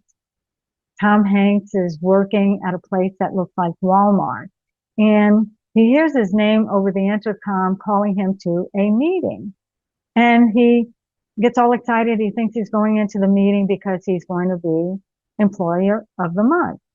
Well, when he gets into the meeting, the people there tell him that he has reached the top of the pay scale. He has reached any advancement in the company that he could possibly reach. There's no more advancement for him. And it's all because he didn't go to college. Well, Larry is pretty devastated when he gets that news. He's been laid off. He doesn't know what he's going to do with his future. And the rest of the movie is about how he reinvents himself and how he develops and goes on and moves on and embraces that change. But what I want to share that is relevant to this video is when he's talking to his neighbor who has the perpetual garage sale in his front yard. And he says, Larry, fired on Friday, forgotten by Monday. And I thought, yeah, that's really what it's all about. People just forget you. Unless you're really connected with people. And I guess I haven't really been connected to a lot of people. So I guess that's really what it's all about. Once you move on, you're forgotten. Have you moved and had this experience? Have you changed jobs and had this experience? Have there been situations where people just seem like they don't like you anymore because you've done something different? Because you've moved on from something different? Let me know in the comments what you think. Until next.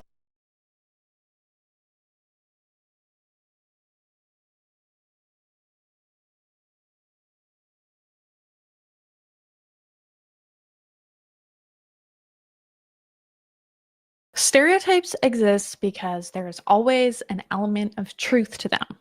Yes, Asians are good at math, Black people are good at basketball, and women can't really drive. And that doesn't mean that every single Asian is good at math or every single Black person is good at basketball or that no woman can drive. That's not what that means. But there's obviously an element of truth. It's like a generalization, and that's why stereotypes exist. But there is one group of people that gets unfairly stereotyped to the point where it doesn't even make sense, and it's all just based on lies. And that group is white people. And I'm not just saying that because I'm white. This is because I've looked at the facts and the data. That's why I'm making this video. Welcome back to Problematic. My name is Sarah Stock, and today we are going to go over 5 stereotypes about white people that are completely false. So before we get into it, please hit the like button. And if you enjoy this video or you have another idea or you're angry about something, you can leave a comment as you're watching and just let me know what you think. Also, please hit the subscribe button because we're trying to grow this channel. The number one lie about white people is that white people are racist. Now, nobody really knows what the word racist even means anymore because it's used a million different ways. But we'll just say that racism, for the sake of this video, means not liking other races as much as your own race. And according to that, white people are actually the least racist. Yes, there have been studies actually done about this.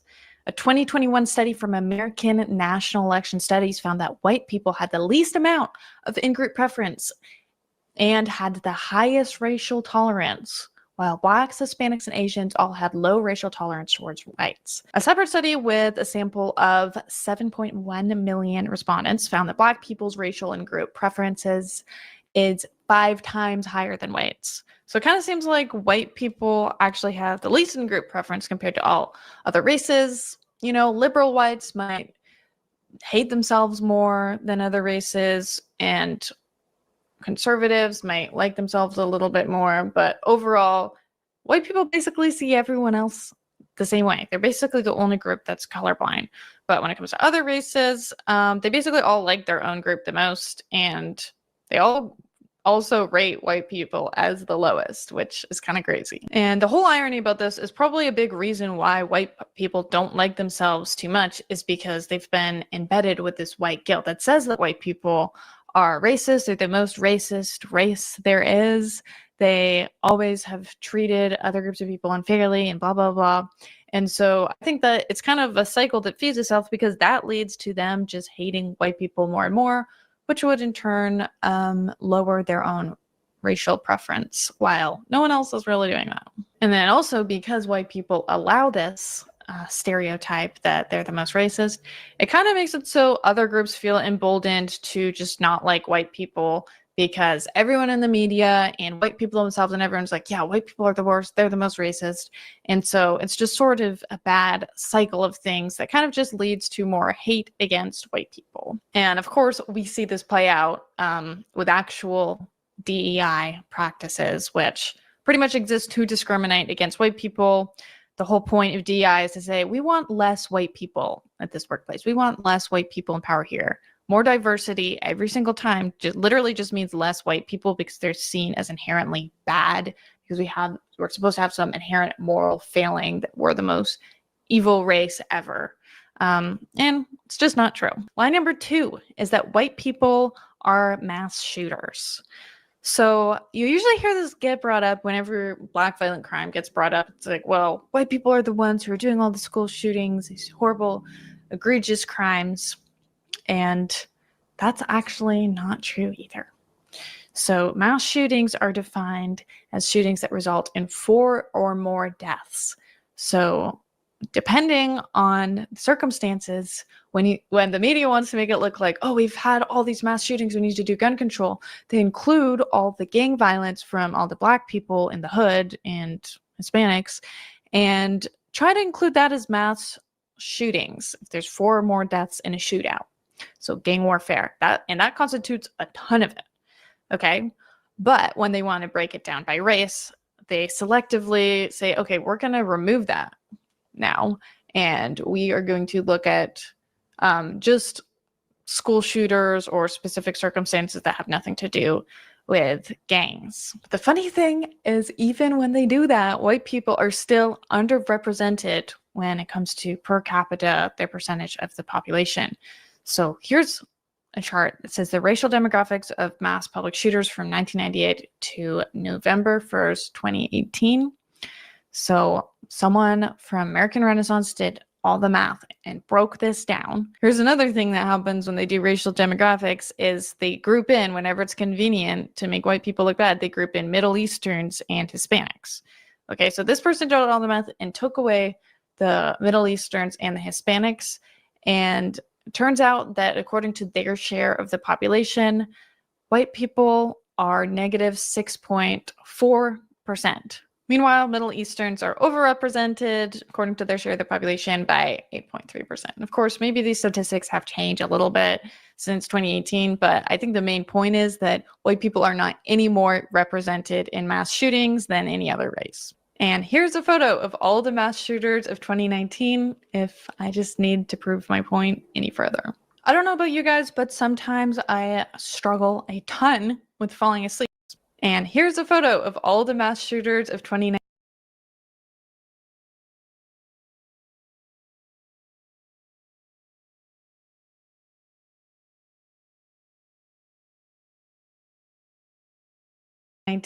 If I just need to prove my point any further. I don't know about you guys, but sometimes I struggle a ton with falling asleep, and I don't go to bed till like 2, 3 in the morning because I'm just thinking about everything in the world.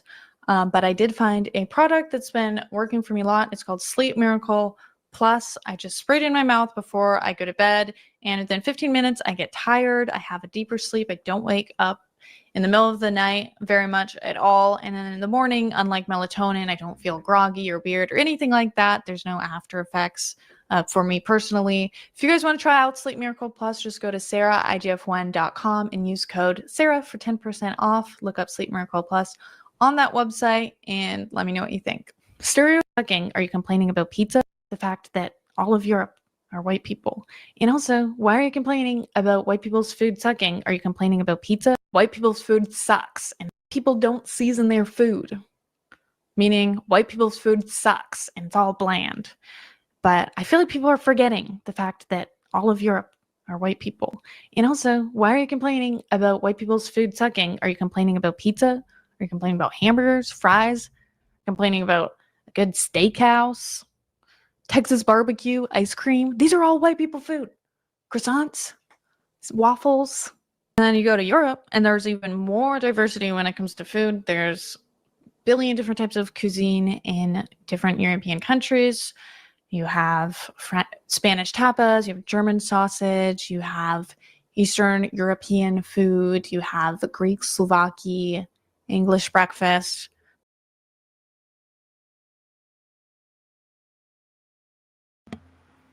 Hello, hello.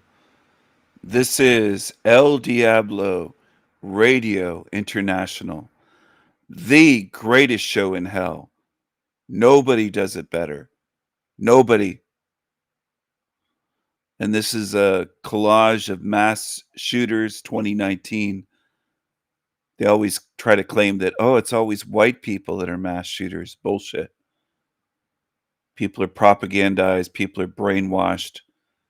People are buying the anti-white bullshit.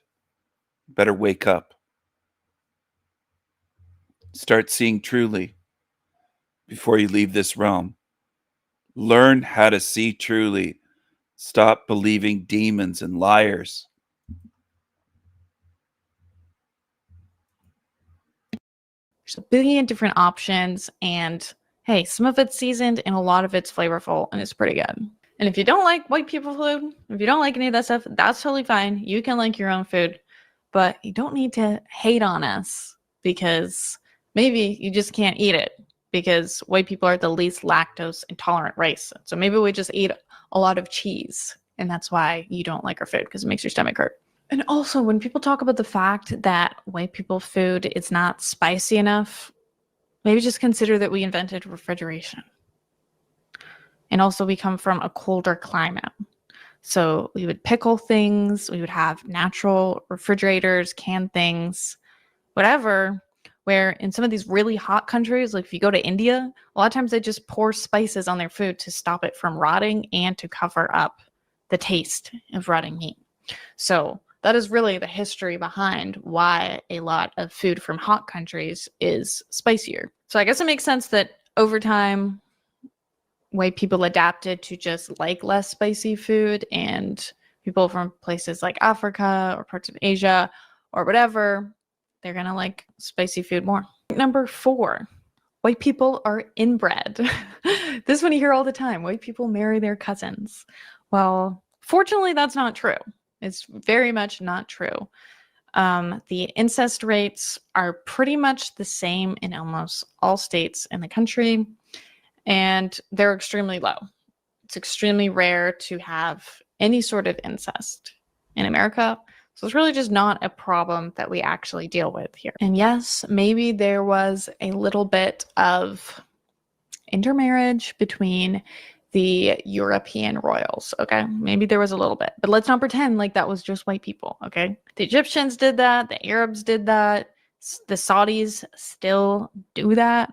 So it's not like it's just like a uniquely white person thing for royals to want to maintain their bloodline. And if you just look at the map of cousin marriage across the world, and you just look at the countries where that's practiced, in North America and in Europe, where you have the most white people, there's pretty much none at all, especially if you can compare it to North Africa, the Middle East, and South Asia, where it's at its highest, which just happens to be a lot of Muslim countries. Now, there's actually interesting history behind this. So the Catholic Church actually banned people from marrying anyone closer than their third cousins back in 506. In the Middle East, also in Pakistan, but these countries like Qatar, Saudi Arabia, huge numbers, Kuwait, huge numbers of them marrying their blood relatives, huge numbers of inbreeding. It's not even close. AD. So basically, in most of Europe, you were not allowed to practice incest, starting all the way back then, where, you know, before that, maybe you're in a small village, marrying your second cousin isn't that big of a deal, but the Catholic Church said it wasn't good. And that actually ended up having a very eugenic effect. And I don't mean that in a weird way, but I just mean that, you know, it's better for your genetics when you're not marrying your first cousin or your sibling or your second cousin or anything like that. So it actually ended up being very good for Europeans. And also, I would say it ended up making Europeans more individualistic. They might have had to go out of their village a little bit more, sever family ties a little bit more. And maybe we see that help lead to the European individualistic spirit that we see more today in comparison to many other parts of the world. Now, the funny thing is, cousin marriage has not been popular at all in Europe, obviously, for a long, long time, very much looked down upon. It just happens to be in very recent years with mass migration from a lot of Muslim countries, both Sweden and the UK are now trying to pass laws to have to ban cousin marriage, because it wasn't actually banned before because no one did it. But now you have certain people coming over who want to marry their cousins, so they have to put an end to it. And let me just say, those are not white people. And finally, lie number 5. White people have no culture.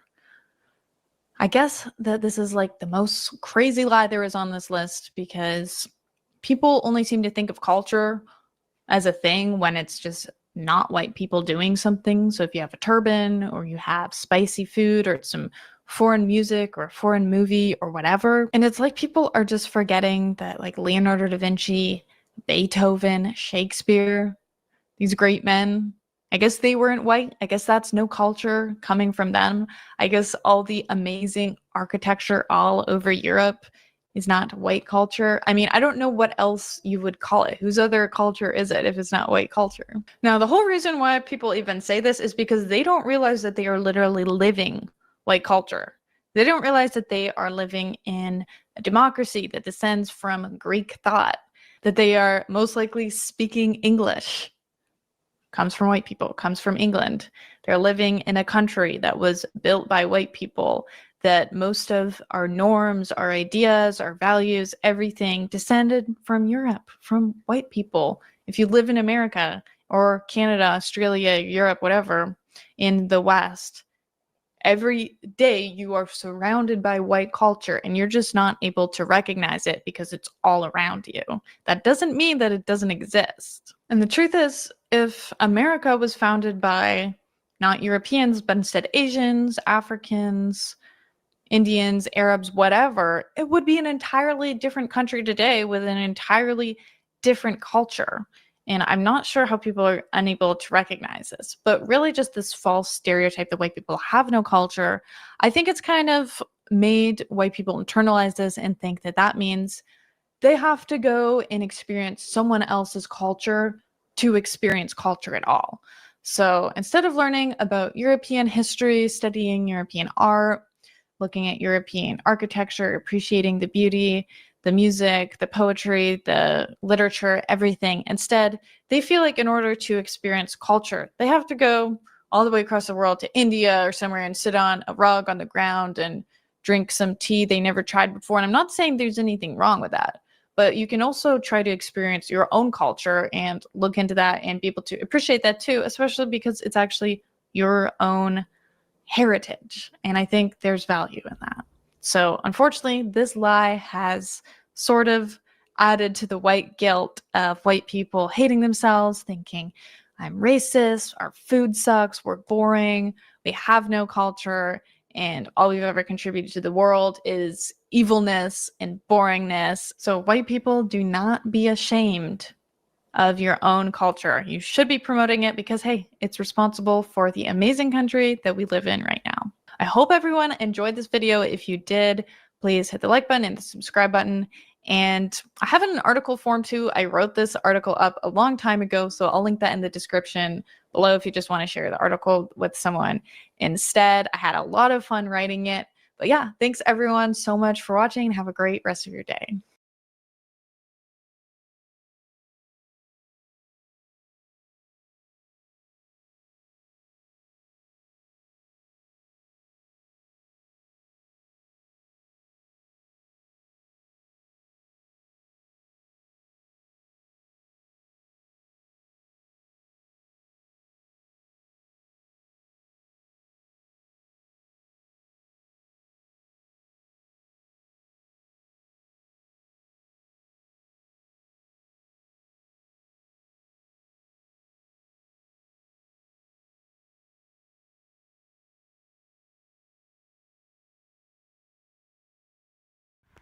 So basically everything boils down to the question between money or love.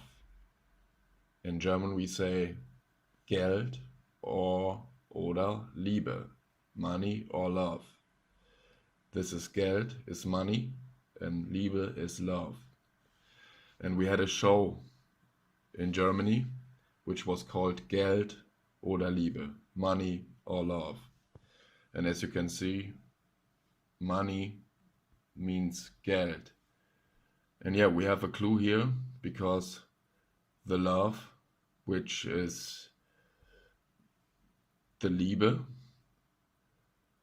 is crossing out L.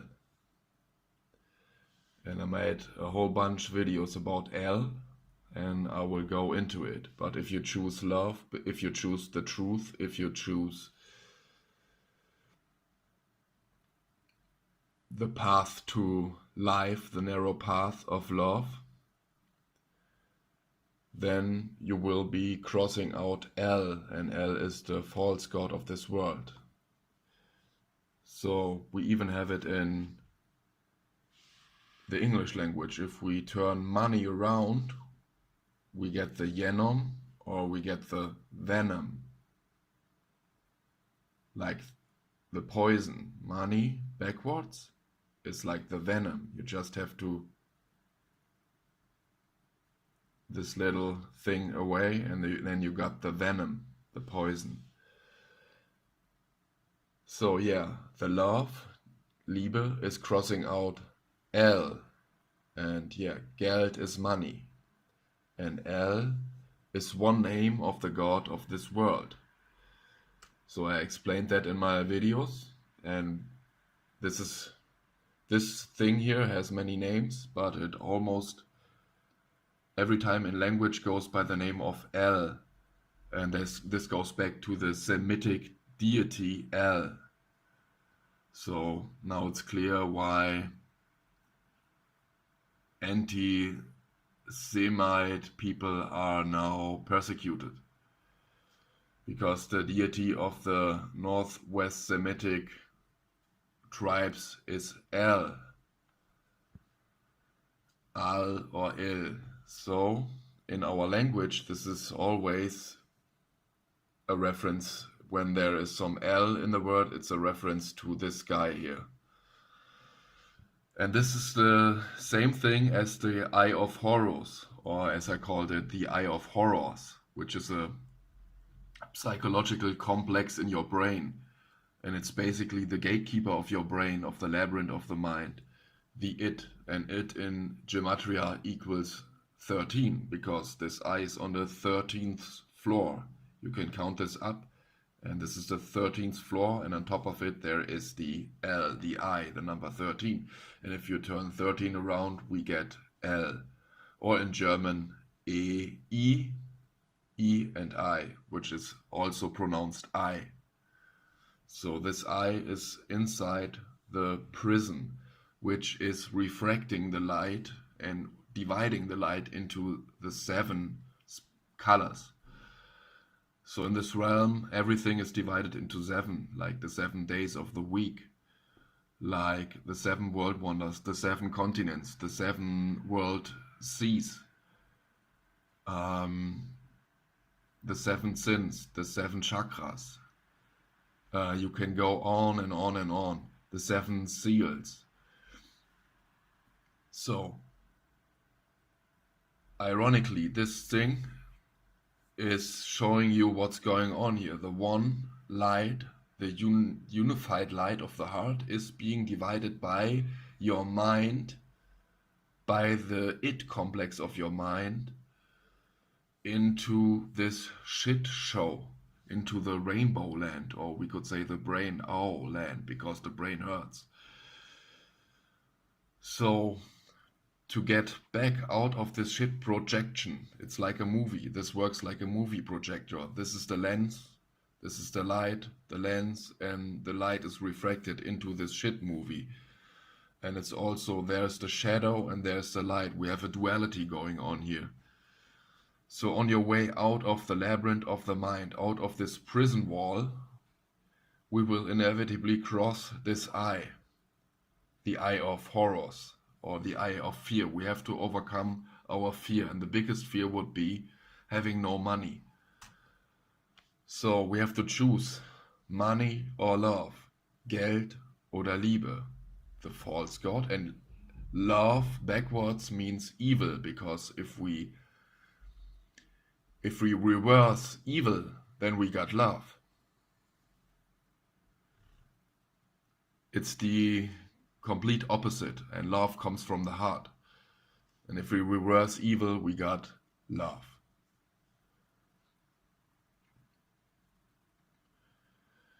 So this is also reflected in The Long Walk. This is a movie that came out because we have a long walk from here, from the mind to the heart. That's a long walk with many challenges, so to speak, which we have to overcome, many fears which we have to overcome, because the it complex always produces fear and thus tries to keep you in the mind and keep you away from the heart. And it's like a walk, a long walk to the heart, to unification, to oneness, from the separation. And it's like an inward walk, but also it's reflected on the outside. So at one point, in my opinion, you have to choose between money or love. And this would be the point when the mark of the beast will be introduced through all this AI tech, which is also a reflection of the reptilian brain, of the it complex of your brain, the eye of horrors. in your brain. And yeah, we have this movie, and this is called The Long Walk. And there we have it again. This is the trauma projection, the AI, which we have to walk out. And on top there is Stephen King. Can you see the pyramid? There it is. On top there is Stephen King, and Stephen King is like 7 king. It's the king of the 7 on the top, because everything is divided into 7 due to the light refraction, due to the division, to the separation into this electromagnetic spectrum. So the long walk is out of the pyramid of horrors, out of the pyramid of hierarchy. Through the eye, we have to look our fear in the eye to get out and to pass the 7 king. And that's why in the truther community we have this guy Stephen King. I'm not a truther, but I'm King Stephen, not Stephen King. King Stephen. King Stephen. Now, am I the great? Am I the? I'm sorry. Hold on. I don't want to burst out laughing saying this. Am I the keystone to all of this? Am I the 7 king? Am I the missing piece? Am I the greatest? The greatest? Yes. Yes, I am. Yes, I am. Am I the most powerful sorcerer ever to walk this earth? The most brilliant mind, the most creative, the most powerful in magic. Yes. Guilty as charged. Yes. Another one's accusing me. I am the greatest. The 7 king. And that's why in the truther community we have this guy Stephen King. Don't call me a guy, call me King Stephen, the greatest. All hail the king. All hail the king. This guy wishes he was me. You'll never be me. You can't possibly be me. You can't hold a candle to me. You can't hold a candle to me.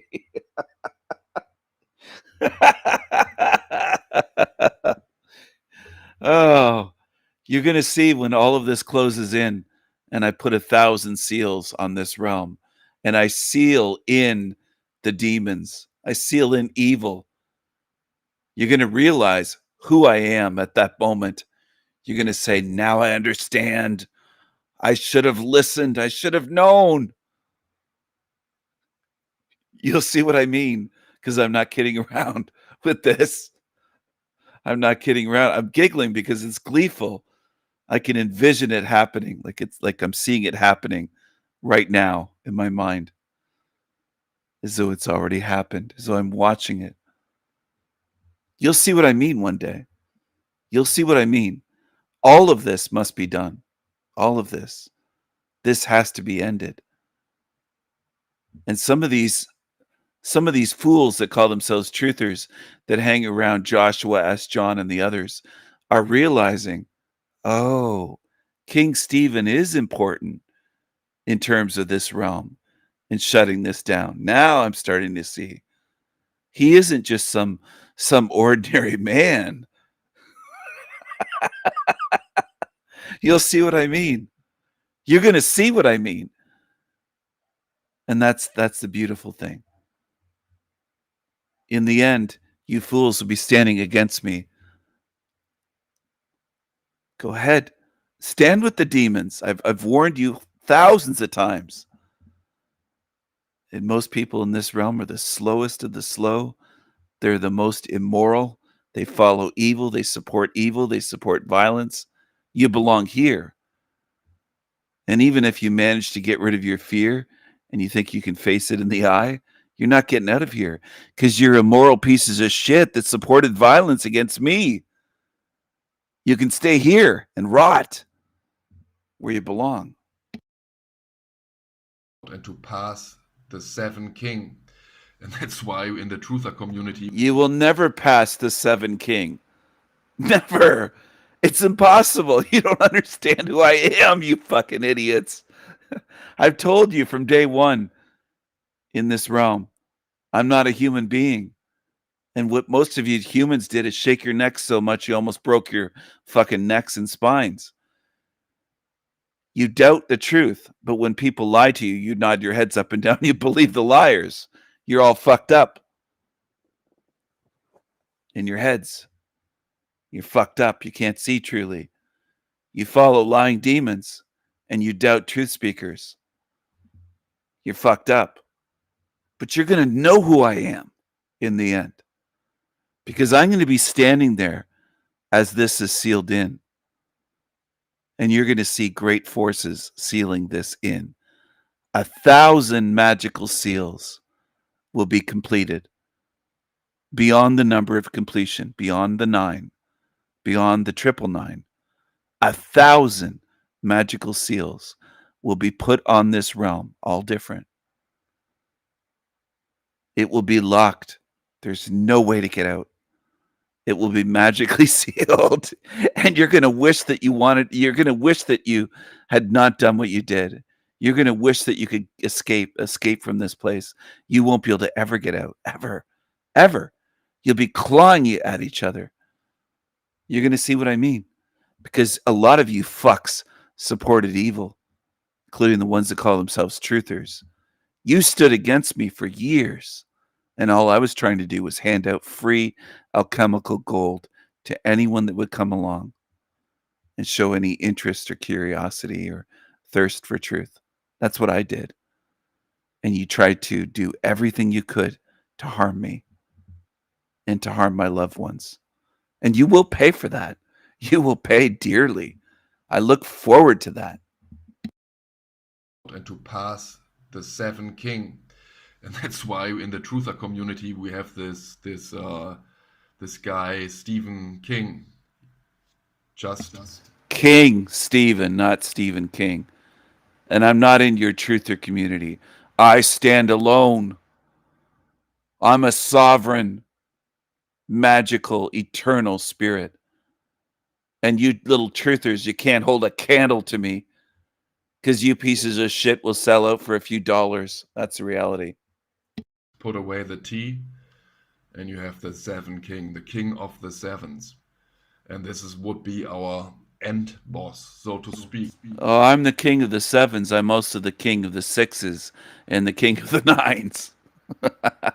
And you'll see what I mean. And the king of the threes. I can't explain it all at this point. It's too much to go into. But you'll see one day. You'll see how crucial I am to this, to the fate of this hell realm. And I'm not playing around. You're going to learn. And this place is going to get really dark, really wicked, and really dark. Most of you, I know this. You can't imagine it. Because a lot of you can't even imagine your lives here getting worse. And it can get so much worse.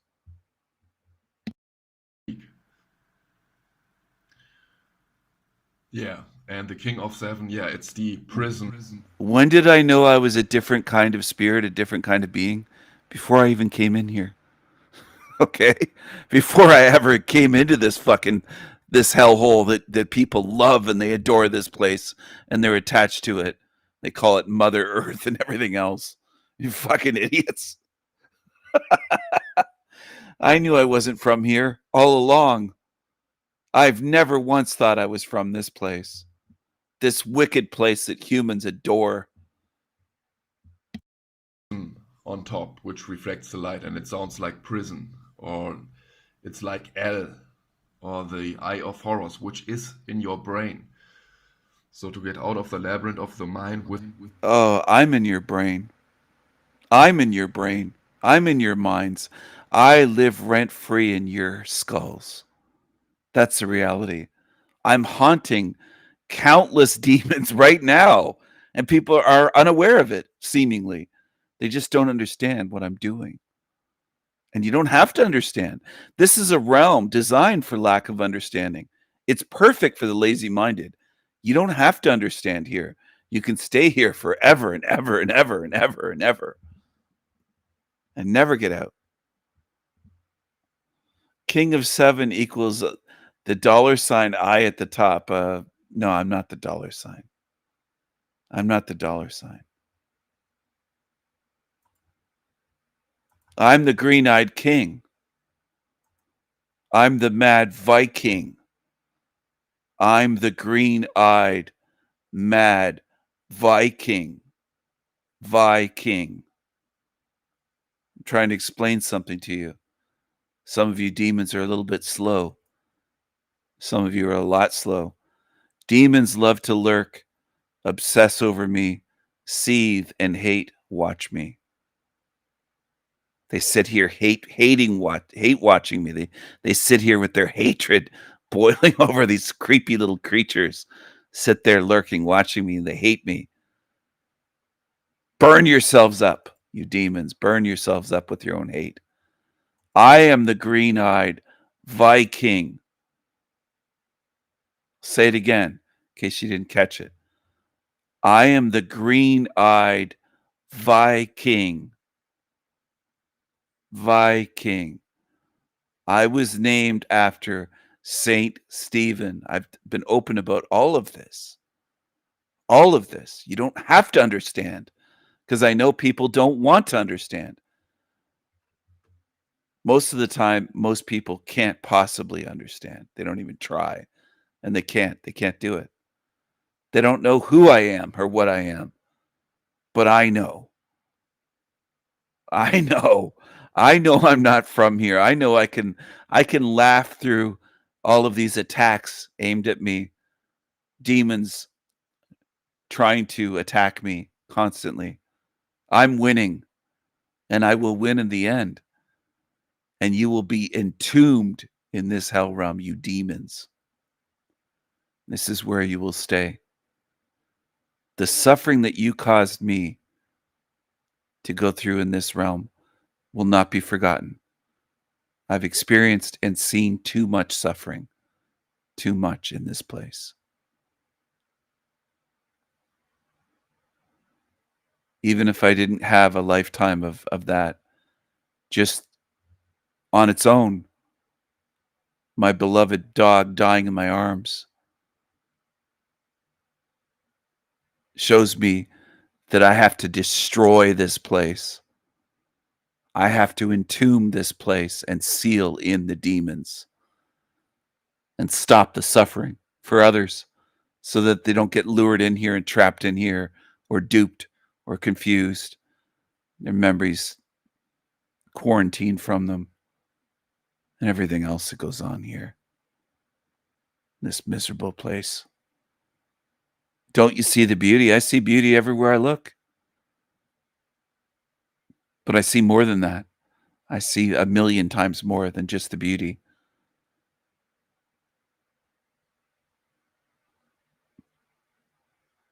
That's the thing. I see more. And I know I see more than most beings in this place. I am the green-eyed Viking. Okay? And you're going to understand. Here's the hate watchers. Demons. Demons love to lurk, obsess over me, seethe, and hate watch me. You're going to learn.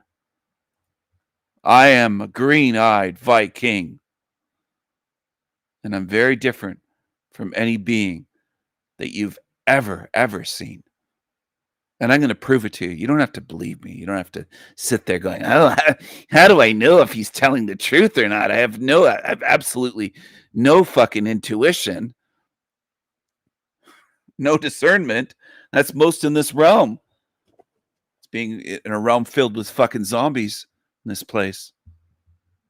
Zombie world. Zombie hell realm. And to pass the 7 king.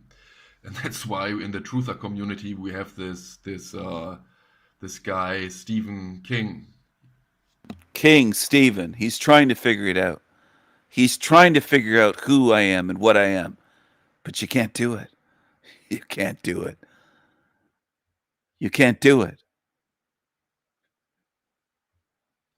I am a green-eyed, mad Viking. And I'm going to keep repeating that. Maybe it'll get through to someone one day. I'm a mad Viking, warrior, artist, thinker. And I do Viking magic. The magic of old. The magic of old. What do I mean? Do you think I just mean from Norse times, Norse mythology? No, I'm talking about older than that. Older than that. More ancient than that. More ancient than this fucking place where you exist. In this. I'm sorry. Sorry for laughing, but in this fucking place that people think that this is all there is, and this isn't all that there is. This is small. This is tiny. This realm is shit. It's a sewer matrix, and people love it. I'm laughing because I don't know how to convince people to stop being in love with shit. You love your own slavery. You love oppression. You love lies. You love suffering, pain, aging, all of it. People love this place. They love disasters. They love grieving their loved ones, their pets. Like, I'm in a place of mental fucking demontards and zombies that I've tried for decades to reach. It's just mission impossible in this fucking place. You're in love. You're in love with your own slavery. You fucking, you can't make this shit up. You just can't do it. It's actually more extreme than that. It's beyond words. If I described what's going on in this place to beings outside of here, they'd know that I'm an honest being just by seeing my energy. They wouldn't have to doubt me, but they'd say, I know you're speaking the truth. Green-eyed, mad Viking, Stephen. King of Sevens, Raven King. I know, they would say, I know you're speaking the truth about where you were, but it's still hard to believe that they could love their slavery. They could they could love that shithole the way you're describing. That you experience, you witness them loving that shithole en masse, millions and millions and hundreds of millions and potentially billions and billions here. I mean, I'm shaking my head and laughing. It's just, it's so absurd. That's the thing, that there are so many in this realm in love with this shithole. It's you're so attached to potentially the worst place in existence. It's almost unbelievable. I'm right here witnessing it, and I've seen it for decades, and it still gets me laughing at times because I don't have the words to express how fucked up that is. I mean, you can't imagine better. This could be the worst place anywhere. People, they're so attached to this place. Oh man, I'm having a full-on laugh attack. I'm sorry, I can't help it. It's my eyes are almost watering. It's just incredible to think that the vast majority walking this earth are so in love with this place, they don't even realize that they're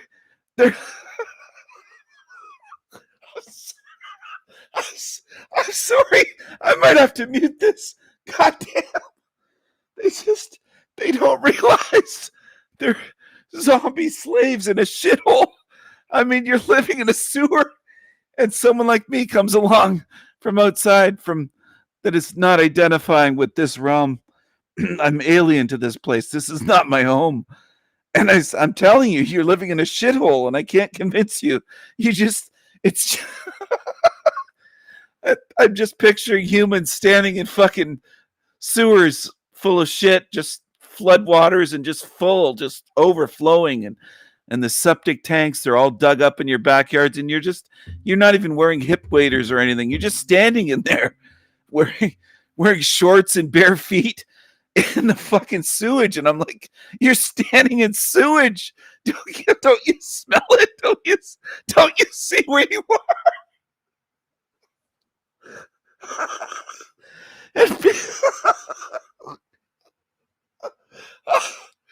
Oh, Jesus. I'm sorry. Oh, pardon me. I, oh, oh, oh, man. Oh, good fucking Christ on a pogo stick. Jesus Christ on a crucifix. I don't think people will ever see what they are, no matter what. You're in a realm, a sewer matrix. It's full of waste. And you could be waist deep in it. You could be neck deep in the fucking sewage. And people would say, no, it's a good place, Stephen. Don't you see the beauty? I mean, don't you see what you look like? You look like you're standing in sewage up to your chin. Up to your goddamn chin, and you can't see. You can't even smell it. What is wrong with what is wrong with humanity? What is wrong with you? You can't smell it. Fuck. This place stinks. It's a sewer. You want to pretend it's a paradise? You're in a sewer full of demons. How could you not see it? What is wrong with you humans? Oh, Jesus Christ. What the fuck is wrong with you? Oh, man. Oh. And in the end, you'll probably murder me for speaking so much truth in my lifetime. You'll probably say he crossed the line. He said too much. And you'll murder me. You fucking losers. Oh.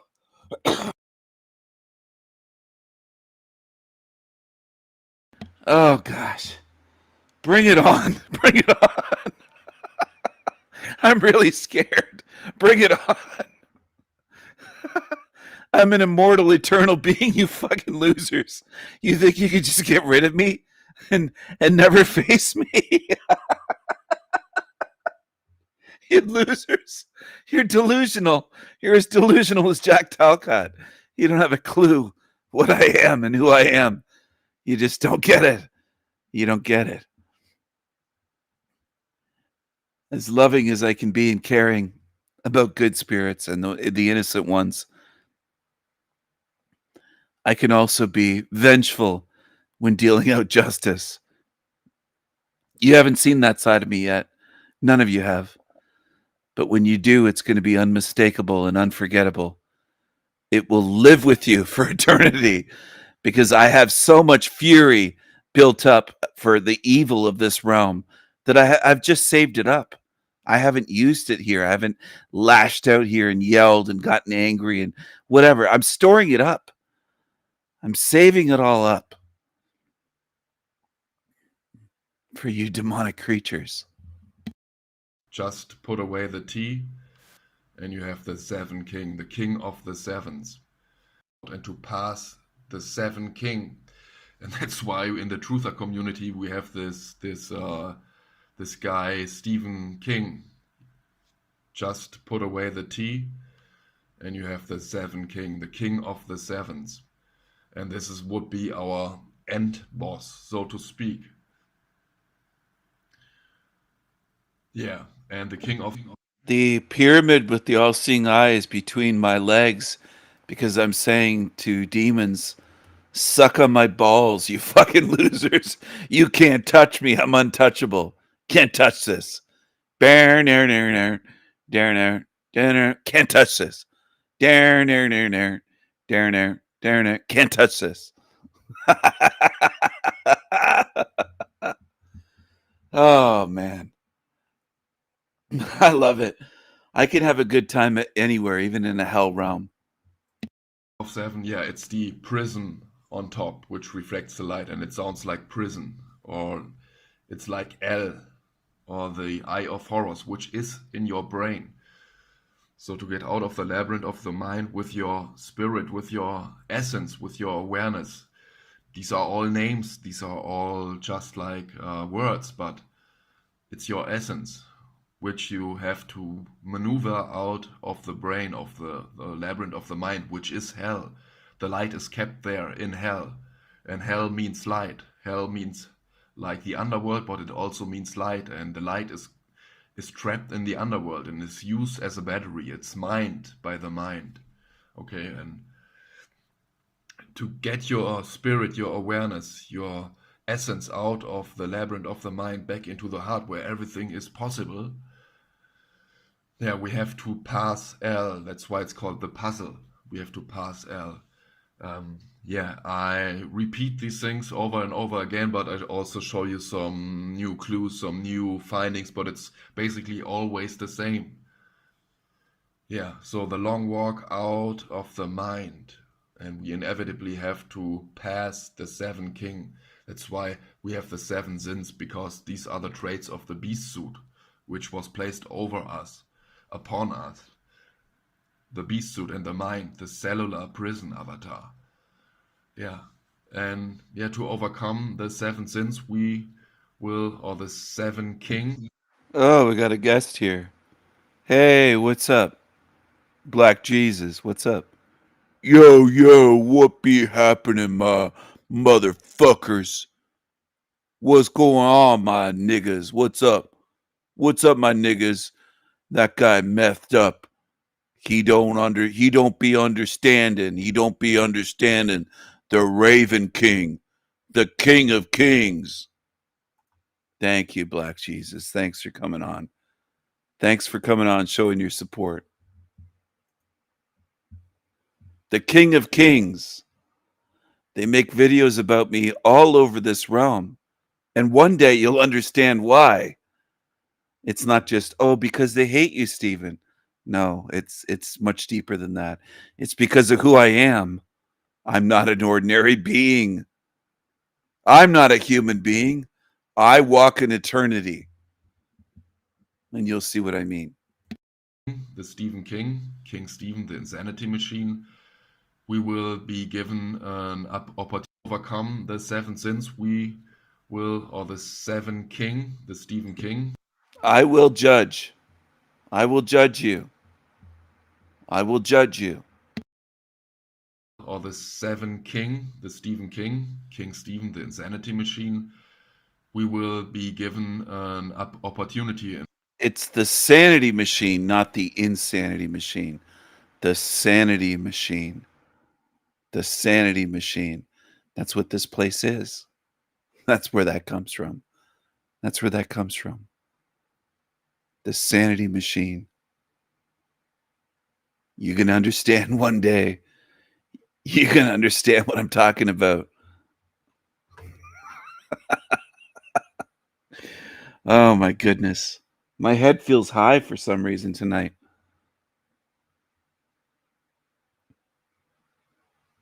I just can't wait. That's the thing. I can't wait. I can't wait. I can't wait. I can't wait. In my opinion, which will be the rollout of the mark of the beast. We will, or the 7 king, the Stephen King, King Stephen, the Insanity Machine. We will be given an opportunity, in my opinion, which will be the rollout of the mark of the beast. Choose wisely. I've tried to teach you some things here in this realm. Choose wisely. You know, he says beating King 7, aka L. You're not going to beat me. You can't beat me. I am the Raven King. I can do anything. You're going to have to understand that in the end. You're going to have to learn. You're going to have to learn. You can't defeat me. The MOTB. Because then we are at a point where we will be given an opportunity, in my opinion, to overcome the 7 sins. We will, or the 7 king, the Stephen King, King Stephen, the Insanity Machine. we will be given an opportunity, in my opinion, which will be the rollout of the market. You have an opportunity right now to choose good or to stand with evil. And a lot of you are siding with Team Evil that have harmed me. They have tried to harm me in my life and on YouTube and beyond YouTube. They've been trying to harm me for years and years and years. And I won't allow that to happen. Mark of the beast, the MOTB. Because then we are at a point where we have to make an ultimate choice, whether to merge with a lie, with a machine, whether to choose the money, the venom, the L, or whether to cross out L, the I, whether to X it, the it complex. You better choose wisely, people. Choose wisely. And exit.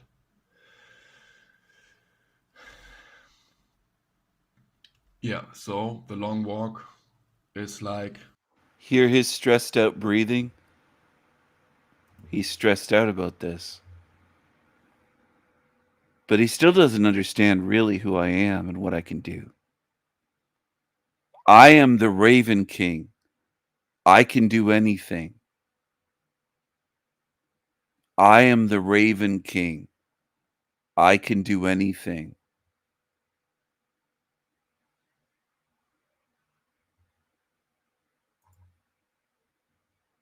Do you understand?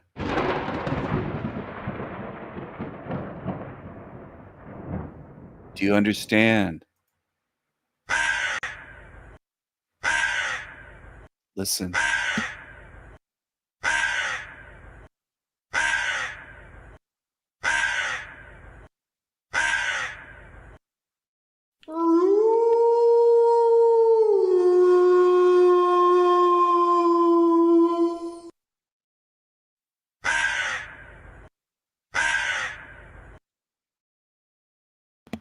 I am the Raven King. I can do anything.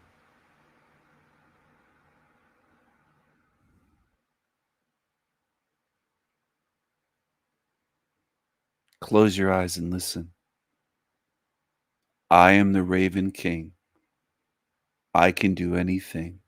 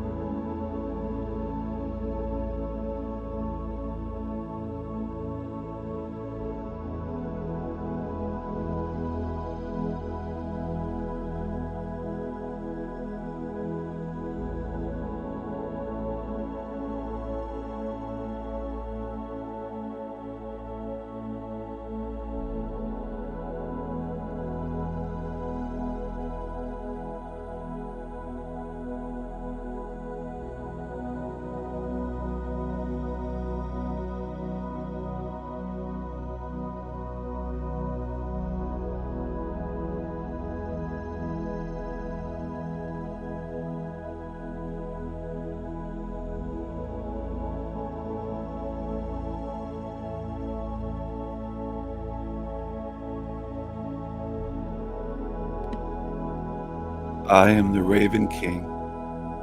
I can do anything.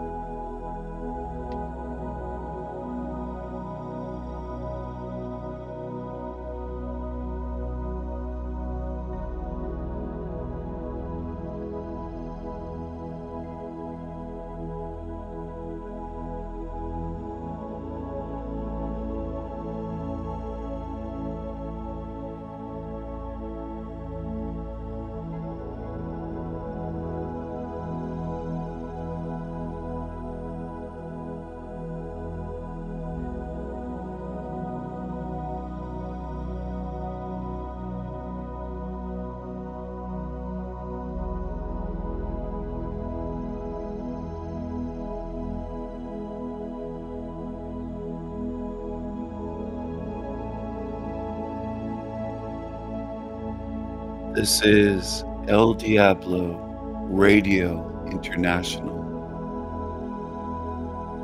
the greatest show in hell. Nobody does it better. Nobody.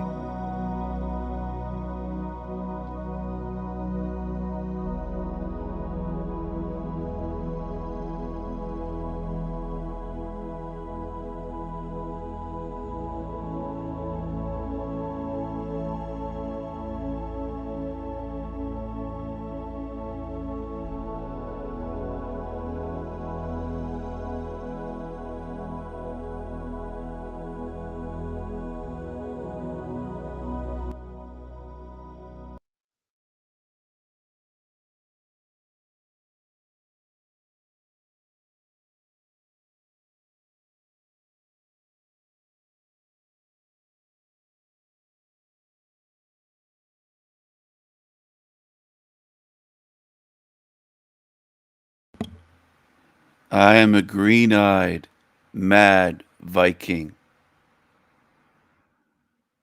I am the Raven King. I can do anything.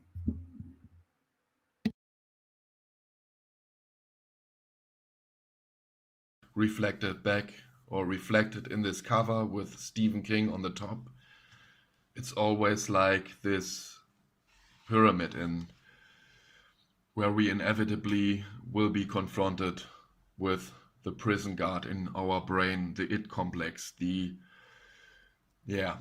third eye, and that's why we have this comment, third eye. And one commenter said, it's an anagram of Tesla AI, like Tesla written with a 3.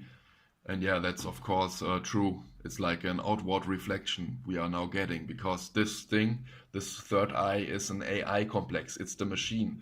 It's the reptilian.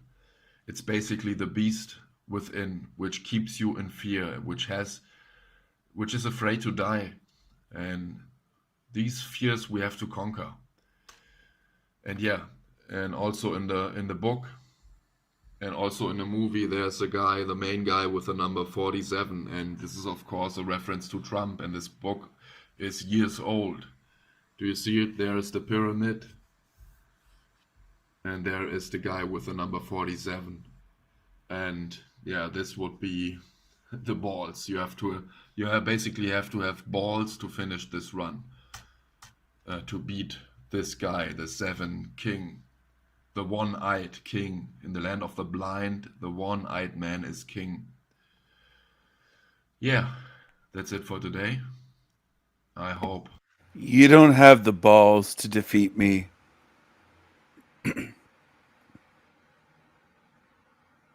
Most of you have shriveled up, dried up little old raisins.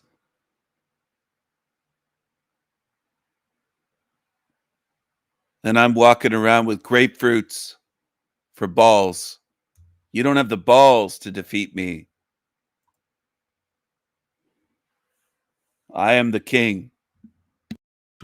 You basically have to have balls to finish this run. To beat this guy, the 7 King. The one-eyed king. In the land of the blind, the one-eyed man is king. That's it for today. I can see, and you are blind. You are the species of the blind zombies. Blind zombies that can see so little you can't even imagine better than this place. You're living in a shithole, and you love it. I hope this makes all sense to you. To me it does. And there are glues everywhere. It says like walk or... All hail the king. All hail the king. King Stephen, the Raven King. These peasants should be getting down on their fucking knees, worshiping me.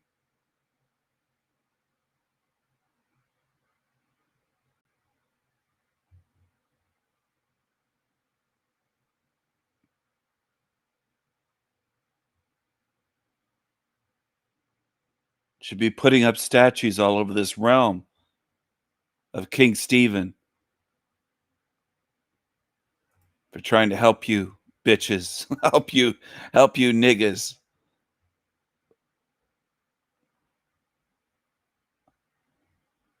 You fools. Look at them over there in his comments. They're going to incur my wrath. These fucking idiots. Die because we have to walk the walk. Otherwise, yeah, maybe there's some reincarnation waiting for you. You basically have to do the walk with fortitude and never give up. And that's why 42 months, the 3.5 years, the 42 months, which Elon Musk always is referring to, this is the time when the mark of the beast is being rolled out. And that's why we have to, to walk the walk during this time and walk the walk with fortitude. 42 months, 42. As I showed in my last video. By the way, I don't know this guy at all, Flex G. I don't know who this is. Stumbled upon this video. They make videos about me all over this realm. From here to Europe, from here to South Africa, from here to Tasmania. People all around, everywhere in this realm have made videos about me. From here to China, there are people making videos about me in China. There's been people making videos about me in Tasmania and in Germany and in South Africa. Everywhere. All across America, Canada. From here to Australia.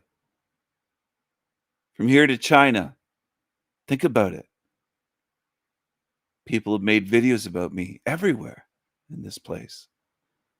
And the wheels are starting to churn a little bit, and the gears are grinding in people's minds going, what does he mean?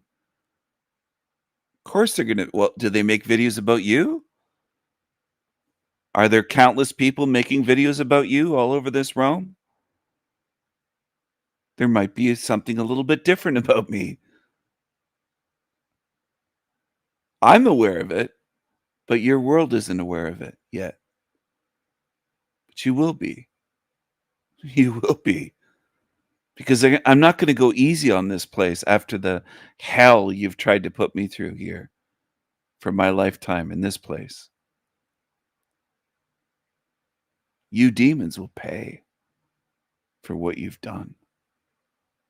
You will pay.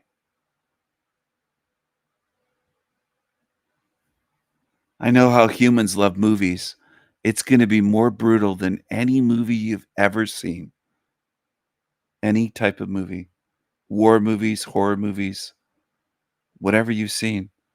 That's nothing compared to what's coming.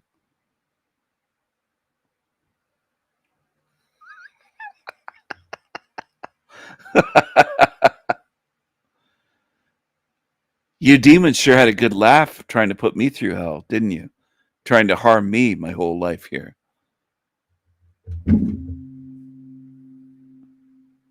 You think your words can hurt me? This body of mine is covered in scars.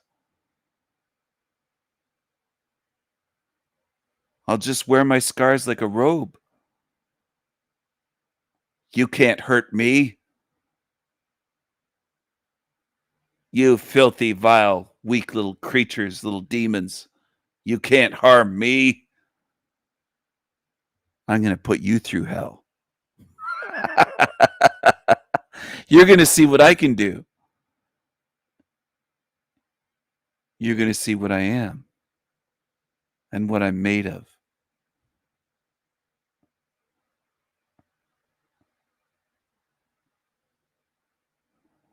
I'm made of stuff that's not of this earth, and you'll see what I mean. That's the best part for me, is that I get to watch you see what I mean in a very real, literal way, where I'll be watching you as you see what I mean. Just like I laughed after I saw Jack Talcott's reaction to me calling him, asking if he's a psychopath. Saying, are you a psychopath, Jack? Jack, are you a psychopath?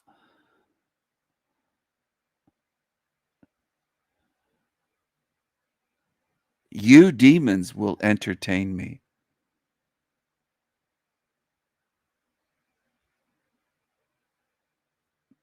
I've told people to choose wisely. If you stand with evil, then you made your choice. I'm not going to doubt your choice. I'll honor and respect your choice by treating you like a demon. That's what I'll do.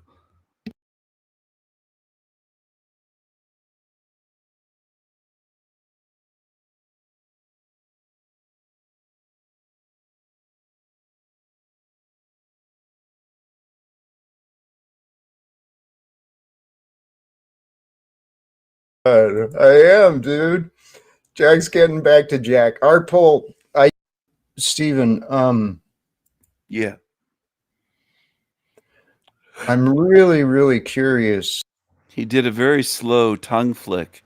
His eyes are not open wide, they're almost slits. He's really, really curious. Look at this. Jack, you could never fight me. You're not in my league. About you. I know. I know that's are.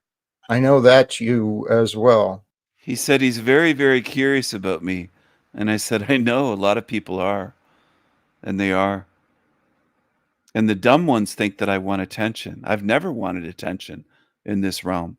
I didn't want to be here. I could say the same thing about your human schools. I didn't want to be there. Bextra Lard. Look at him looking at this. Well, you're a fan of Demon Slayer, Jack.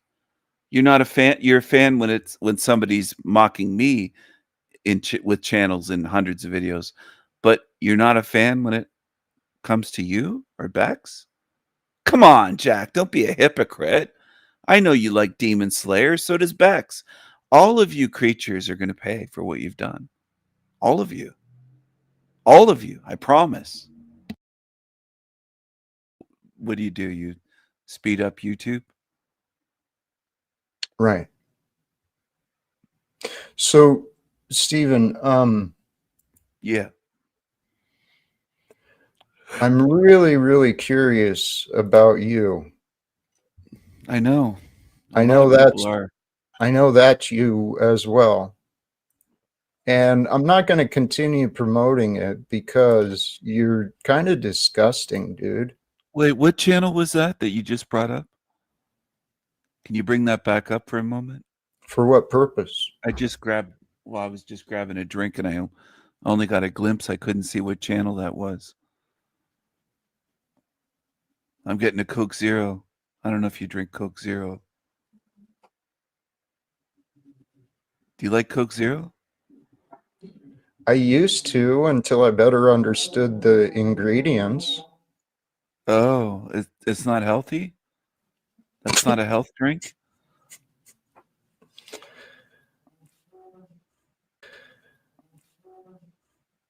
No, Stephen, it's not. Could you bring up that channel? Was that El Diablo? What was it? No, Trying to show me. It was the Bexlard channel. Oh, the Bextra Lard. Yeah. Stephen, yeah. I'm really, really curious about you. I know. I know that's you as well. And I'm not going to continue promoting it because you're kind of disgusting, dude. Wait, what channel was that you just brought up? What are you calling me disgusting? Jack, you're a psychopath. How could you try to call me disgusting? I'm just firing back at you creatures. You can't take it. You thin-skinned fucking demons can't take it, can you? Can you bring that back up for a moment? For what purpose? I was just grabbing a drink and I only got a glimpse. I couldn't see what channel that was. I'm getting a Coke Zero. I don't know if you drink Coke Zero. Do you like Coke Zero? I used to until I better understood the ingredients. Oh, it's not healthy? That's not a health drink? No, Stephen, it's not. Could you bring up that channel? Was that El Diablo? What was it? No, Trying to show me. it was the Bexlard channel. Oh, the Bextra Lard. Yeah, okay. That's Yeah. not my channel. I'm affiliated, but it's Okay. not mine. Somebody Okay. else set it up. Sure. Whatever's your story. You just found it. And you don't. What did you say? You said my channel's disgusting. But Well, you're I know talking it. about I know it's Bexlard. associated with you, and the way Yeah, that it you've is. been representing me is A quite. friend of mine runs it. And it's you. Tell you what, Stephen. Uh-huh. You are just an absolute clown, and I'm gonna dust my feet off. So Oh, they say. Jack. Have a wonderful day and a wonderful life, and please don't return until you've got a new persona, new energy, a new intention, because you're wasting my time, Stephen. It's like, holy cows, man. It's something. There's some severe trauma there's. Trexty said demonic maybe. She's laughing to tears. The gloves are off, Trexty. You wanted me to stop making videos or speaking about you. I know what you are, Trexty. It's okay. I'm going to expose you as well. Just like I exposed Jack Talcott with his chin up and his head tilted back. He's feeling superior, like a narcissistic psychopath. He's a psycho narc. And what's that other term that they call for the predatory narcs and psychopaths? He's a diamond. That's what he is. And I've exposed him. More than I've seen anybody else try to expose him. They just skim the surface and say, oh, he's wrong for preaching. It's so much deeper than that. He's a fucking psychopath. I see a lot of symptoms of ego, right? A lot of insecurities come through some of these boastful characters. And a lot of people in this world, they gotten away with telling lies. Manipulators can go pretty far. But maybe I used to do that myself, and I assume that I did. I must have been a decent manipulator to be a functioning alcoholic. And to lose your whole family and all of your friends and your job, and your neighbors hated you, and you had to leave Spokane, Washington, because you not only lost your house, but years before that happened, you lost everyone in your life. No one could stand you. They could see that you're a manipulator, that you're a psychopath. So they wrote you off. They could see that Jack Talcott is a psychopath, and they want nothing to do with you. And I learned how to read people in the environment that I grew up in. Today, I do hope to not necessarily manipulate, but I certainly hope to influence. I'm very open about my intentions, and my intentions are to help you. Not just help you, but help those around you, because me too, if we become better people, if you become a better person, I become a better person, the world around us benefits. And I lost sight of the greater world, right? I was reminded of the importance of this earlier today in a conversation, so shout out to my friend. I was reminded recently of how important it is to have the bigger picture. Always look for the bigger picture. If you lose sight of the bigger picture, then you'll lose your vision. You'll get a narrow focus on just the immediacy. You turn real reactive. And this world profits from that. The world profits from people being short-sighted, and not intelligent. Thank you, Trexty. Golly jeez. Hey, and this actually reminds me, rather than promote that fool from earlier, Stephen, you want to be disrespectful to me, I will point you out as being a fool, because you don't. Hey, listen, asshole. You've been disrespectful towards me for about a year now, but you're such a psychopath, you don't remember your behavior. You've been a disrespectful piece of shit towards me and towards many others. Hundreds of times. So you can play your little games, your little psychopath games, but I'm going to call you Psychopath Skidmark. All right, clown boy? Oh, no. You don't know. You don't know who and what I am. But you're gonna get a rude awakening one day when you see what my spirit is. You're gonna get a rude awakening, psycho boy. Short-sighted and not intelligent. Thank you, Trexty. Golly jeez. Hey, and this actually reminds me, rather than promote that fool from earlier, Stephen, you want to be disrespectful to me, I will point you out as being a fool, because you don't know. You don't know. You're so blind to the bigger picture.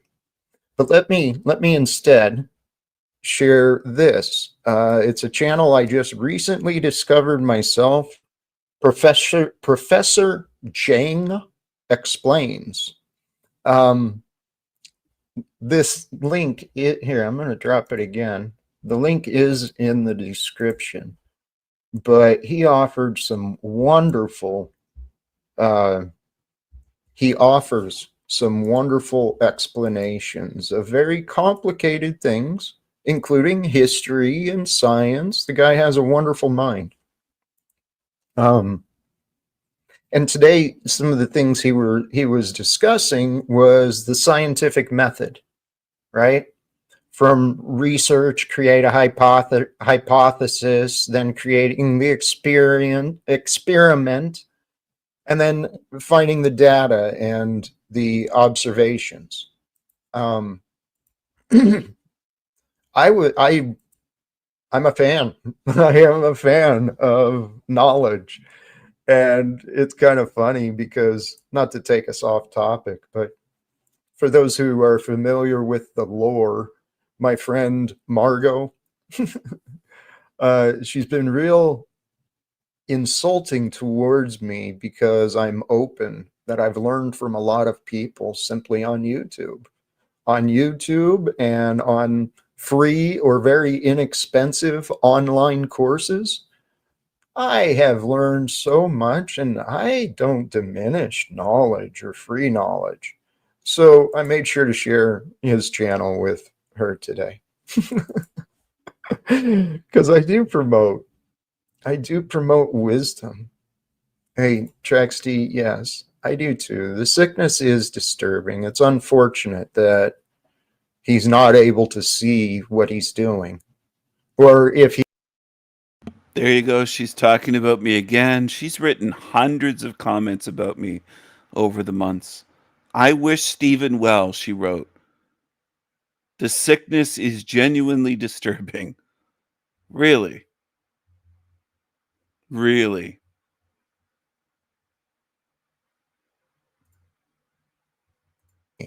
Delusions of grandeur. This guy believes he's Jesus Christ. But they can't call him delusional. He's got a chat room full of liars and sycophants. Losers. Delusions of grandeur. Jack Talcott, the psychopath. And is it selfish to be with love when love is the only thing that matters? I mean, that's really the energy of creation. Oh, hey, I forgot. Someone joined in the back again, and I'm curious. I think I know. Is this our friend again, Michael? Hey, Smith. Jack, are you a psychopath?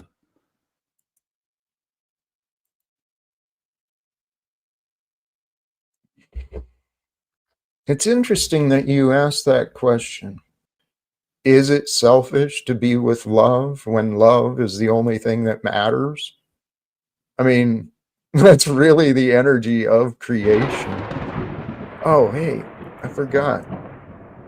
Someone joined in the back again, and I'm curious.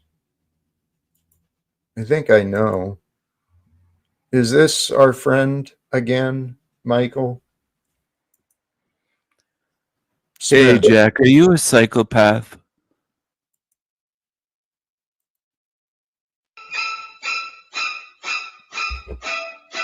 It's interesting that you asked that question. Are you a psychopath? Because earlier today, one of the videos I watched was the similarities between the spiritual path and the path of a psychopath. They appear similar in nature because of the detachment from others. I am detached. I'm no longer of the world, right? I feel quite detached from the world and the ways of the world, but yet here I am.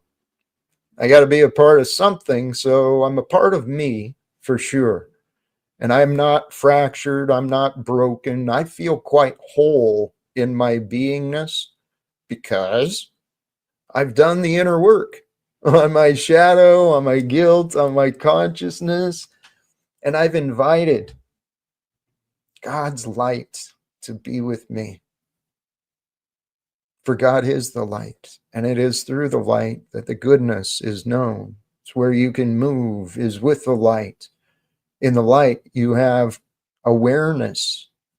In your mind is the light of consciousness.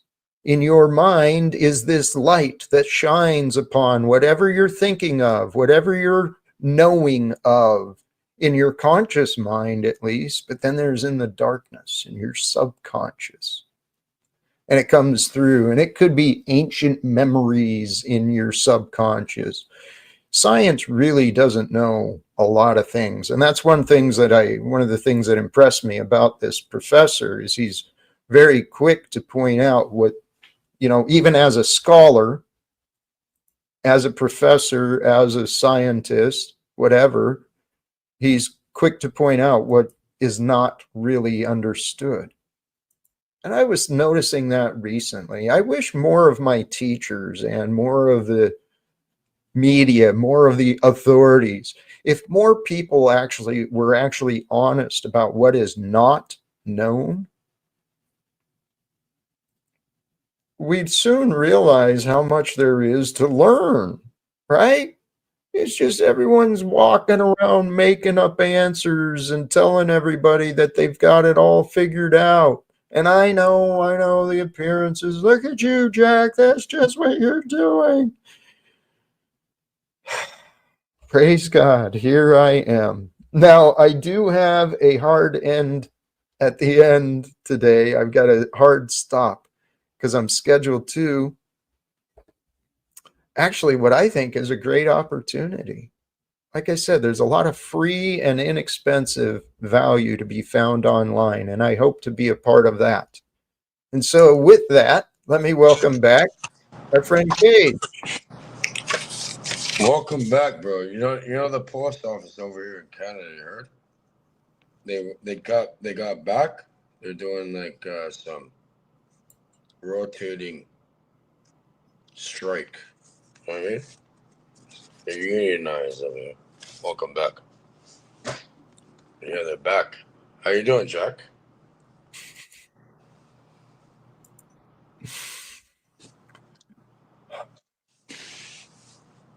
How am I doing? Mm-hmm. Your audio is bringing some feedback. I'm going to keep you muted, but when you're ready to talk, feel free. Okay. How am I today? There's been a pattern in my life where repeatedly I've been held accountable for and blamed for what other people have done. So I've had people that have been associated with me, whether closely or not closely, and I've been blamed and held, kind of pushed away for what others have done, others have said. Well, that actually happened to me again recently. And so it's been bizarre to me. How many people are so quick to judge? How many people are so quick to assume the worst? And I don't want to assume the worst, but what do you think you're doing, Cage? What's with the finger signs? Is that related to me, or is it just a distraction? No, brother, I'm just listening to you. But I think you're doing that because you're not listening, that you're actually bored. And so you're playing. I think I know. Is this our friend again, Michael? Hey, Smith. Jack, are you a psychopath?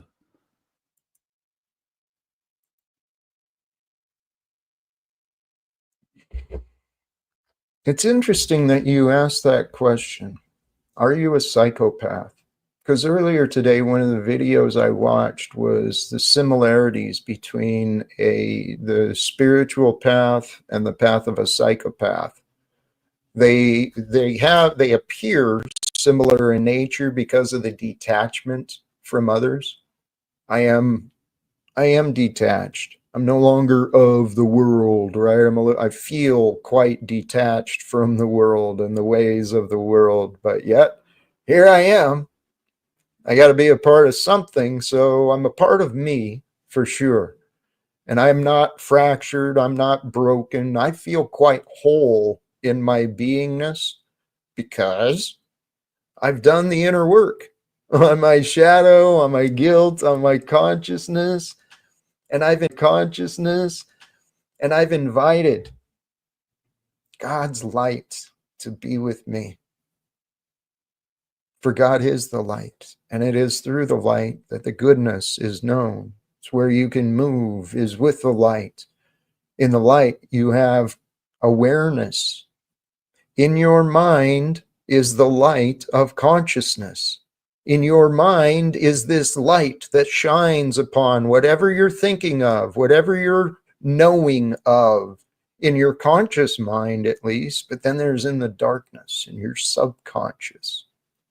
And it comes through, and it could be ancient memories in your subconscious. Science really doesn't know a lot of things. And that's one of the things that impressed me about this professor is he's very quick to point out what, even as a scholar, as a professor, as a scientist, whatever, he's quick to point out what is not really understood. And I was noticing that recently. I wish more of my teachers and more of the media, more of the authorities, if more people were actually honest about what is not known, we'd soon realize how much there is to learn, right? It's just everyone's walking around making up answers and telling everybody that they've got it all figured out. And I know the appearances. Look at you, Jack. That's just what you're doing. Praise God. Here I am. Now, I do have a hard end at the end today. I've got a hard. Just give me a second, everyone. That was earlier on the Jack Twatcott show. I asked him, Jack, are you a psychopath? He didn't say no. He went into a justification, but he didn't deny it. He knows he is. Anyway, Metafinkel comes from this. It's a running joke where I went on his show a while ago, weeks ago, and I made a meme and I got him to share it. I said that I thought of him when I saw this quote from the Bible, and I made this meme. There is no Galukians in the Bible. I made it up, but I got him to display the image weeks ago on his show, and people are still talking about it over there, asking if Meta Finkel would show up. I trolled him on this. I made this up completely. This is not from Google Images. There's no gospel according to Galukians in the Bible. But Galukians 11:9, which of course is the reverse of 9 double hockey sticks. Quote, and the angel from heaven named Meta Finkel said, woe, woe unto those who lie and boast and take pleasure in slandering. Let them be cursed on this infernal earth. And Jack thought it was real and thought it related to what he was talking about. He's so easy to fool. He believes himself to be so clever, but it's so easy to play him like a fiddle. And it's fun because I know he's a fucking psychopath demon. The way he treats me and treats other people reveals it. So that's what the Meta Finkel is from. I've tried to get on his show various times over the last couple of months as Meta Finkel. And sometimes people in the chat say, I wonder if Meta Finkel is backstage.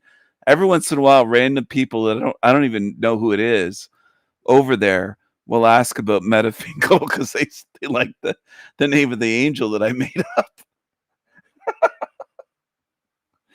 Oh, Talcott is such a gullible idiot. Oh, I love it.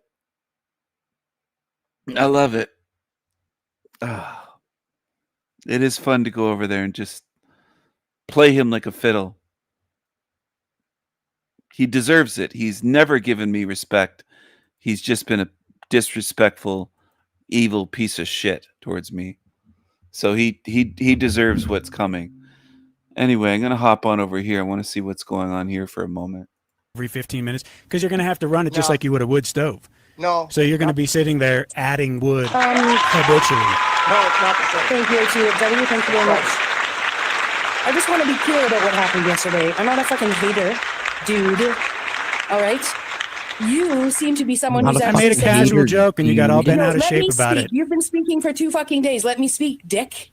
Okay? Let me say my piece, dick. Right? OTW, who's never made me the butt of a joke, never insulted me, can maintain out here for years not saying shit about me while people fucking circle around him doing it. It's possible. Okay? You and I have had great conversations. You've expressed admiration as well as criticism. I appreciate that. You know, but OTW asked me a question, a simple question. Hey, who do you think about debaters? You took it. Uh-oh, she's on a rampage of hatred. You know, she's on a rampage for days. She's she's angry at everyone. She's such an angry demon. Oh, this is good. She's angry at Dick. In a general sense, to make a comment about a woman who you know well enough is not someone who's going to complain about feminism and pick fucking Ellen DeGeneres as her fucking speaker. You know, Why is it with her? It's always this weird women shit. It's like she did it to the first time I saw it was with Gabe. She was like, I had no idea what she was even trying to talk about, but we were on good terms at the time because I had no idea really anything about her. And so when I was listening to her, I was like, okay, cool, I guess. But I mean, if this is the same situation where she just comes up and it's really not even prompted, maybe she just does this for. She's fucking crazy and lazy. That's fair. me well enough. So you made a trope of me, right? And then you choose to apologize in a passive aggressive way. I understand you're up on fucking panel. I'm down in chat, right? I'm breaking it to come up here so you don't paint me as a fucking hater when I've been hazed and hated for 2 years straight, made the butt of all sorts of people's jokes. And I thought you were just a bit better than that.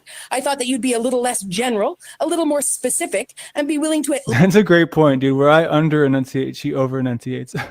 least cater your unnecessary derogatory comments towards me as someone who you don't hate, right? But why do I have to be the butt of everyone's jokes? Why do you make me the butt of the joke? Because you want to impress the crowd more than you want to care about me. That's fine.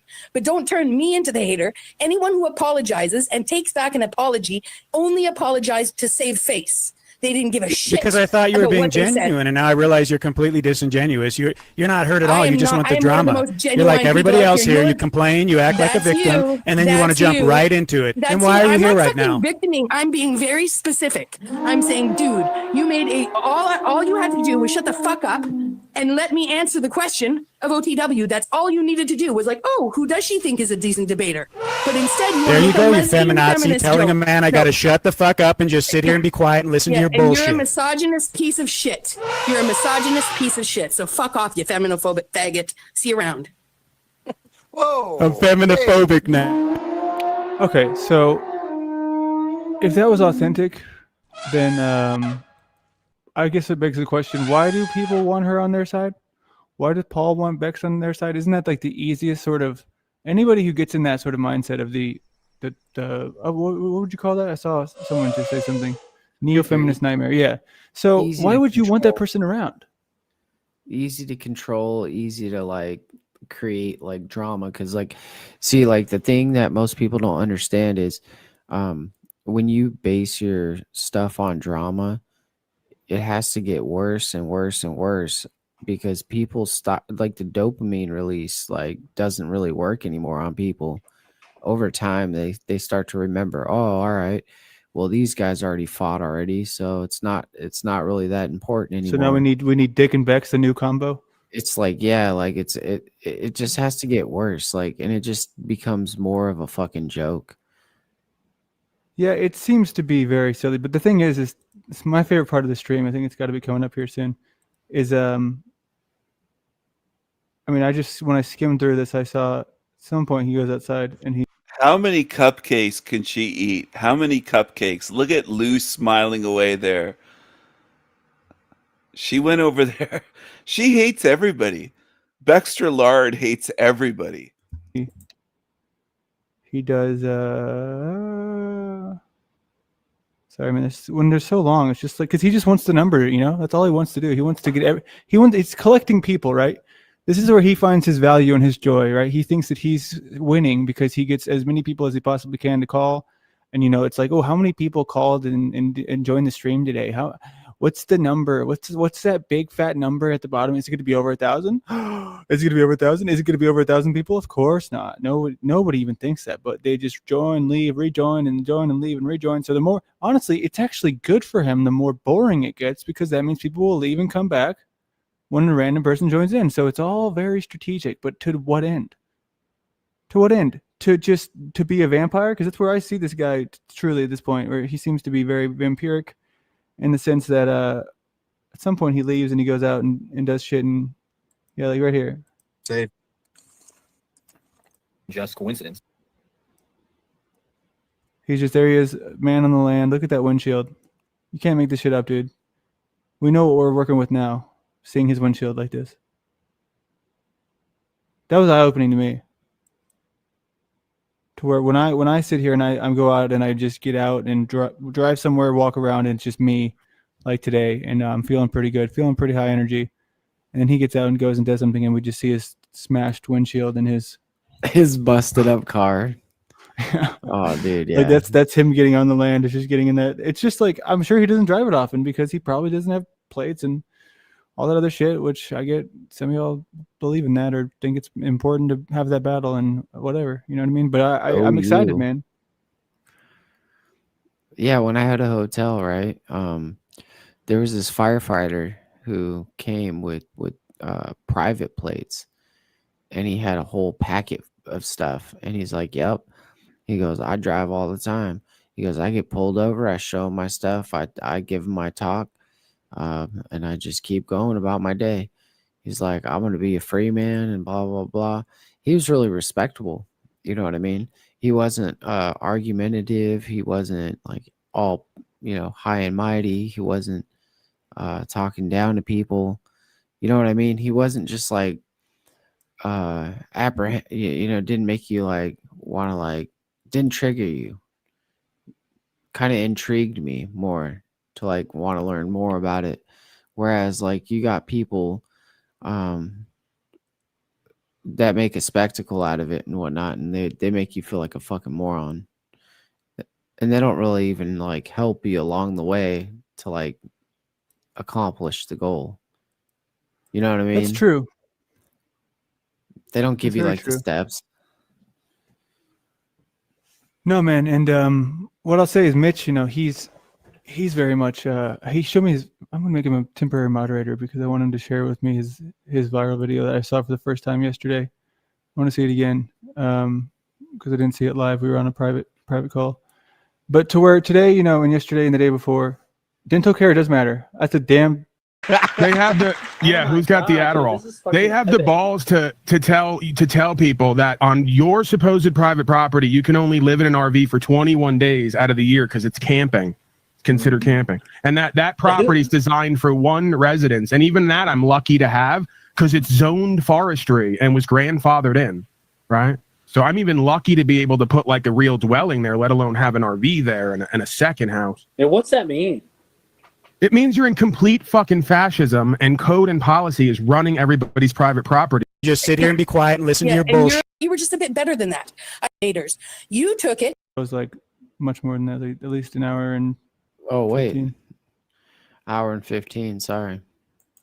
It's all good. It's all good. But okay, so I don't know what happened with Bex. I guess we can go there. I made a casual. Wood's going to be inefficient. I think the likeliness is you're going to sit there and be shoving wood into a gasifier like every 15 minutes because you're going to have to run it just like you would a wood stove. No. So you're going to be sitting there adding wood habitually. Thank you, HUW. Thank you very much. I just want to be clear about what happened yesterday. I'm not a fucking hater, dude. All right? You seem to be someone who's I actually made a casual joke and you got all bent out of let shape me about speak. it. You've been speaking for 2 fucking days. Let me speak, dick. Okay? Let me say my piece, dick.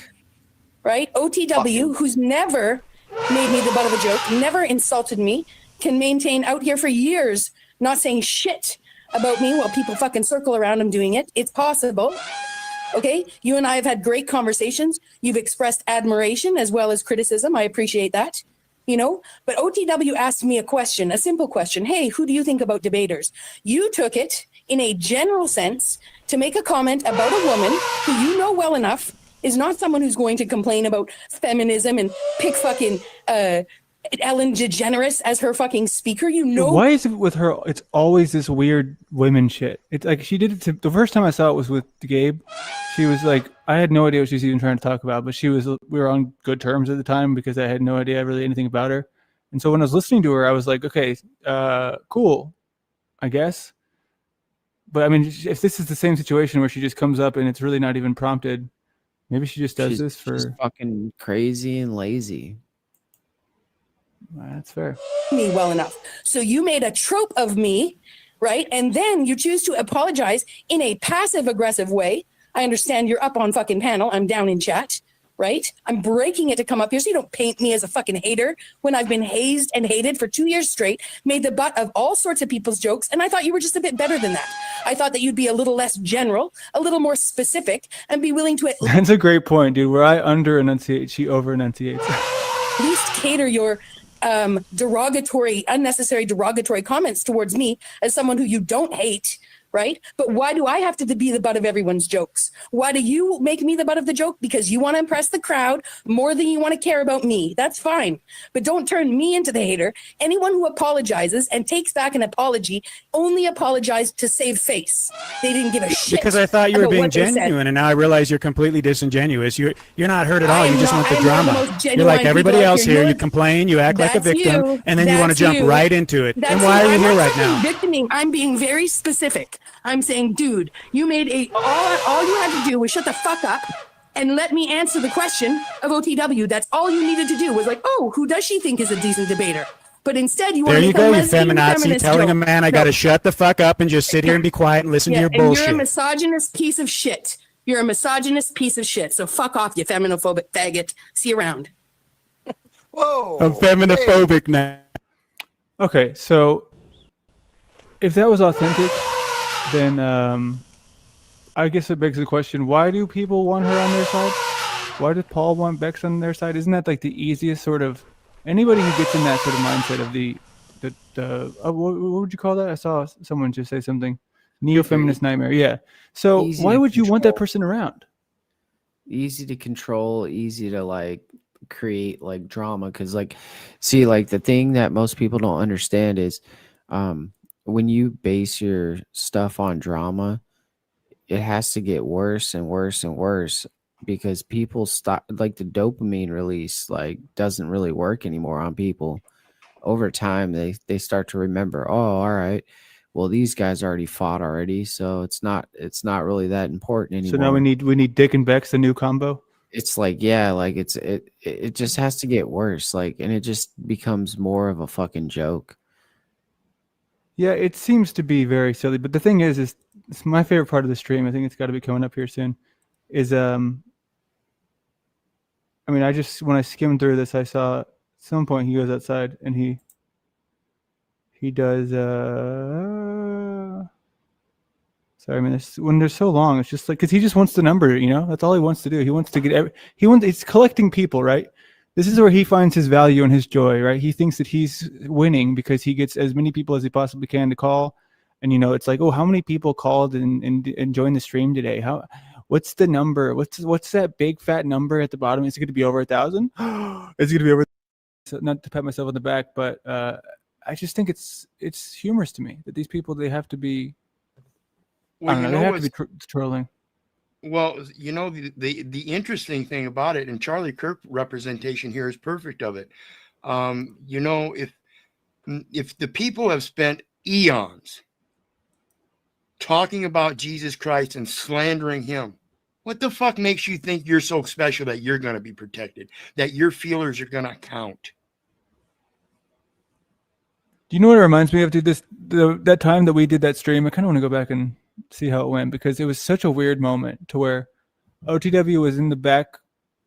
We were on a call, like a Telegram call, and you were, I think, in a StreamYard, and I was like, okay, let's just jump on the stream with Moose, and he was like freaking out. I mean, like really, just I don't ever hear him like this. He was like, oh my god, dude, I don't know, man, I can't handle Moose.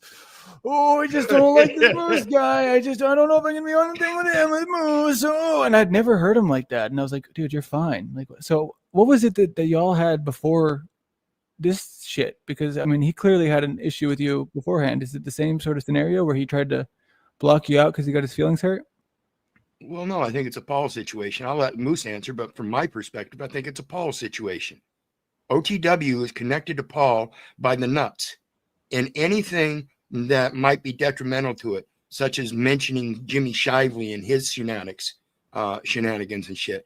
Other people, you know, financing, you know, the background financing and modding and stuff like Jeeps and all that. It's that group think that. Tell me more, Alpero. What do you mean? What do you mean financing? What about Jeeps? Well, Jeeps is the one that does all the modding. So, you know, both for Paul and for OTW.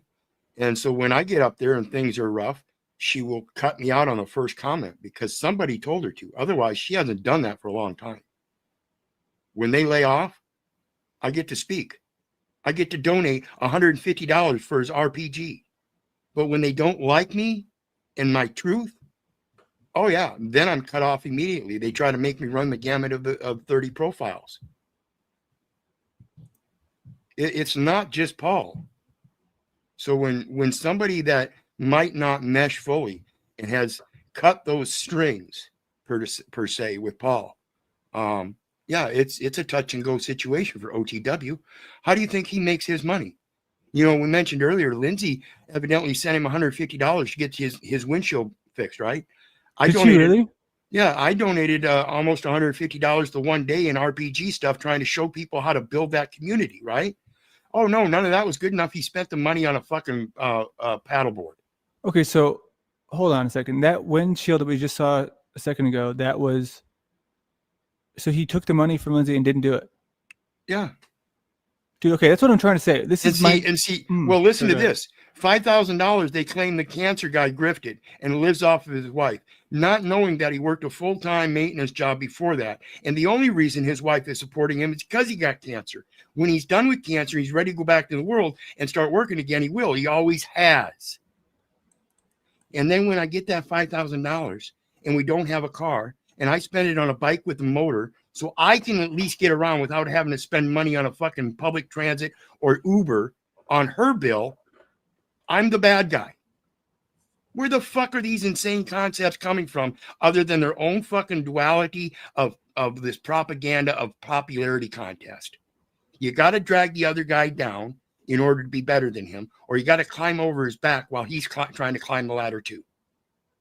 It's bizarre, man. It's very bizarre to me because it's just the way I see it is that, yeah, it's I guess it makes sense. But I'll point this out that when I did the thing where I paid Flow State $100 to have that one-on-one with Jack, it was to demonstrate a amount of trust that was not given from Jack, and it's never presented itself to where he made an offer, trying to get into the details of the offer. You couldn't find any sort of resolution. He was not willing to do it because he just, I don't know. I'm not sure really what his intentions were. You can't really tell that very often, as Mitch likes to say.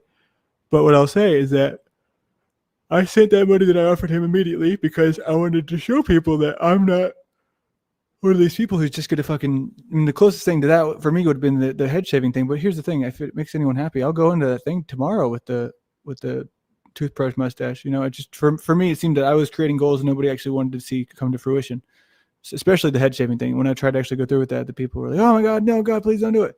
But as far as his windshield goes, that's fascinating to me. So, I mean, he clearly is just, I don't know how to explain it. I guess shame on me, because I don't know what I've been thinking this whole time, thinking it was worthwhile to engage with. But I feel as though I've been duped again, but this time it was not as blatant because he is well, and rather than the short mustache, there are several ways to communicate concepts to people. And in modern times, we dress a certain way. What if somebody took and clothed themselves up just like Jesus and put a crown of thorns on their head and wore a shirt that says "Charlie is my king"?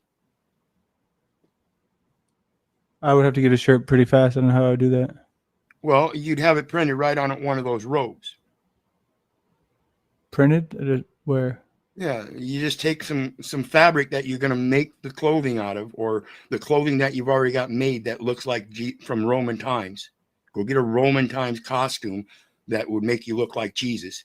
Take it to a print shop and ask them if they could print "Charlie is my king" on it. A screen print shop. Go to them with the design and everything, and they'll cut it out, print it right up on one product. Then they'll keep that template. So if you want to go back and make more, when you go out and want to do your little protest type thing, you have a bunch of people dressed up as Jesus, men and women, wearing crowns of thorns.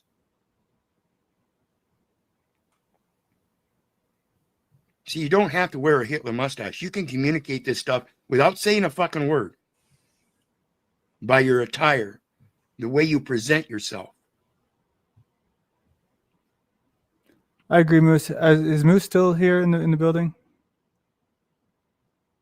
Yes, I am. Yes, I am. Just wanted to check in with you and your thoughts.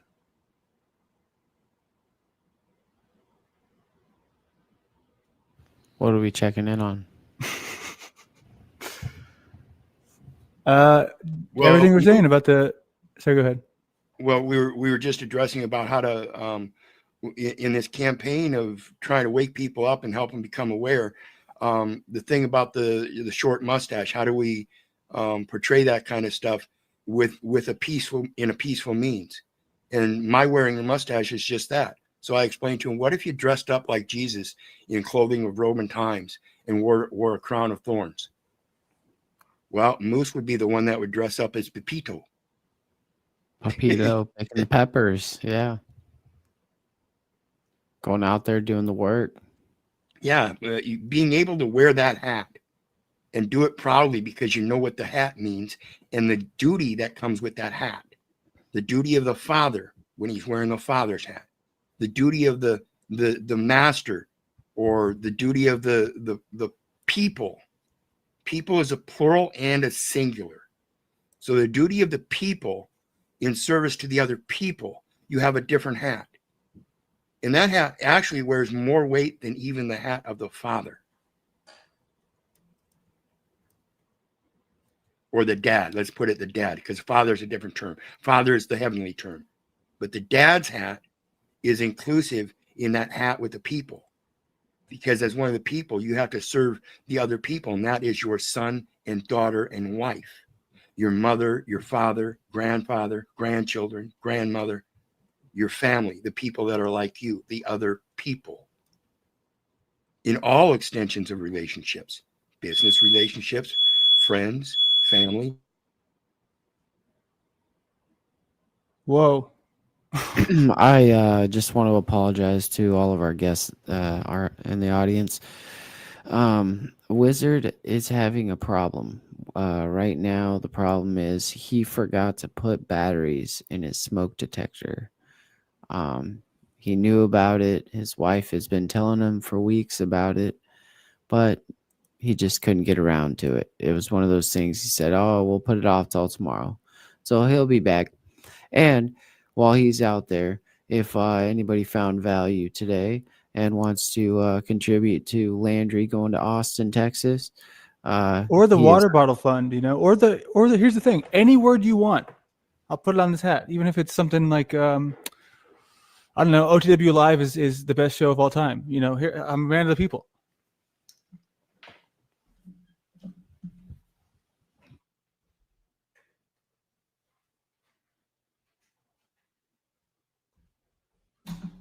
You see that, folks, ladies and gentlemen? He is a man of the people.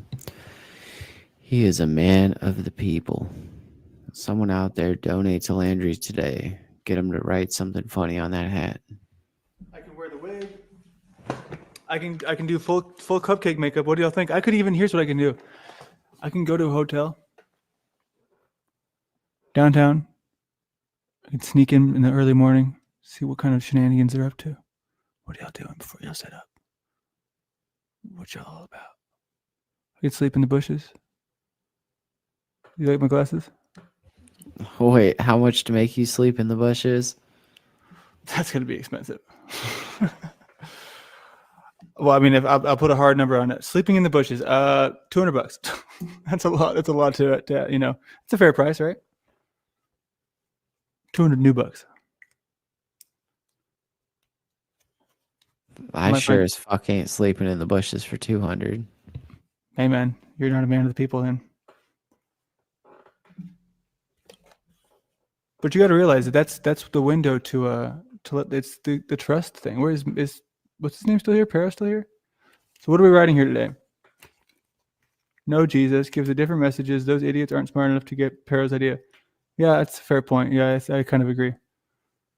They're not going to be. I'm not trying. Here's the thing, too. I'm not trying to go to this place. This one in particular, right? This is a national event.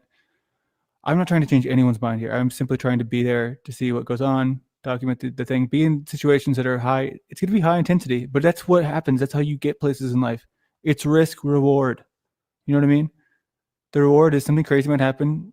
Ideally, not involving me. I'm not going to try to provoke anything, but certain things might happen, and then we end up in a. I got times Jeeps out the other day, broke my cherry on timing someone else, felt so good and powerful. You did that here? You did it to Jeeps here, David Wayne? Oh, that does feel good, huh? You guys having your little wars with each other? So what are we writing on this hat? Oh wait, what song are you talking about, Mr. Noah the Great? Are you talking about what I think you're talking about? Is it a little song that goes something like, we don't have it in the fucking thing anymore, do we? Well, that sucks. Oh, yeah, we do.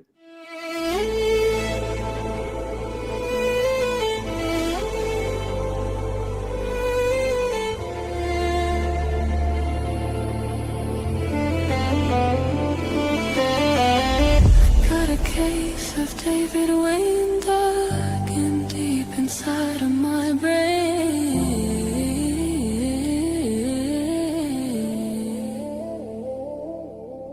Beneath it, there's a little case of what it means to be.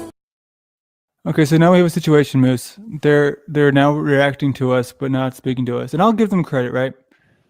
I'll give them credit to where they deserve the credit. They deserve the credit in the sense that if we're gonna be real with ourselves, right? I think that we've dropped the ball. You know what I mean? In this case, to where we could have and should have done better. We should have just had the AI run the show.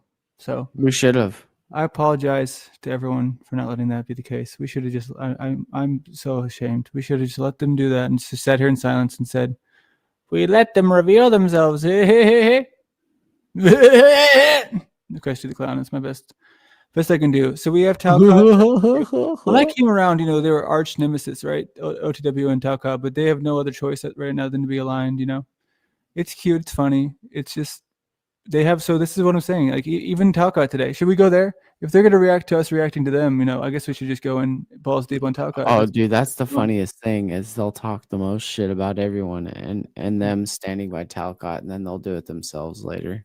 Well, yeah, exactly. That was the whole, before I came along, that was the whole person to hate. It was the, you know, according to Talcott, the entire time, it was the reason why he was against me. You know what I mean? And when does Talcott ever sit on a panel to talk shit? Never. But he's there doing it right now. You know what I mean? He never like sticks around for that shit. He always just, no, I'm here for the ideas and stuff. So, I mean, if you want to get into that, we can go and we can get some triple reactathon going on here, where this is the only reason why I'll bring him up, because it's clearly what the people want, right? The people want me to sit here and play their game, even though I've said it 1,000 times. OTW, you know, your daddy, you're the one that you're trying to impress right now, the one that you'll sit silently with your fuck. Ooh, I almost went for the teeth. I got to be better than the teeth. I got to stick away from the teeth. So yeah, this is one I was really concerned about our good friend Steven today. You were there though, so Was I? For swinging through, Stephen. I was totally not there though. I was there, but I wasn't there. I was fucking zoned It's off. fascinating, boy. Truly fascinating. I've asked him that many times. I didn't say anything like the whole stream. I just fucking was working on my shit. That's what you do here too. Not always. Yeah. I'm not right now. Yeah, I mean, it was a good question, but you know, I mean, like you said, the deflection is off the charts with that character, and it's. And in fairness, I mean, you asked the question. Is he getting it's a question fatter, or is his others beard are getting asking, bigger? And I'm asking myself, how much am I willing to tolerate? Clearly, I've definitely- tolerated too He's much gaining water weight. because people have found it He's not moving acceptable around as to much. be disrespectful to me. Yeah. So, in other words, I've been perhaps Allegedly, too kind, that's my too theory. patient. So,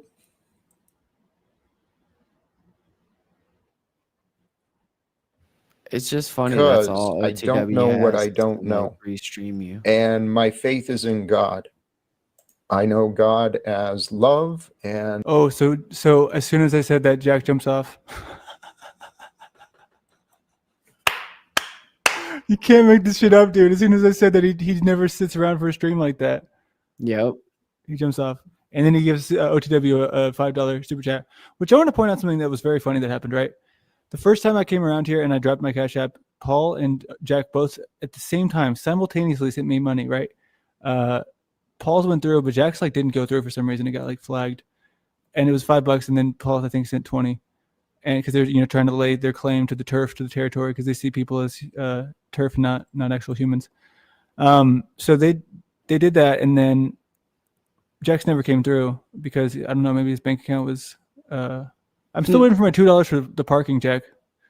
Hit me up with that $2 for the parking, and then I have to listen to Paul saying, "Well, he do it on his own dime, and he come see you, and he didn't do anything." It's like, yeah, because he went to Cynthia and he went to Pizer. He had no plans in mind. He's just a loser. He's a loser. Where's Steven when we need him? Andrew. I need Steven bad right now. Steven, I know. He's the Steven best Alarm. co-host around. But no, he's See, the that's best when thing. you're mad at Jack. He can come in here and he can give it real good to Jack. He's And then so he'll go over there. good. You know what? He'll go over there. That's the best thing about him as a weapon. Is he'll go over there tomorrow and he will do the whole thing. And he'll play the whole bit with Jack, and Jack will have him right there by his side because Jack is too pathetic to say no to anybody who pretends like he does. But I won't pretend, so that's why he'll say no to me. You have to suck his dick, Landry. But if you pretend, he will take you back anytime. That's all he wants. He just wants Anytime, people to just say, yes, sir. Yes, just Mr. LARP Kelker." with them. All right, who do we got here? We got Mitch Levin in the house. What's up, buddy? Hey, what's up, man? How was it over there? Did you have a good time? I mean, it was surprisingly peaceful, actually. I didn't tune into the most recent segments. I've been skimming through, but that's good. I accidentally left it up there. I've been gone for like the last 30 minutes, but Oh, okay. Well, that's good. I'm glad I got you your package. I finally got that out of the way. It's been hanging on my head for a while. To where you never do. I'm bad at shipping things. I don't know why. I always feel like it's gonna be more complicated than it ends up being, but it was pretty simple, pretty heavy. Got it done. What's new with you? Oh, I wanted you to send me the link to that video. I wanted to watch it live. That'd be sweet. I really like that. I haven't seen it. His viral video. It's pretty cool. Yeah. He looks much younger, but he's getting prettier as he gets older, which is the crazy thing. Because this is like 2019, I think, and he wasn't as pretty back then. You got a problem with me saying he's pretty? You're telling me the first time you saw Mitch, you didn't say that's a pretty woman?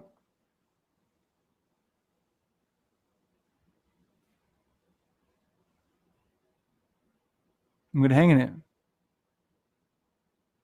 yeah, I'll get it for you. Take me just 1 minute here. I'll break the record with you. Okay, for 2.5 Break minutes. what record? The silent record. There wasn't any silence. Did you speak? No, but you and Mitch were speaking. Okay, I try not to speak over you guys. That's nice of you. I appreciate it. Yeah, there's nothing wrong with that. You can compliment Mitch however you'd like. He's used to it by now. Like everywhere he goes, people compliment him on his hair.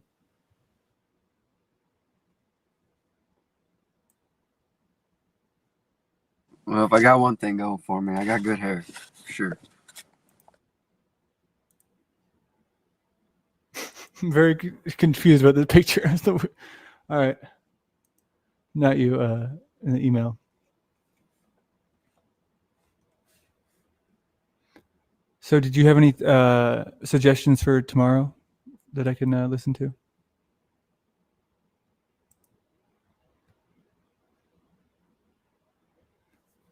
All right, here we go. What did I mess up on? I don't know what the fuck I did. I don't either.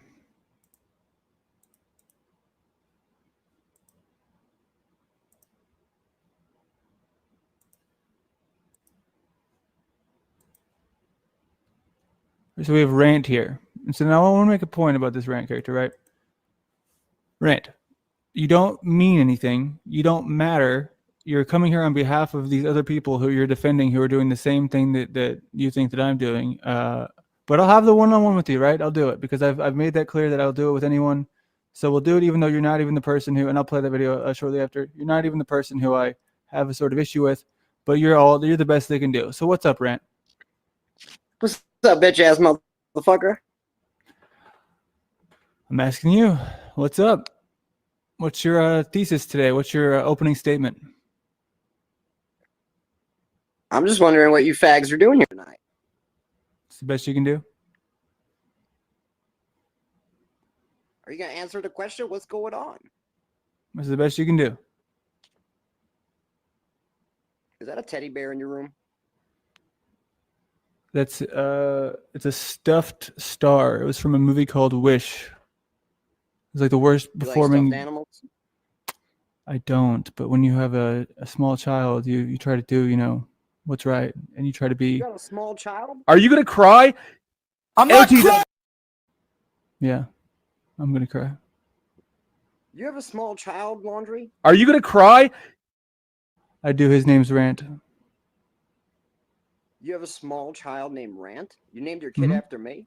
Mhm. I'm impressed.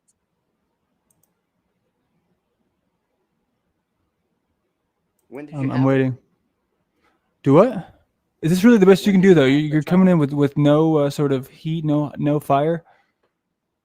What are you talking Just, about? Is that what you do? You like get a bunch of heat ready to go on panels? No, I mean I know you were sent here, so it's just I was because sent people. here. I decided to hop on here. Okay, so people on your sort of we'll call it a team, right? The ones who don't know how to engage with people on their own. You must not know me. I don't have no team. Okay. You believe that there's a sort of stark difference between me and OTW as far as we'll use the word drama goes, right? That's where you stand. Well, there is a stark difference. Number one, his channel's successful and yours is garbage. That's the Hold on, big wait. So let's measure success. Yeah, let's do that. Let's do that. Should we do that? Should we do dollar amount? Should we do what is it? Just view count? Hours streamed during the day? Right now. Willingness to fix your windshield when you get paid to do so? How many people are here right now? Well, so it looks like there's 33. 33? Illuminati confirmed? Yep. Any other questions? I mean, I'm just wondering about that stuffed animal. it's the best you can do, man. Are you just feeling low energy today? You're just not feeling like you can put in the good fight? Just wondering. You got The loser failure kingdom sent you over here because he's, a bitch, right? But you won't call him a bitch because you do have a group, right? You have a group of people who you won't criticize because they're in that space. So how is that not a group? I criticize bitch ass beta males who don't tell the truth. What's the truth? Specifically. What is the truth? It's Yeah, the what opposite truth? of the lie. Okay, so now you're not even being genuine. You're just saying words that don't mean What's anything. genuine? You Ask me don't what the you truth don't is know with that, is there some truth? Is this just you doing the Paul bit? Like, oh, we have the truth. We know the truth. So the truth is the Paul bit now? He owns it? Well, you just said that we don't speak truth, but you couldn't pinpoint what truth was. Yeah, you don't speak truth. But okay, so can you pinpoint what the truth is? Even Or if just- I slapped you in the face with it, you wouldn't know what it was. Dude, you're like probably worse at this than Brown's boy. Worse at what? And I'm not even good at this. Worse at having the back and forth, hashing it out, finding any sort of meaning or finding any sort of. Hashing it out. I did What are because we you're here. hashing out? We're hashing out our grievances, our disagreements, right? You say What's you our have a claim disagreements? that you believe that there's some sort of difference between me and. All right, we got Dusty here. Is that your boyfriend? Yes, he is my boyfriend. Hey, I'm not staying. I just wanted to tell you to look at your text message. There's something more interesting than rant going on. All right, we got Your it. boyfriend's texting you. You Anytime. better answer back. He's getting Waiting for her to chime in any. Okay, I'm going to check. Yeah, you better check that text message, bitch. What is happening here? Oh, okay. All right, that's kind of crazy. You better check those messages, pussy, or your boyfriend's gonna get. That's a little wild. I'm not sure what this is pretty wild, y'all. Okay. Very, very interesting.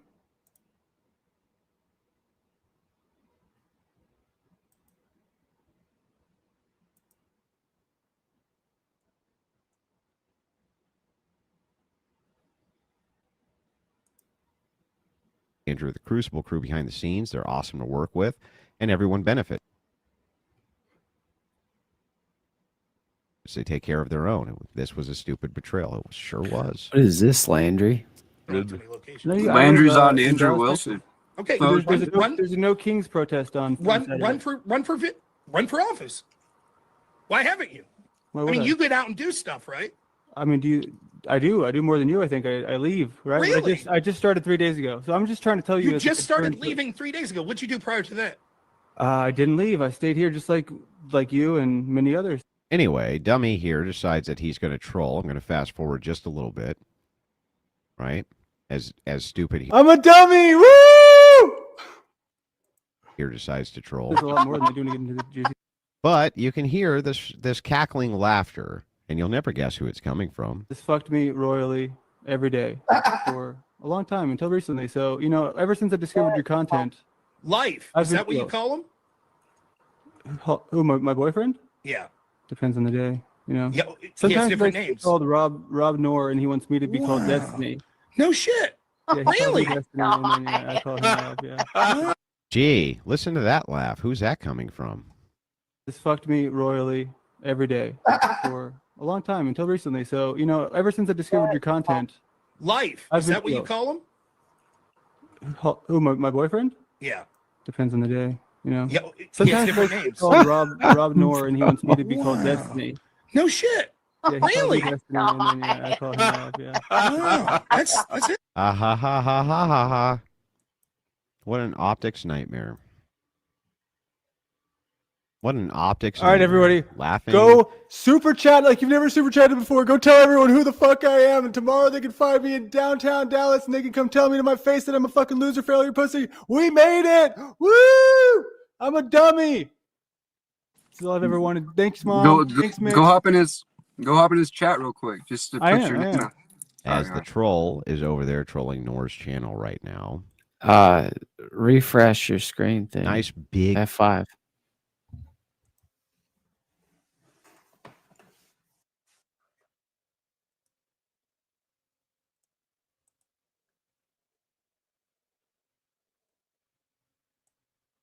There are going to be people Just who happening say, why right don't you now? bring Sarah up to give Yeah, right now. her side of things?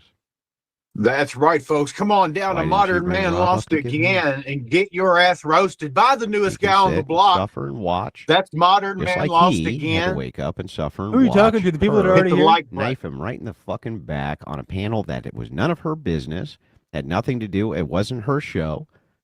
Staying on with these fucking stupid panelverse idiots. Nobody's. That's what I'm trying to tell y'all, dude. I've been fucking calling these fucking idiots for how long now? It's a damn. I'll be one of them. You know, I'll be one of them. But I'm also the most against them. And you know, I'll tell you this, dude. I was very not proud of this appearance. But you know, anything is good, right? So everybody, go tell them who's boss, who's you know. I guess I don't know how to super chat. I subscribed and I still can't. It's the Diplo super chat. That's right. All right, I'm sorry. I gotta like sort of have some sort of focus here, and I'm losing focus. So They don't even cam up. They're nobody. gotta kick a couple people, and Chuckle fuckle wucklin while they send trolls over to try to make an optical spectacle of Rob Noor. so as an Orthodox guy, you know, it's just so I felt like, well, what's gonna be better to come in here authentically and ask a question that wouldn't be fucking with you. And if I only had my fucking cupcake makeup on, you motherfuckers. But I had the thing behind me, so That's total bullshit. how is So it you bullshit? can't even, well, you can't even keep your story straight. One, right? The guy with the hat came in after you. Yep. And I was Okay. still back. This is Miss Rachel. I sent a stupid message to your dono chat. Please don't read. Just take the money. Okay. Well, I appreciate the 50. Backstage, and I was like, dude, this is embarrassing. I want to do better. I want to be So, better. second, so you're saying for no reason whatsoever you had that background? No, I was told to make it for my By who? employer, David Wayne. Who's that? My boss. He's, Who's that? You ever hear the term producer? I do know what a producer is. That's just what he does. He does it for everyone. So not just me. He's part of So you have a producer. Yep. He's David watching Wayne. me. David Wayne. He's a little gay. You have but a that's producer okay. that was watching me. Yes. So this guy's on here trolling Rob to the amusement of the panelist here. That's what's going on. He does much more than watch you. Uh-huh.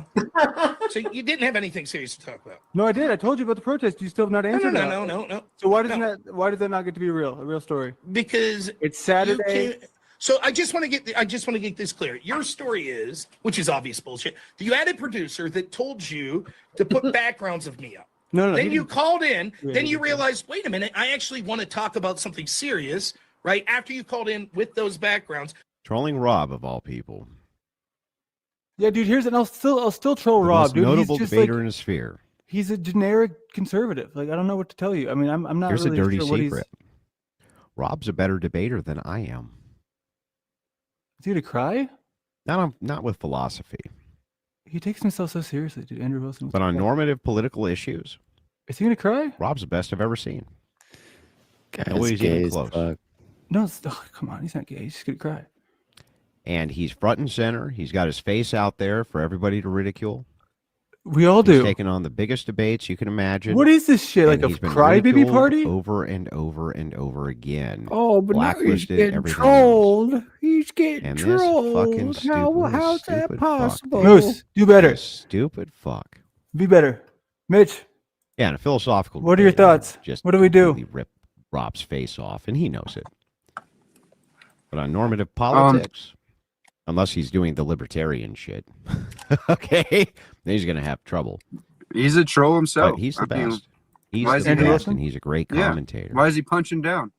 And by the way, I also proudly call him one of my best friends. He's one of my best friends. Oh, look who fucking showed up This to the guy fucking party, has dude. been- Fucking Dick's You here. can't even What a imagine surprise, how dude. Dick, kind are you this here to man tell me how behind big of a the pussy OTW is especially and to has yours been, and truly you and know my it this whole family. time? Or what do you got? Especially when we were in our time of need. There was Rob. Thank you, Dick. There was Rob. Huh? Forgot that background was still up, as opposed Hold to on, the truth, hold on, which I is can't- I saw you didn't have that It background is a when you chill first called stream. in. You're very quiet. To troll him. How dare you, Landry? I can't even hear you. You sound very quiet. Landry is big. Can time you here. hear me now, Landry? Yes, I can hear you. I said, how dare you troll this Rob guy? He's very important. You don't know what you just stepped into. Andrew's extremely upset. It's his favorite side piece, and you stepped on a minefield of sorts. You should be ashamed of yourself. Yeah. Yeah. This is in real time. This is Yeah, I in real know. I time. was watching it over there. It's getting better. Like the further you go, the better it gets. I heard that OTW ended his stream as soon as he saw this. So is that another victory lap that Landry has to take around him? Like every day, I got to keep with these W's. Even Dick, the one person who was been talking about Andrew Wilson. Hey, come on, how do we get Jack in front of Andrew? How do we get Jack in front of? We don't need Jack in front of Andrew. We got the dummy, dude. I'm rebranding. I'm no longer the cupcake. I'm the fucking dummy. OTW called me the dummy. Now Andrew called me the dummy. I'm the dummy. Well, you Modern think dummy. small, little, old, insignificant Dick, little inconsequential, eeny weeny Dick here could tell you what the great OTW is up to. And you think he would quit his stream for you, for your type. Yeah, I do. Now, why would he do that? When we're talking great, are we talking like Special Olympics great or? That's too special. It's not even great. That's the wrong word. OTW is fantastic. Why do you have a problem with OTW? He's great. I'm I here to like stick up I've for been- OTW I've and be been his telling you. representative of sorts. I've been telling And you I then like set OTW. that background backstage because I could see it, so I know you're a fucking liar, right? Wait. So which part was a lie? The fact that I had it beforehand? When did I say that I made Need it? me a I made real it ride or die like friend probably like 30 minutes you? ago. I don't turn on my friends. Mm-hmm. So then I came here and then who's my friend? Which one of these people is my friend that I turned on? Ain't doing it. I don't turn on my friends. How many times have I told you guys, right? The demand is way higher than the supply. Way higher. Rob is not replaceable. You don't make new Rob Nors. Dude, he's I'm so never gonna be able to generic. sit down Rob with is a one of a person kind. and over the It's the years best Rob I mold ever them seen. into a brand new He's so Rob generic. Nor. He's not replaceable. All these fucking idiots, nobody's ever going to know who the fuck they are ever. You They better wait, tried to- dude. The dummy's gonna Maybe be 7 to somebody. 10 people if they're lucky, and that's Who the usually fuck is from Rob? other That's Panelverse Andrew's members. like They all just behind watch the each other's curtains, streams. The It's the woman most behind his pathetic success. display that you've No, he's just this really lame dude who does like a fake voice. Or He sounded like this, and he got really upset because I made a little picture of him as Cartman, but I actually went over there once as the cupcake. That he deleted that one though. But I was a cupcake, and he took me seriously the whole time. Well, he didn't say anything. He didn't mention the makeup. ever fucking My seen. Lord, man. Rob Nor People are is so not sensitive. replaceable. He is not a person Yeah, who including can be fucking replaced. OTW You and don't all those get little to buddies. make a new one. But it's okay. You know, He's when what you OTW, got. when you come crawling back over here, when you come, like you always do and say, I don't want to have the back and forth ridicule. We can just be friends. You know what, dude? Okay. But not Jack. I think you I guys had will it there, work I it had to out, get but rid of that's it just so my you can- guess. These guys, These fucking people I've said it a are thousand times. socially I'm maladjusted much more willing to do it with him than fucking Jack or Paul. numbskulls. They don't make any money online. They do this for fun. Listen, dude, I made $1,200 my first month. We're on our way to making, I don't know how much, I haven't been keeping track, but y'all show us some love here at the Dummy Studios. We're going in deep tomorrow. This is our chance. The stars are aligning here, right? I'll take the whole Panelverse with me. Who knew it? Who knew Blandry? Of all the people, Blandry's going to be the one to save the Panelverse. I could put all y'all's name on a shirt. Every one of you. I'll put Dick, Freedom Grower. I'll put Moose. I'll put El Perro. I'll put David Wayne. You know, you guys don't realize the potential here, right? Tomorrow, there's a big fucking thing. Y'all don't understand anything that I've been saying this whole time, right? I'm trying to make it very clear. What I can do tomorrow is I can go into this place. Everyone's going to be worried about the heat, the this, the that, the police, the people who are going to be coming in and saying, hey, this is a really serious situation. This is the No Kings protest. We got to get the law enforcement involved. And I'm just going to be sitting there with my fucking boombox and a scooter. And you damn better know what I'm going to be running around doing. Blasting the David Wayne song at full. I'll get 10 speakers. You know what I mean? We can make this. We can make David Wayne take the reins. It's just Are in Stockholm, Sweden. All right, guys, what is up? We are in Stockholm, Sweden. We just arrived to Tensta, one of the most diverse areas with littered with doctors and engineers everywhere.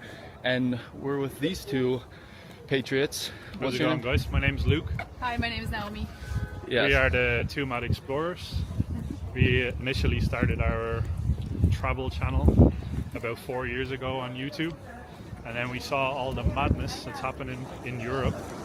And we decided to basically flip the script and completely change the narrative because we think people need to, like this gentleman, need to share more about what is happening in this part of the world because it's not really talked about enough. And that's exactly why we make our videos. Yeah, so guys, check them out. I'll put their channel in the description or in the comments below. But yeah, let's go explore. There's definitely not many Swedish people around here. We just got off of the train station. You can see the way everyone's dressed, the way everyone's looking. So let's go explore. So we're walking over more towards the center, and you can see there's a class here in Sweden near Stockholm. I think I see 2 Swedish people in total out of maybe 15, 20 kids. The rest, I don't know where they're from, but they don't look too Swedish to me. And you were telling me that 85% of people here in these areas are foreign born, right? They're not Swedish. About 85% in certain areas. Foreign. Get those likes up, everyone. Thank you to those who've hit the like button already. To the rest, please like this video, this live stream. This is El Diablo Radio International, the greatest show in hell. Nobody does it better. Nobody. Free content, free truth, no memberships, no super chats, no grifting. Yeah, so basically from 2015 onwards, there was a huge influx in all of Europe. And I think about 150, 160,000 came into Sweden just in 2015 alone. And there was attempts. They attempted to integrate these people that came in. And for the most part, I think it failed because Swedish language is very difficult. And a lot of things about the Sweden. They knew they wouldn't be able to integrate. That's part of the ruse, unfortunately, that these types at this level don't see through. They didn't think these people would ever integrate and be Swedes and be speaking your language and become. They didn't think that. That's not the plan. Okay, and that's why I could never join any of these types of groups. Because they would look at me like, oh, you're a conspiracy theorist. They knew it was going to ruin our country. Yeah, that's part of the plan. Okay? This plan was written many decades ago, long before I was born. This was planned out. Swedish society, it's very difficult to get used to, I think, because Swedish language is alone. And there was like attempts. They attempted to integrate these people that came in, and for the most part, I think it failed because Swedish language is very difficult, and a lot of things about like the Swedish society, it's very difficult to get used to. I think for a lot of people, especially if you're coming from somewhere like Somalia or Africa in general, or maybe Far East, and you're coming from a lot of these areas where the society and the values are so different to what it is in these parts of Europe. They came here, they tried to help them integrate. Most of them, from what I can see, didn't. And because of that, they've basically created these neighborhoods that are on the outside of Stockholm, completely removed from the center. So if you go to the center, you're gonna think like everything is peachy in Stockholm. But then as soon as you take a train and you come slightly outside, like literally 10 minutes outside, you'll see it's like literally 85% upwards non-Swedes. And you won't even hear Swedish being spoken. Signs in the restaurants are Arabic majority, or you'll see a lot of like Eritrean. Different African nations will have their own, basically like restaurants, halal butchers. Lots of halal butchers. Lots yeah. of halal stuff everywhere. Very Swedish. So yeah, typically Swedish stuff, you know. So what do you think should happen to these migrants? Should they somehow be like forced to integrate into society, or do you think some of them just can't do it? If like If they're forced to integrate, they still take over your society, and they outbreed you. And eventually, there's no more Sweden. There's no more Swedish people. Without Swedes, there's no more Sweden. That's how it works. Without Japanese, there'd be no more Japan. So keeping them there, they're just going to outbreed you and take over that way. And integrating them, what, you're going to turn them into Swedes? Well, they're not Swedes. They never will be. This is another issue I have with this type of stuff. They don't want to draw a line in the sand. They would think that my flotilla idea, float them away, is completely absurd. But their solutions lead to failure every single time. In our opinion, if you can't integrate into the country that you go to, you really shouldn't be there. So that's just my honest opinion. Like, How do they integrate? How do they change themselves into Swedes? It's impossible. It's not just skin color. Everything about them, IQ, culture, their values, nothing matches up. They'll never turn into Swedes. All right? You'll just have a problem to deal with for centuries. We are going to move, like me and Naomi, we eventually, our goal is to hopefully at some point move to Greece. When we move to Greece, we want to learn Greek. We want to learn everything about Greek culture. We're both born Catholics. We want to even like go towards Orthodoxy, which is the majority of what Greek is. Yeah. Greek people are majoritively Orthodox. So we want to embrace the country that we move to. We're not going to bring our values, our systems, and our way of thinking into a country and then be like, we're better than you. And that's what's happening in a lot of Europe at the moment, is you've hundreds of thousands of these people, doctors and engineers, that are coming, and they're like, our culture in Somalia, for example, is somehow superior to what it is in Sweden. And if that's the case, what are you doing in Sweden? So yeah, I think if you can't integrate, what's the point? Like, you're only gonna be, especially if you're in areas like this. I just get tired of this watered down, weak view, like, oh, if you're not going to integrate. What if they integrated? What if they did? You're taking over then. Like, it's such a retarded view, and these people live in these countries, they just can't see it. There's just like people say, well, I'm just against illegal immigration. I'm all for legal, though. So you're for legally being replaced. Well, they'll just like be like, well, I just as long as they do it legally, as long as they replace you legally.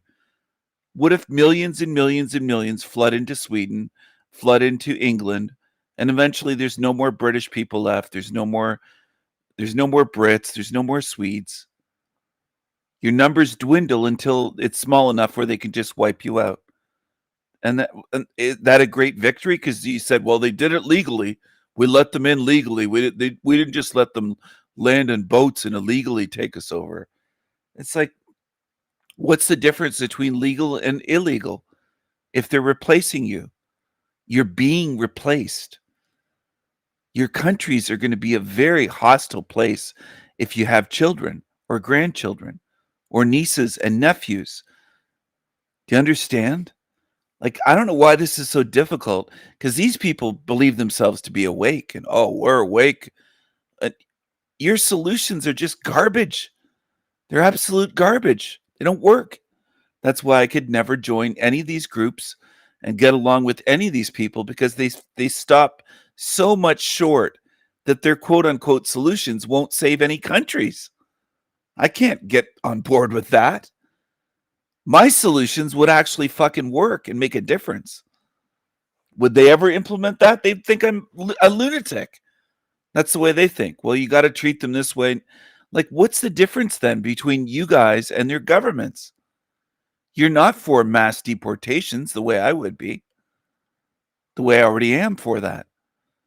It's just remarkable. Like, if these people are called far right wing, like, fucking hell, they're not right wing at all. They're hardly any different from liberals, for fuck's sakes. The way they talk, it's just so watered down. Keep saying if they can integrate. Okay, dude. So you could bring in people from Eritrea, whatever, Somalia, Liberia, and then the Middle East, and bring in millions a year. So long as they attempt to integrate, you're cool with your country being taken over and no more Swedish people being there? Like, are you a fucking idiot or what? What's the difference between you and a liberal? An American liberal? What's the difference? Your country gets taken over either way.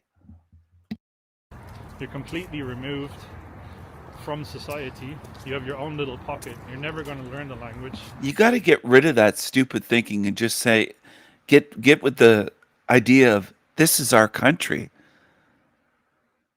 I'm not going to talk about if they integrate it. This is like, I just don't understand this shit. I don't.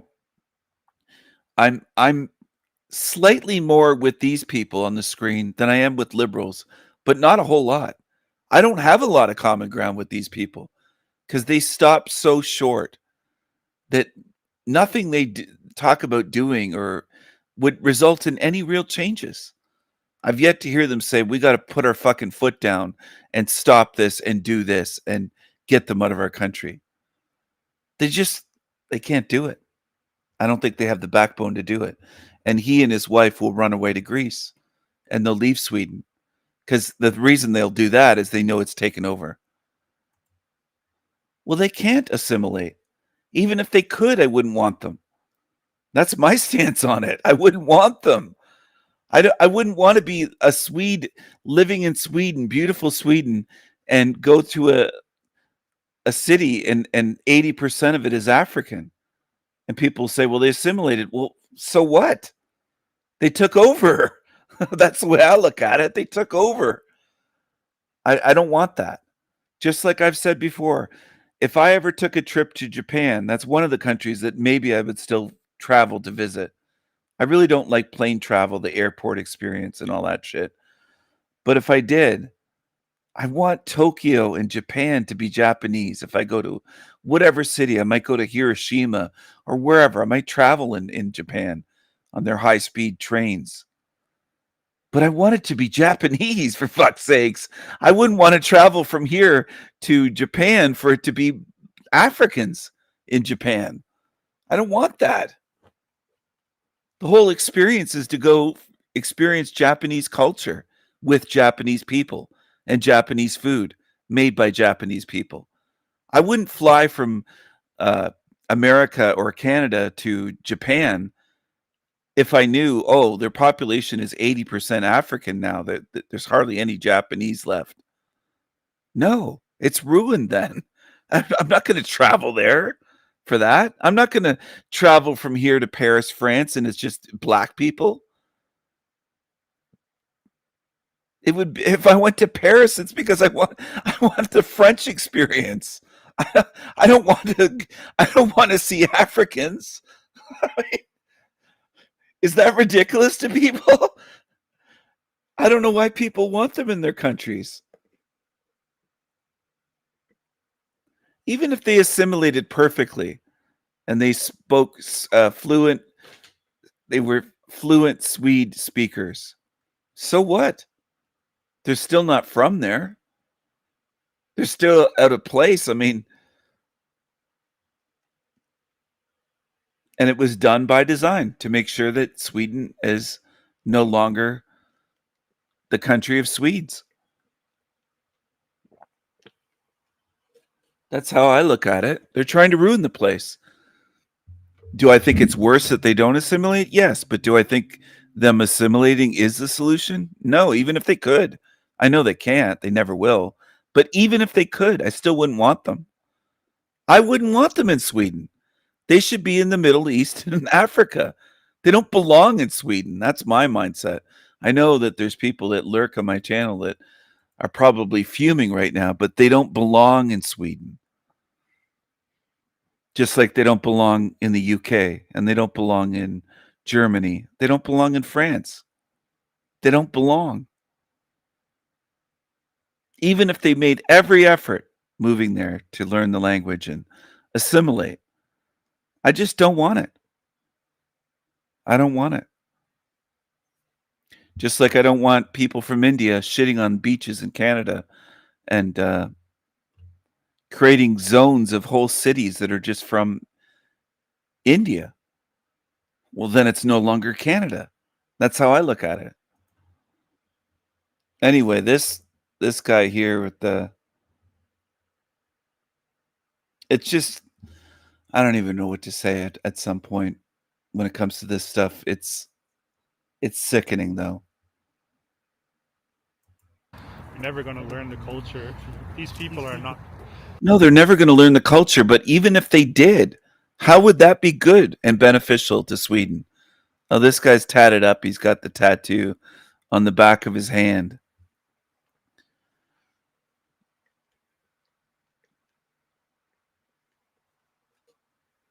And why does he want to go to Greece? Mixing with Swedes, and a lot of times when they do, it's out of desperation, and it ends up in things like rape. It ends up in a lot of nasty things, nasty situations, because again, a lot of the cultural norms and situations, like they're very restricted in a lot of areas in terms of like being open about sexuality. That's not the case in a lot of Europe. It's very openly accepted to be like a sexual person, whereas that's not the case if you go to really restrictive Islam majority countries in Africa, for example.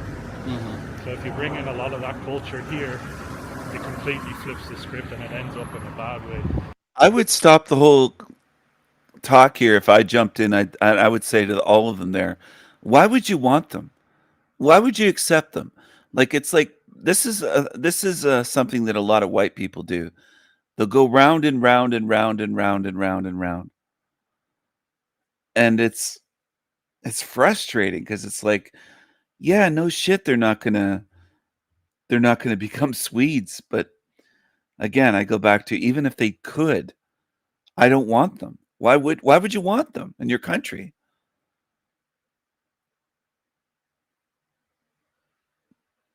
And then I would say to these people, what do they add to your country? Let's say you could wave a magic wand and they would assimilate and do all the things. Still, what do you gain from that? What does Sweden gain? It's not selfish, and that's what white people have a problem with, looking at their countries and saying, it's not selfish for us to want our country for ourselves. And there is a problem with white people just letting everyone in.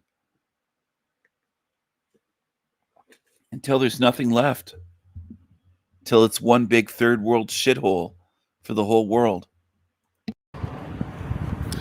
But yeah, guys, I mean, this neighborhood seems like kind of a normal suburb just outside, but there's literally just not many Swedish people around here at all. We're walking towards the... What would happen if all of the blonde-haired, I know that not all Swede women are blondes, but let's say all of the blonde-haired women in Sweden had babies, the young generation, with the darkies. Well, then all the blonde hair goes away. Your genetics go away. What makes the whole Swedish look would be gone. That could be gone in a couple generations. Now, am I saying that most white, blonde-haired Swedish women want the migrants? No, they don't. I know that. Okay. No matter how many ads and what propaganda they use, there's very few white, blonde-haired Swedes with boyfriends that are darky migrants or husbands. But let's say, just hypothetically, that they could propagandize them to the point of just accepting them that way. Well, then you lose the whole look of the whole Swedish look would be gone. The genetics, the would be changed forever. You might lose blonde hair and blue eyes throughout all of Sweden. And then it's gone. Once it's gone, it's gone. It's just... And who cares then if they speak Swedish and if they try to behave like Swedes? What does it matter? Does anyone want Sweden to look like Pakistan or Liberia or Iraq? How is it Swedish then? How the fuck is it Swedish when there's no more Swedish people? By blood. Blood and soil make a country. That's how I look at it. Again, I go back to the Japanese thing. I don't want to go to Japan and it be 90% black. I don't want that. It's not Japan anymore then. I wouldn't go there. I'd be like, well, Japan's gone. I'm not traveling there. I wouldn't go there.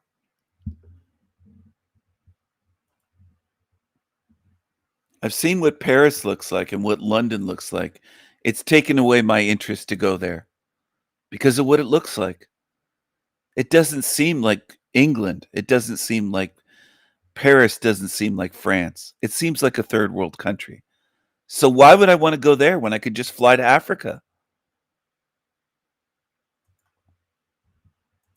Center, but it is pretty calm right now, to be honest, but it definitely does not seem like Sweden. Are of the utmost importance and significance for our time. So it's pro-Islamic? Anti-Semitism, Sharia, integration. Interesting. I don't know what's going on here, but what's going on is there's nothing about anti-white, but you got to be pro-Muslim and for Sharia and integration and against anti-Semitism. But in terms of white Swedes, they don't give a fuck about you. That's what it is. And it's very similar in Canada. It's very similar in a lot of Western countries now. We literally just translated what it said on the thing there. And it's basically like a pro-Sharia law campaign or like political campaign. It's supposed to be, I can actually read it for you. So it's the Ahmadiyya Muslim community and they're launching a Messiah Has Come campaign. The aim of the campaign is to address the issues that we believe are the utmost importance and significance of our time. Why is religion needed? So it's basically like converting people to Islam in Sweden. So if they have anti-Semitism and terrorism out on the board, does that mean they're pro-anti-Semitism and pro-terrorism? I don't Because know. obviously Sharia is something and democracy apparently is something that they are for, in favor, but anti-Semitism and terrorism is on the same board. So make it make Interesting. sense. Interesting billboard right there. And they're not pro-religion, they're just pro-Islam. Some broken window, some spray paint. I mean, again, this place seems pretty calm for now. I don't know. Apparently, if you go after sunset, it gets a lot more dangerous, and apparently you're not supposed to really be around these areas. But again, not too many Swedish people, but there's not really groups of people. Like, they're kind of just isolated, living their lives. But in my experience, I've seen a lot of them just like sleep during the day. They come out after sunset, then they kind of hang out, you know, drink, whatever, do drugs later in the day. So we're pushing more of the center. So there's a Somalian bench. I'm sure the Muslims really appreciate those colors and those benches right there. But to be honest, this place is just not that bad at all. Came more towards the center. I got a joke for It's you. pretty cool. Let's What hear do you it. call a lesbian on fire? What? LGBTQ. Yeah. How do you think the Somalis like those benches, like the Muslims here? Oh yeah. They love them, they man. love a bit of inclusivity. The same as the Free Palestine, like the Queers for Palestine. It's the same type of inclusivity right there. I don't know why, but I have a very strong feeling that the people that are for that particular cause, they wouldn't ever actually go over there. I don't know, I just have a feeling about that. If you went over there and you're like, Queers for Palestine, I'm pretty sure you're going off a building pretty quickly. What the hell is this? I don't know what this says, but I don't know It what's looks going on here. exactly like what I was just talking about.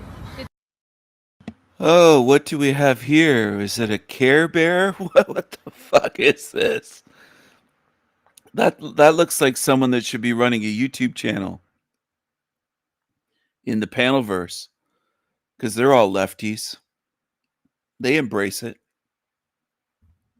Care Bears, it looks like. Looks like Care Bears and hearts and oh, Jesus Christ. Looks like a cancer patient. I think it's a personal trainer. Oh. I would trust him. He's talking about having more energy and being stronger, and then it talks about training. Nice. Try and translate it. Training has given me a stronger body, new energy, and joy for life. Stronger, smoother, and more energy. It looks very strong.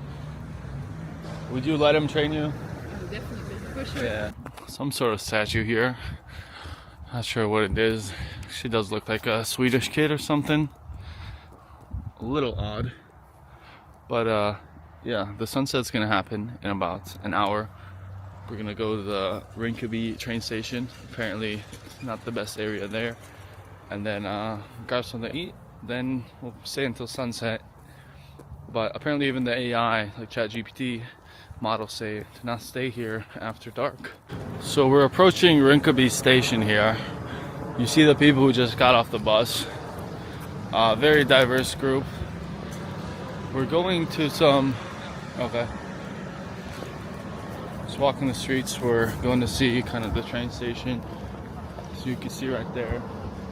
You can see the type of people that are hanging out around this area.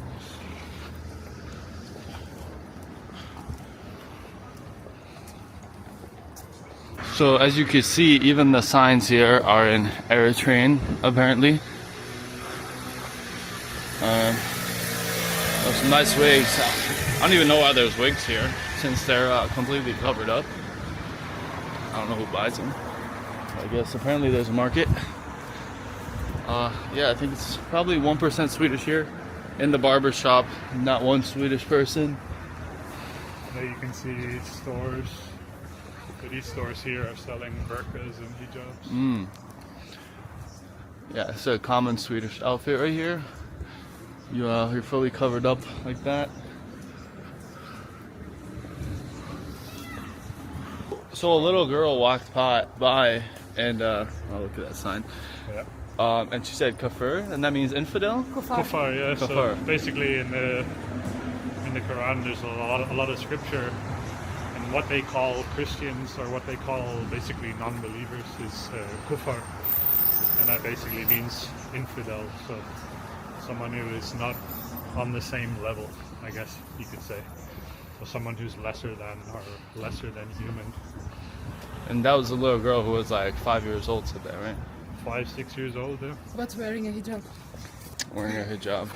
But you could literally look into any of these stores. You could look in there. Everyone's wearing a hijab. Everyone's very dark. I'm sure they probably don't even speak Swedish in there. Every store. I don't think I've seen one Swedish person in the store yet. I think I saw one on there's one in the bus right there. The rest, they don't look too Swedish to me, to be honest. Oh, here's some signs in Arabic. Familia Bosta there. Do you know what this is? This is like basically a place where they help families. So they help families do laundry, family house basically. So anything that they need, that's a place where they'll help them. But every sign is non-Swedish. So if you're a Swedish family and you might need the same help, what happens? Although the Swedish people are the ones paying the taxes. So yeah, I was gonna say it's definitely tax funded by the Swedish people. So Swedish people are literally working, full-time jobs to fund that, and all it is basically in an area that's completely removed from where they live. So it's crazy. Look at the bus again. Oh, this place is pretty crazy. Like, it's definitely not as condensed as like some places in London, like Whitechapel, where the streets are just flooded, nobody speaking English. Markets are absolutely everywhere. But it's wild to see. Like, Sweden was not like this even 10 years ago, and it's a very recent problem. And they're only here because of the Swedish tax money, because the Swedish people are working and paying for them to be here. And some of them aren't even paying voluntarily. You know, they have to pay taxes, and this is where it's going to. For these people to come into the countries, to not work, to get, free housing, free healthcare, whatever else. I mean, this place does not look like Sweden. It's like, when you think of Sweden, you don't think of a place like this. And it is extremely eye-opening to just see. And you can look around us everywhere. There's literally no Swedish people here. Look at that, the barber shop. Again, no Swedish people in there. We're getting looks. I don't think they really like the cameras here. You see the bus stop, the people get out of there. I see one Swedish person, but that's about it. So, we're nearing the station here. As you can see, not many Swedish people at all. Because the outfits these people are wearing, and it's like they're so isolated in their own communities, they don't have to learn Swedish. They don't have to learn anything. They don't have to communicate with them. They don't have to work. Look at the markets here. It's a crazy place. And I'm getting a lot of looks just for carrying a camera. I don't know why all these people in these places feel so uncomfortable when they're being recorded if they're not doing anything wrong. But that's a crazy place. I mean, it's making me feel very uneasy. Apparently, we walked in here and some guys screamed, Honestly, yeah. YouTuber? I literally switched my camera off because the guy started dog whistling, and he was like, camera, YouTuber. As you were walking through here, but literally through the center, you might be able to see it on your clip.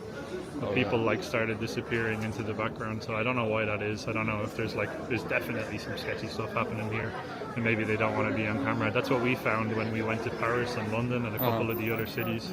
People do not want to be on camera, and if you don't ask them, they get pretty antsy.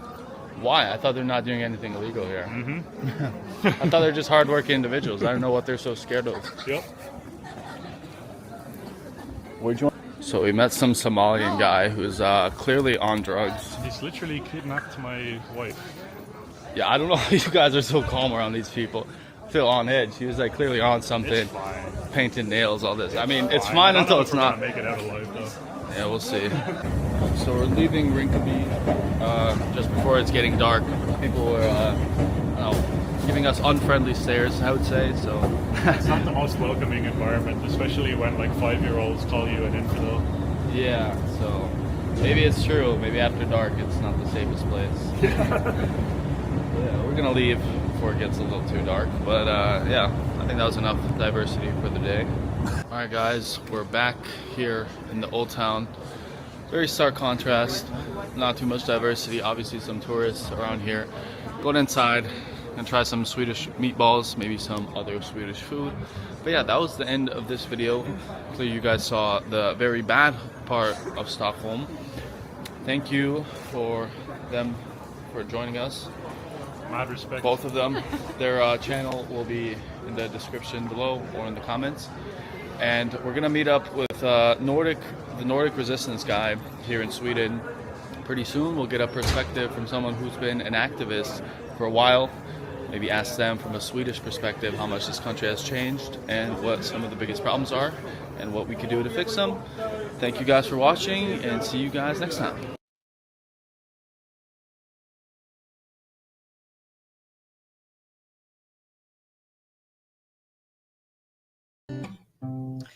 All right, testing 1, 2. Welcome to another episode of Pearl Daily. I'm trying to add my guitar downstairs, and I think this will work, but I'm not sure. So as we do every show, I'm going to need you guys to tell me if you can hear this or not. So if I play my guitar, can you hear it? Let me know in the chat.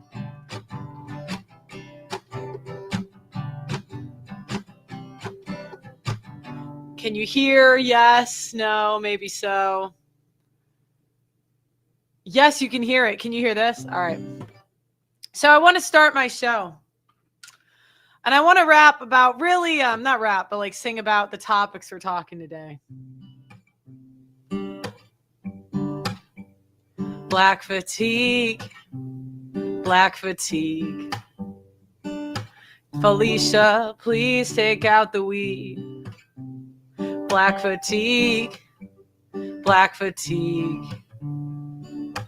I don't wanna be another wannabe. Now I'm not trying to be some right-wing wannabe, but even for me, I got black fatigue. I'm so tired of these people doing drugs. Ooh, black fatigue. There's a guy in downtown Chicago who's just punching women in the face. Like a 6'4" black guy making these women cry. And you'd think that he would be maced, but they just let him go. Black fatigue, black fatigue. Felicia, please take out the weave. Black fatigue, black fatigue. I'm begging of you, please take out the weave. Okay, what's the next one? Here's to all the women, here's to all the women watching me. I gotta tell you a secret. I gotta tell you a secret, you know. Wait, hold on. Let me try it again. I'm switching topics, and I do this off the dome. I don't have the attention span to write these ahead of time, so you just get what you get. This is for the women that are watching. That last show, I think there's some basic social skills women have not learned, and I really want to go through them. Here's to the women watching me. There's probably 2 of you, maybe even 3. There's some stuff your mama didn't teach you, and I want to be the one to really think it through. I know that I got to be the one to tell you how to not be a bitch. I know it's really hard to go the whole 9 yards. I know it's really hard to smile and say please and thank you. To not nag about every thought that comes into your head. You say that you can't control your feelings, but you can, bitch. I'm a snitch. Black fatigue, woman fatigue, black fatigue, woman fatigue, black fatigue, woman fatigue, black fatigue, women fatigue. Why can't we talk about why can't we talk about without getting kicked off of YouTube? Why can't we talk about slavery without black people getting mad at me? Now, I'm not saying that it was right, but I'm really tired of putting up a fight.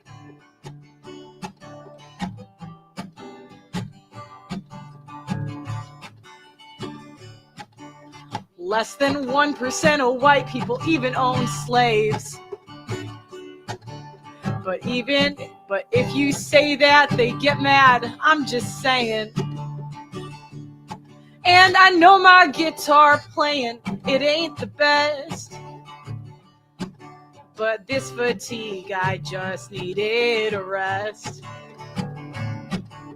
Why? Oh, there's a bug. Ah!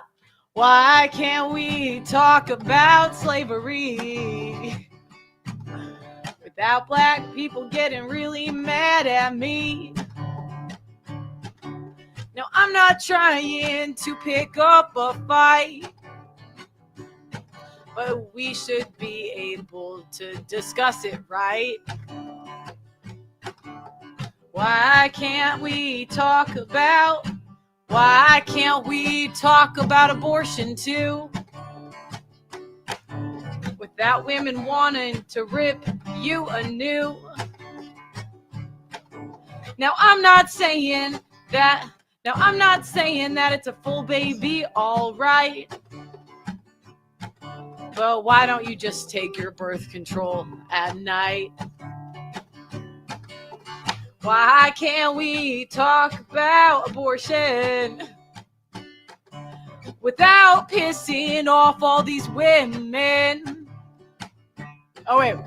Why can't we talk about trannies too? Trans too. Transformers. Why can't we talk about Transformers too? Without them trying to, I can't say it. I can't, that might get me kicked off if I go too much into that. It's comedy. Okay, so welcome to the show. If you hear my dog in the background, just kind of what she does. Can you hear her? It's the thing that loud. Let me put on my headphones. All right, so welcome to the Pearl Daily. Thank you guys for tuning in. Now we're gonna go through a few of my Twitter things because I kind of like to start the show. I like to riff a little bit, and then we'll get into the topic. So let me share my screen, and we can go through. We'll see what's popping on Twitter today. Let me make sure. Oh my God, these bugs in here. What is it about Texas? These bugs are like. You said I have no future in guitar playing? Well, guess what? Okay, so we're going to start. Guess what? You can just exit out. See ya. So I want to give a thank you. I want to say thank you to the Right Wing E-Girls. You guys are amazing. You guys are so awesome. And the reason you're so awesome is I have said for years that there's no such thing as a traditional woman. Not me. Not you. And anybody claiming to be traditional is just a liar. And I can't stand liars.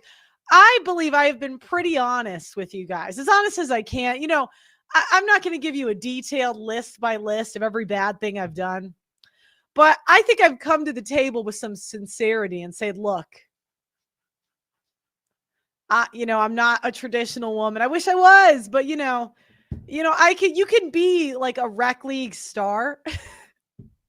and understand that LeBron James is the king of the league. You know what I mean? Like I can see that there's better women, but I just enjoy commentating. It's a fun gig for me. I enjoy this. But the challenge you get with right-wing e-girls is a lot of them claim purity. And what they'll do is they'll signal purity in a variety of ways. Some of them will claim to be virgins, claim to be, very low body count, they'll claim they believe in monogamy. And that's a big virtue signal for women. They say, men, you guys are bad. I believe in monogamy. And then Pearl says, hey, were you a virgin on your wedding day? And they're like, choke. They're cooked. They're like, well, I mean, yeah, I threw it back for Tyler in college, but I believe in monogamy right now. And I'm like, hey, that's not monogamy. And they're like, well, I believe in a traditional marriage. And I'm like, well, were you a virgin on your wedding day? And they're like, you know what I mean? They're like, and then I'm like, oh, okay. When Steven Crowder got divorced, I bet you took the man's side. Like you said that you don't talk back to your boss, right? You don't talk back to your boss. So if a woman was talking back to her husband, you wouldn't claim emotional abuse, right? Wrong.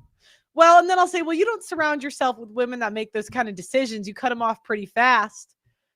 And then they're like, well, no. And I'm like, okay, bitch, shut the fuck up. So one of the right-wing e-girls that loves to claim purity, and to the point, her name's Mary Morgan. And she's a commentator at Timcast. Let me show you her thing. And I just saw her tweet. So Mary Morgan she does claim to be a virgin, right? Now, I do think that saving yourself for marriage is, it's an admirable thing. I think the people that do it that are really, I do admire the fact that they do it. But I do find this sect of Christian women that remain virgins so they can get the clout off of being a virgin. So, your virginity is something special to give to somebody when you give it to them with youth, right? So if you're a virgin and you give a man your virginity at 22, it's special, or at 20, it's special, at 18, it's special. But when you start, when you start getting older, it just loses the appeal. And the reason it loses the appeal is because now I have to trust your word. I have to trust your ability to tell the truth. And as a woman, there's a reason the Islamists or whatever, they say you need like 3 female witnesses to counter 1 male. And it's because we're liars. We're liars. We lie. And the biggest people we lie to are ourselves. So what women like Mary Morgan are going to do that tend to use their virginity for clout is they're going to still do everything the modern way, but they're going to publicly signal purity, right? They're going to publicly virtue signal. Now, generally what these women will do is they'll still go on a million dates. They'll still make out with it. Like she's probably still made out with a million dudes. On top of that, they have a lot of workaround virginities. So like you didn't get finger blasted once. Right. Yeah, right. No guy's seen you naked. Right. And, there are simps that will believe this. There are men that are sexually inexperienced. And that's why these women flow into conservatism. Right? They flow into it. They're like, there's men that'll just believe me at my word right this way. It's like they'll do the back door. They'll blow a guy. And you can tell because if it was really special to her, like her virginity, why is she sharing it with the world? Why is she telling everybody? It's a kind of a weird thing to tell people.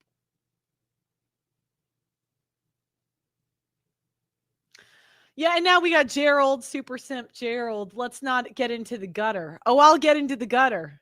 Why are you here? Again, I keep saying, look, I have the title today, Stop Watching. You go ahead. I'll see you never. If you're going to come here to nag me on how to do my show, what are you doing? Brett Cooper is available. She does a very clean cut show. I recommend it. Go right there. I get into the nitty gritty, and it's important to get into the specifics because that's how they manipulate you. That's how women do false grape allegations, is they'll say something like, oh, I told him to stop. And you're like, oh, well, that's terrible. And then she leaves out the part where she said, never mind, stick it in. You know what I mean? So you gotta get into the specifics. I would say she has at least 5 finger blasting bodies. I would say at least 5.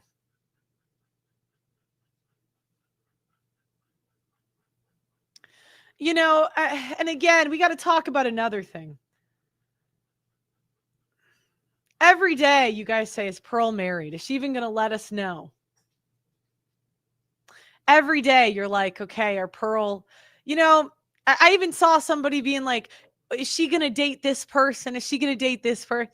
I do appreciate the input. I appreciate the caring, but I'm trying to do my job here. And sometimes it's a little distracting. You know what I mean? Assume all virgins over 21. I'm not going up to you and saying, who did you bang? You know what I mean? Anyways, I will only do that if you signal purity. Because I don't like liars. I really don't. I don't like dishonesty. I just like to be honest up front.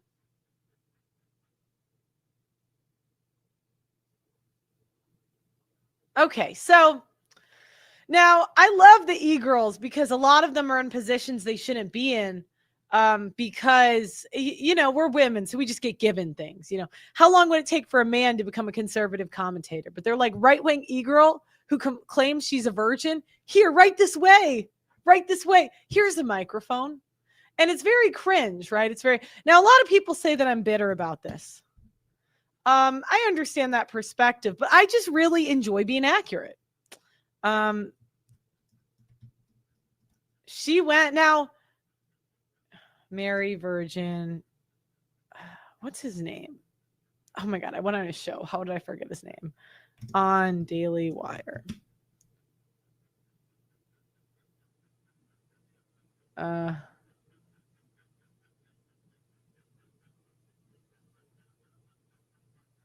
Michael Knowles. That's it. I can't find it now, but you'll have to take my word. I know I saw it. She even went on, she went on Michael Knowles' show, and they had in the title Virgin Mary. And I'm like, it's like the same thing with conservatives. They're like, we really care about virginity. That's a special thing between a husband and a wife. I'm a virgin. It's like, oh, I really care about God. That's a special religious thing. God, I love God. Let me live stream my baptism. You know what I mean? It's just, I really love my kids. Hey kids, can you pose for the camera for the thumbnail? It's like, do you know what I mean? I don't like dishonesty. I don't.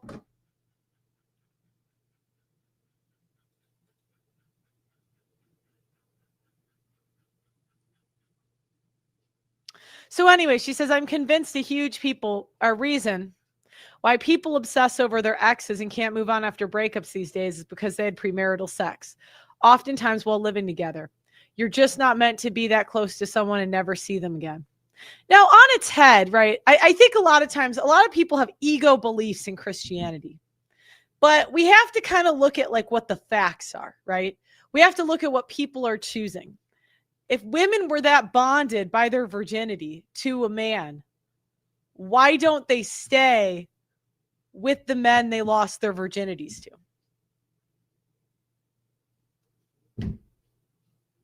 Now, if you lost your virginity to like, I don't know, Tom Cruise or something, maybe it's different. But virginity, a lot of times what religious people want to do is they use virginity as a way to obfuscate the burden of performance of having frame as a man. And the ultimate frame, in my opinion, as a man is just not giving a shit what women think, being able to say no. I mean, the women you're banging, right? Again, if the virginity was so bonding, why is it when no fault divorce, all those women that married as virgins just up and they said, see ya, honey. I'll see you never. Goodbye. Marriage for women is very pragmatic. Alpha men, unless they're like generally speaking, it's the beta guys the beta bucks guys are getting married, and it's because the woman is serving her own best interest to get a kid. Alpha fucks tend to single mom a bunch of people.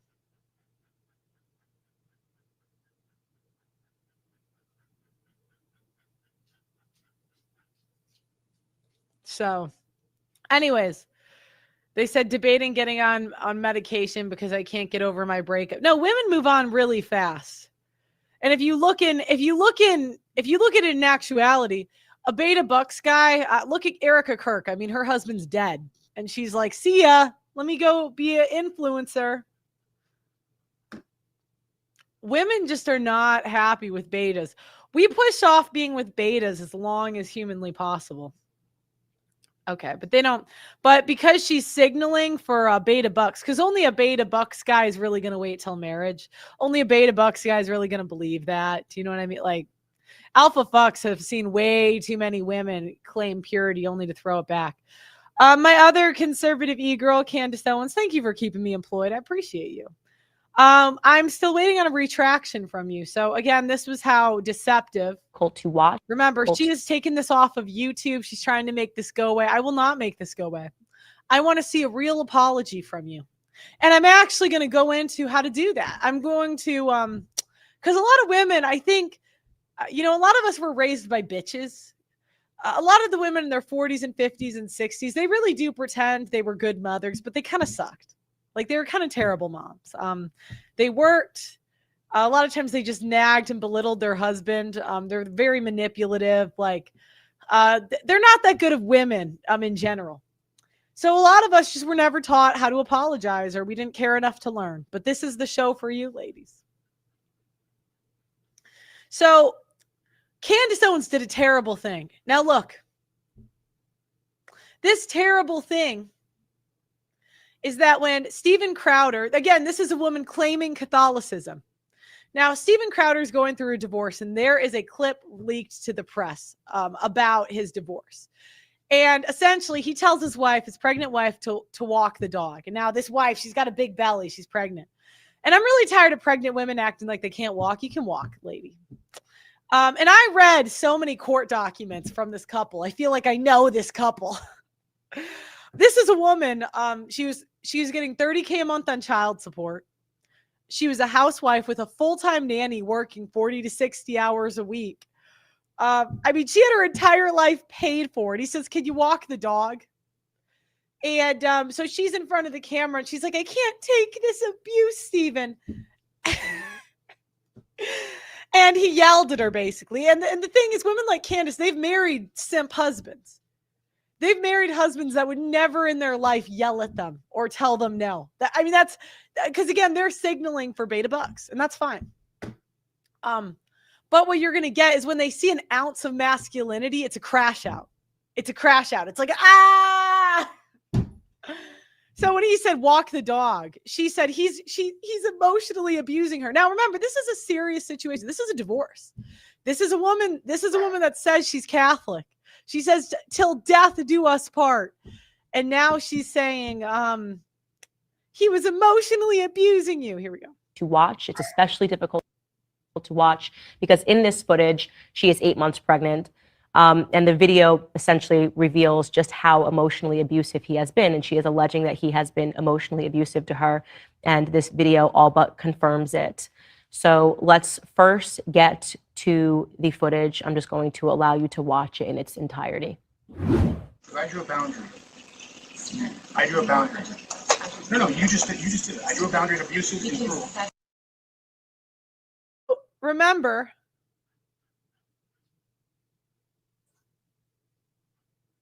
he's saying, I drew a boundary at abusive and cruel. He's saying, stop calling me abusive, bitch. You're a housewife, you spoiled brat. Can you just walk the dog? She's like, stop being abusive. It's very obviously set up, and also this was edited. You were not taking the car. Because if you refuse to do wifely things, then I will go pick up the groceries. There's no groceries. I do have steaks, wood pellets, my grill. I know it's not unreasonable, but I'll go do it. How about you first? Hillary, how do you respect the man? Yes, other than that, other than that, you see love and respect. No, other than that, no, you're not taking the car. Steven, You're not taking the car. Steven, You are not then taking I the will car. ask someone to pick me up. Would you like me to ask? Oh, that's right. Is that correct, Stephen? Get an Uber. Okay, Stephen, I can't. Okay, he said, I'll get an Uber. Can you imagine why rich women, they think abuse is having to take an Uber? Can you imagine?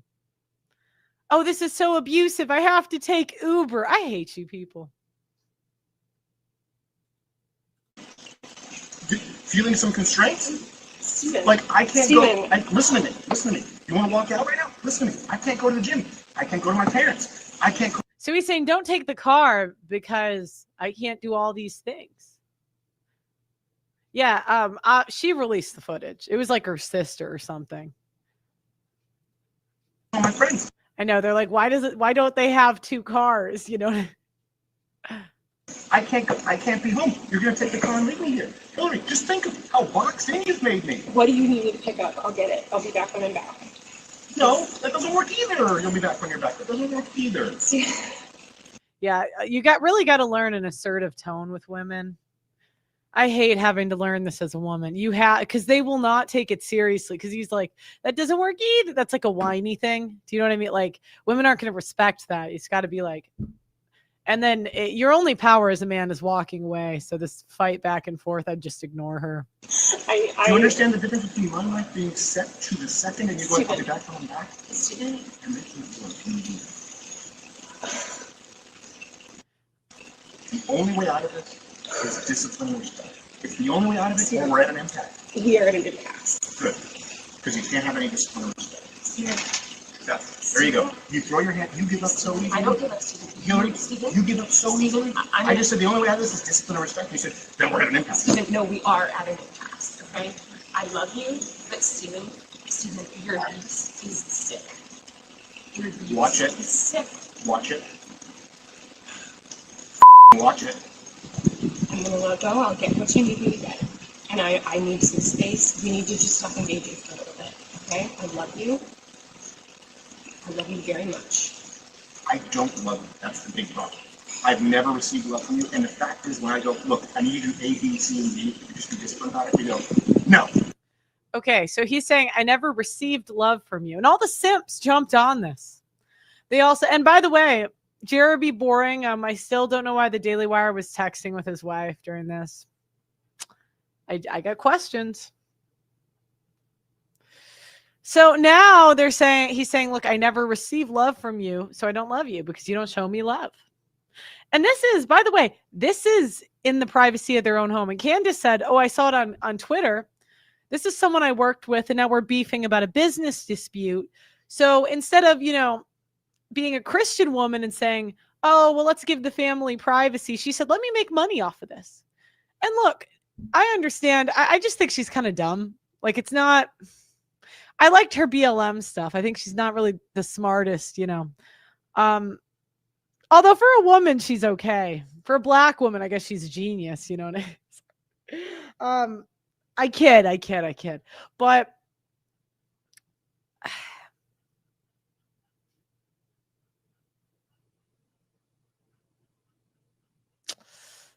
you need to issue a retraction. That's my main point. And I'm going to show you how to do it. But I love you more than life itself. Okay. Put on some gloves. No. But I love you more than life itself. That's not fair. That's not fair, and it's disingenuous. Hillary, you're right. We're at an impasse. Become someone, listen to me, day in and day out, worthy of a wife. No, not as a wife. I didn't say as a wife. Hillary, come on now. I'm not going to engage. I'm not going to engage anymore. I'm going to go. I'll text me what you need. I'll get you what you need. I love you. I'm committed to you. See, again, this is the women versus the men. Men care about actions. They're like, I don't really care if you say that if you don't do it. And then the women are like, but I love you. And they're like, well. Put on some gloves. Are you committed enough to do those things? I'm not trying to. Are you committed enough to do those things? You're not committed to anything. You're not committed to anything. You just said I love you. I'm committed to it. Walk the dogs. Put on some gloves. Walk the dogs. Put on some gloves. Are you committed enough to do those things? Are you committed enough to do the right thing? Are you committed enough to do the right thing? I'm gonna just. Yes, the dogs. Put on some gloves. Are you committed enough to get the medication the gloves? Don't you As Crowder heads inside, Stephen gets angry and angry, and by his own admission, screams, "I will fuck you up," at his pregnant wife, Hillary, who then flees the home. take that in? So that's. And then Candace, yeah, okay. That is the context of that. Saying if you go to your friend and you know that it was not meant that way, and you marry it with Stephen threatened to hit me, Dr. Walker, threatened to hit me. You want to play those games? You want to play those games? I'll play those games. I will fuck you up. Okay, I'm sorry. I didn't mean it that, Hillary. I didn't mean it that way. So what happened is she keeps going around saying that he's abusive to everybody. And he's like, you can't say that. You're my wife. You can't go around telling people that.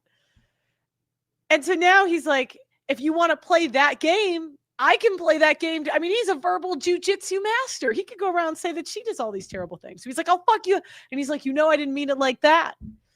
Now, obviously, look, Candace, I need an apology. It's especially difficult and I think to watch. It's and I think that's really what to watch because in this footage, to watch. It's especially she is. I think that at its core, that's really as women where we're lacking. It's okay. We're in the game of life, and in the game of life, you are going to mess up and you are going to make mistakes. In fact, I actually think you should make mistakes because that's how you learn. And by robbing people of the ability to make mistakes, you kind of take a part of life away from them. You really do. You take a part of life like away from them. So I'm not here because a lot of traditional conservatives, they made their mistakes, right? And that was what shaped their life. And they'll say, no, young women have zero fun. Young men have zero fun. We had our fun, but you guys, you got to skip the life, because that's part of life. It's making mistakes, right? So, it's the ups, the downs. Anyways, do you guys want to see me get decked in basketball before we go? I just think it's pretty funny. So I played basketball.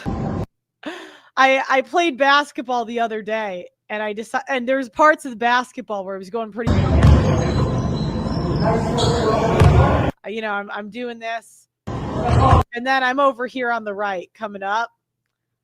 I'm about to set a screen, and when I set screens on women, they usually fall. They usually I'm a very good screen setter, but I fucked around and found out when I set a screen on a guy, oh my God.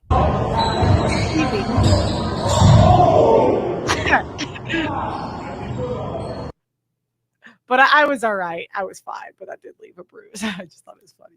Okay. I know, isn't that crazy? So anyways, yeah, Crowder didn't put her in her place. That is on him to some extent, right? I'm not like discounting that. But I don't think that just because he made a social, mistake, again, he's got to make mistakes to learn. Now he's dating. I'll tell you what, I know Crowder now. I didn't know him at the time when I covered this, but later I ended up meeting him. He is dating a baddie now. He is dating a hot Latina. Oh my, I bet Hillary is pissed because his new girlfriend is, oh my God, she is a smoke show. Oh, I bet she hates. I don't get why Pearl even sparred with men on the court. You know what? I just enjoy playing, but to be fair, it probably wasn't the smartest. I could go up against older guys, but it's when there's a real athlete, I'm just gonna let him go next time. Oh my God, hold on. One second. I'm gonna play a video really quick. We're gonna watch Jubilee thing. One second. Pause.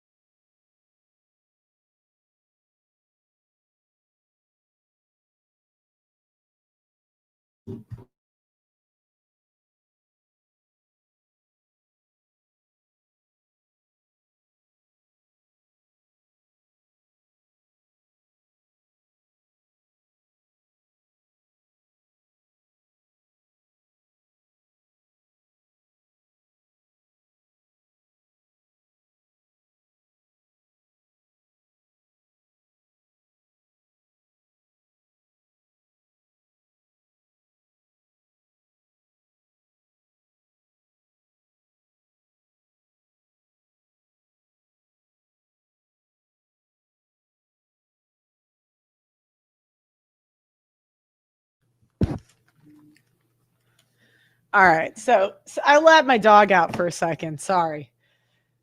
I'll let her back in a second, so I'll have to get up.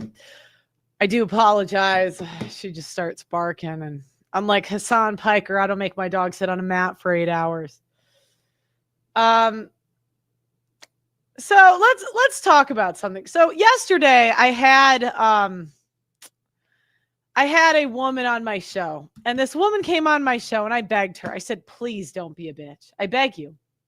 I beg you, just be nice. That's all you got to do. Be nice. Don't be a bitch. And we can have a nice discussion. This is not a debate. Let's have a discussion. And I wonder sometimes, I think women are so unlikable and unpleasant. We have no idea how to be pleasant and unlikable. Polite. I don't know if maybe you guys just your moms didn't teach you that. I don't know if, I don't know what the deal is. But, we're going to do a lesson. And men, you can chime in because the men usually have better, let's be honest, better input than the women. So let's share my screen.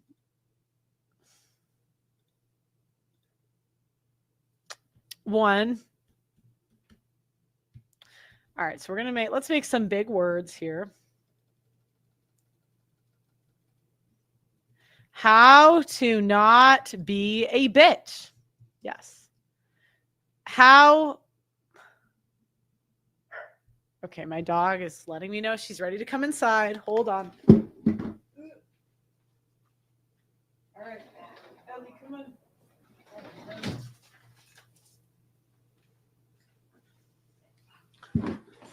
All right.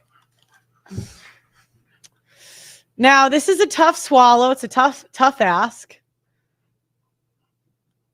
But I think you can do it. Now, the issue you get with men is men have a tendency to white knight. So when a woman is just like the bare minimum pleasant, like she has a nice tone, they say, oh, you're not being a complete bitch. That's why they all white knighted for Crowder. Because even though she was being a disobedient bitch, everybody said, oh no, the poor wife. Oh no. You can have a nice tone and still be a bitch. So one is coming in bad faith. That's number one. So if you come in and you are assuming the other person is a liar or a bad person, my question is, why are you dating someone that you believe that about? Or why are you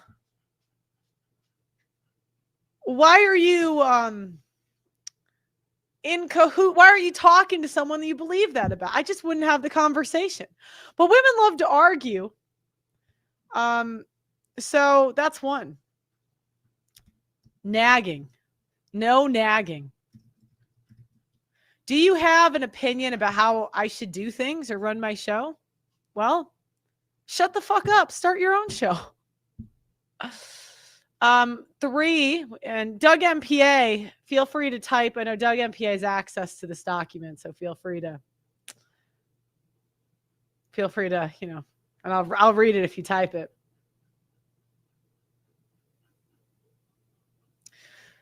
No nagging. Oh, sorry. Come in. I need to put come in good faith. My bad. Come in good faith.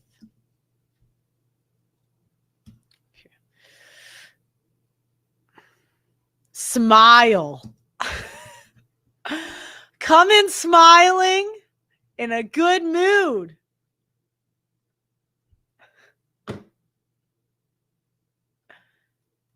Yeah, no over talking. When you're in a conversation with somebody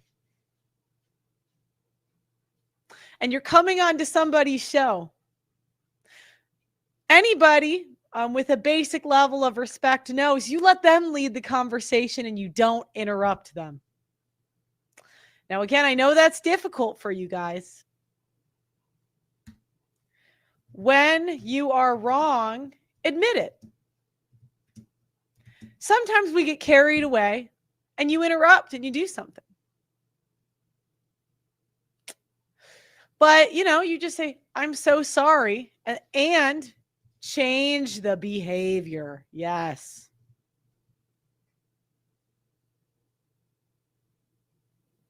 Thank you, Doug MP. That's a great one. Listen to understand instead of just waiting for your turn to talk. Here's another one. Ask questions that are not just source or coming in and saying, again, these women are so unlikable.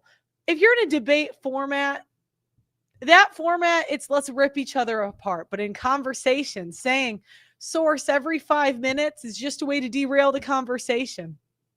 You'll bring up your sources. I'll bring up my sources. We'll both say each other's sources are bullshit. Let's just have a conversation.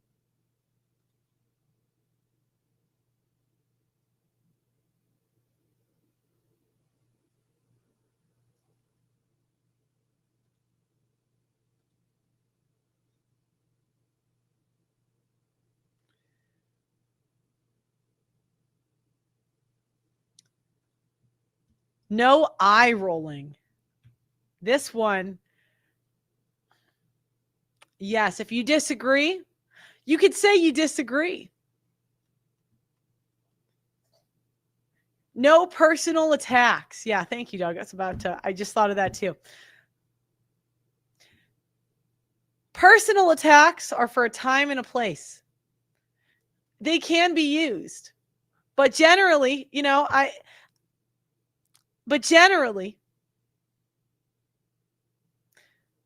being mean to somebody for no reason is being a bitch. Yeah.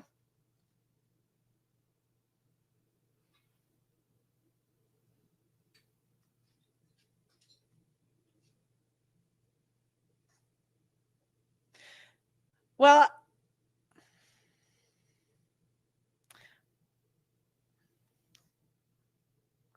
oh, that's a good one. Thank you, Doug. Respect the larger platform and appreciate the opportunity. I'm sorry, I wonder why it's doing that. A lot of you women are nobodies. You have 500 followers. And out of the graciousness of my heart, I say, you know what? We could have a reoccurring show where we do this weekly. If you can just learn to not be a bitch. And they can't do it. I'm offering them the opportunity of a lifetime.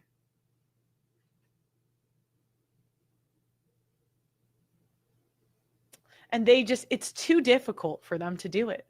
It's like impossible.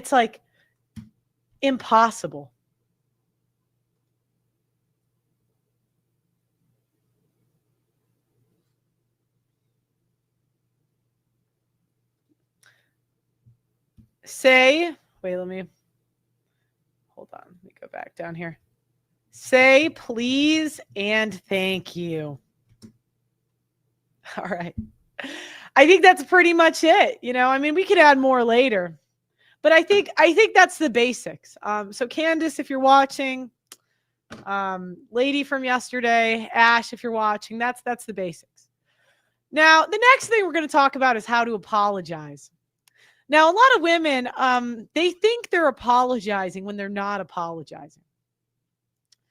Now, I'd like to say, in general, apologies are kind of useless because women will apologize and then do the same thing. But I'll get into that. So this is from AI, to offer a genuine apology, you must take responsibility for your actions, express sincere remorse, and acknowledge that the hurt you caused without making excuses. So yesterday, Ashley, and I'm just going to read this message. She said, Pearl, I was in good faith. Come on. I'll come back next week. Thanks for having me. But seriously, I'll come back. If you would just engage in the back and forth more, even if I challenge you, I think we could have a good conversation. Think about it. Now, that's not an apology. I said, hey, come on my platform and don't be a bitch. Be nice. Don't be a bitch. That's it. Let's have a good conversation. You can't interrupt me. You can't overtalk me. You can't roll your eyes. You got to be nice. You got to not be a bitch. And she couldn't do it, right? So instead of coming in and saying, do you know what? I was out of line and I'm sorry. It won't happen again. She does the female tactic, which is gaslight. And this is how men go crazy because women will never admit they're wrong. They just gaslight you to eternity. I was literally looking at this and I'm like, so your apology is I'll come back. Oh, Ash, I was just dying to have you, the nobody TikToker, on. Oh, no. I needed more bitches to argue with. Oh, my. You know, I think we could have a good conversation. You proved to me we couldn't have a good conversation.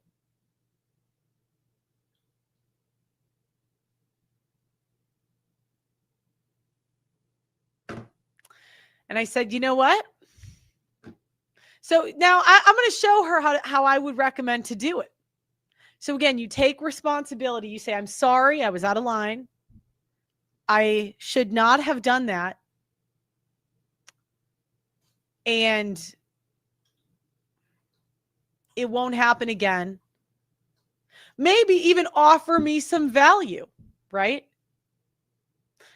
Offer me something. Make it up to me.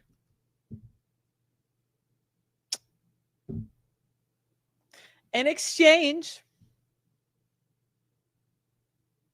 I know some other women that would be great to do this, but give me a few recommendations, right? Or I don't know, be creative. You could think about it. I would love to try again. This time I'll be better. Boom. That's better than what the fuck you did. You said, okay, let me pretend I wasn't doing it and invite myself back. Bitch, shut the... women just have no idea how unlikable they are. So you acknowledge your mistake, be specific, clearly state what you did wrong rather than being vague. For example, say, I'm sorry I snapped at you. Instead of, I'm sorry for what happened. Use phrases like, that was my fault. Express sincere remorse. Show genuine feelings. Your words should reflect true regret for causing pain or damage. People can often sense when an apology isn't authentic. Acknowledge the impact. Show empathy by demonstrating you understand how your actions affected the other person. For example, I see how I hurt your feelings, or I know that was thoughtless of me. 3, make amends and commit to change. Offer to make it right. Ask what you could do to help make the situation better. The older I get, the less I like women. I know. Me too. Give the other person a chance to speak. After you apologize, allow them to express their genuine feelings without interruption or defensiveness. Show you mean it. The apology is proven by your actions and given and follow through. Give it time. Understand the person you hurt may need time to process the apology and won't forgive you instantly.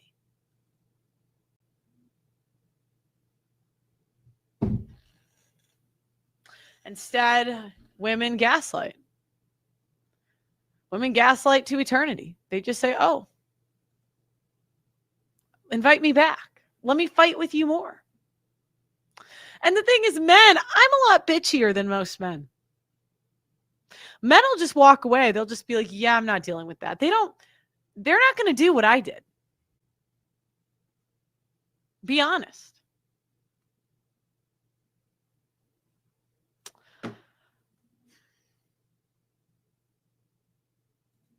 So yeah, Candace Owens. So Candace Owens, let me give you advice. I'll show you how you could use this. This is all on Google. Don't worry, ladies. You guys can Google every story on the planet, but you can't Google how to apologize. So I would first actually reach out to Crowder personally. Yeah, he is that nice of a guy. He would probably still accept it. I was wrong for covering such a private matter of footage that was in the privacy of your own house. I was wrong for painting the picture that you were an abusive monster. I was wrong. Actually, I was wrong for lying about it. I lied and I was wrong. That was my fault. I am sorry. I am so sorry. I can see how I affected your career. If there's anything, I know I probably can't make this right, but if there's anything I can do to make it right or fix this mistake, let me know. And then sit back. See what he says. I would recommend doing it in person if you know somewhere he's going to be. And if you can't do that, what I would recommend then, and you need it to be public and private. I would recommend doing it privately. I would record this beforehand. I would make a recording beforehand of you apologizing and say tomorrow. Actually, I'm debating. She needs to publicly retract the statement, but I don't want her to just do it to manage her reputation. How could she make it right? How could she make it right? Let me know the people in the chat. Yeah, and it's never an apology if it's followed up with a but or an I'm sorry, but.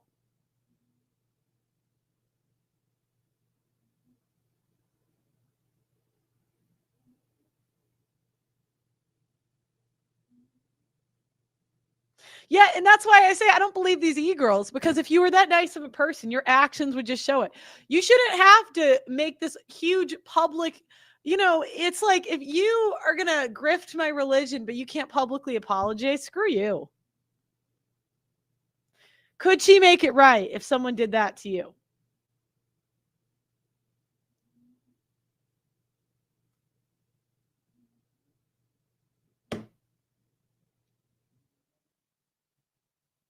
I know she's too stubborn.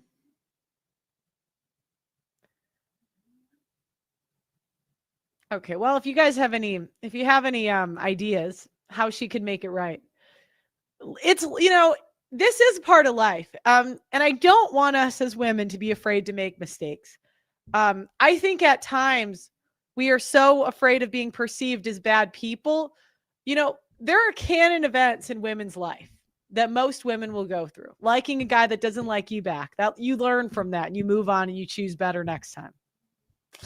As long as don't become bitter, ladies, but that happens to most women. That's a canon event. Gossiping too much and it getting you in trouble like this. Most women have done that, right? But there's a time when you have to apologize.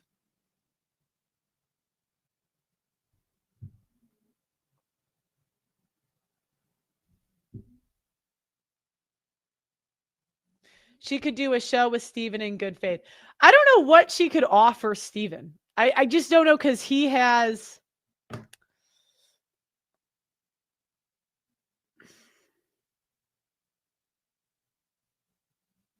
Yeah, I mean, maybe a dual... It would have to be an in-person. I am sorry. Okay, so next we're going to go. I think that was enough for the... that's my advice to you women. You ladies, look. At some point you have to learn how to apologize. This is a skill, and it's a skill you have to learn. Okay, so this week I did a video talking about black fatigue.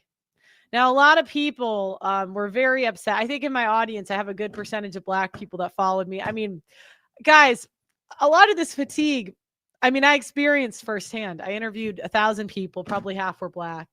And I really have I have no hatred in my heart towards black people. I really don't.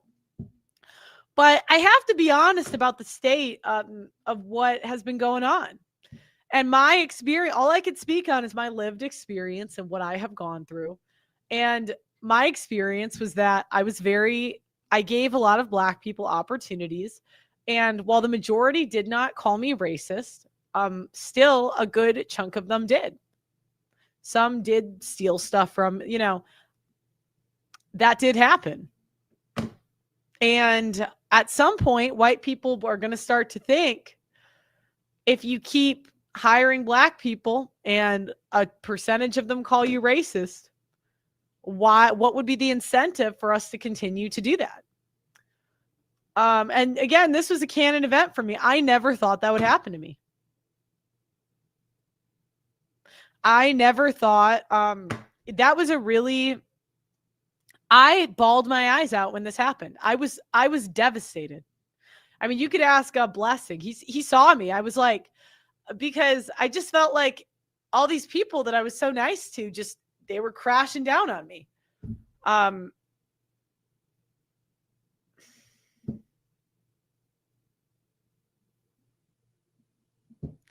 Yeah, and it just, even though I tried to the best of my abilities to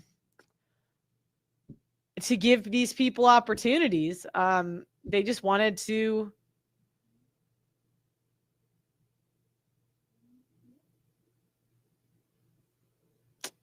call me and insinuate that I was racist in some way. And it was really hurtful, if I'm being honest. So now a lot of people were upset at this live stream talking about Black fatigue. And I understand that. Wait, let me find this. Hold on. I wanted to read through some of the comments that people were saying. Why is it made a model? Modern women can't.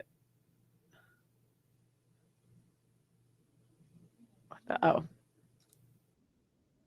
yeah.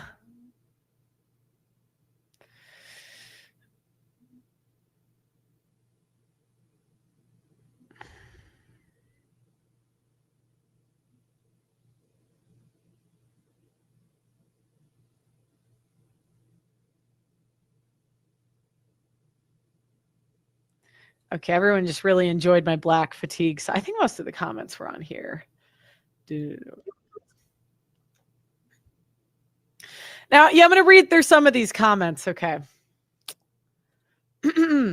Some people agreed with me. They said, I have a Black friend in high school. We hung out every day. The first time I invited him to my house, he stole my video games. When I confronted him, he pulled a steel bar and threatened to hit me in the head with it. 3 years of being friends meant nothing to him. And I would ride my bike to his house and double him on my handlebars to get to new places. A few games were all it took to end the friendship in mind.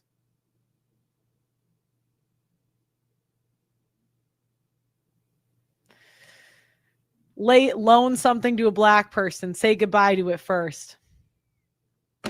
Now, again, a lot of Black people came back and they accuse me. They say, you're racist, They'll say, oh, but Pearl, they act like we have some genuine hatred in our heart towards Black people. We don't.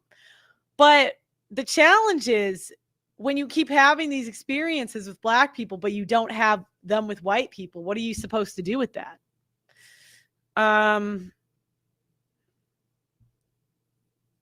Okay, wait, hold on. I gave my younger brother's coach a car, not a great one, but he lost his. Did I get a thank you? A car? Did he buy me a beer? Nothing. Ghosted. Never heard from that man again. By the way, I was like 20. He was like 35.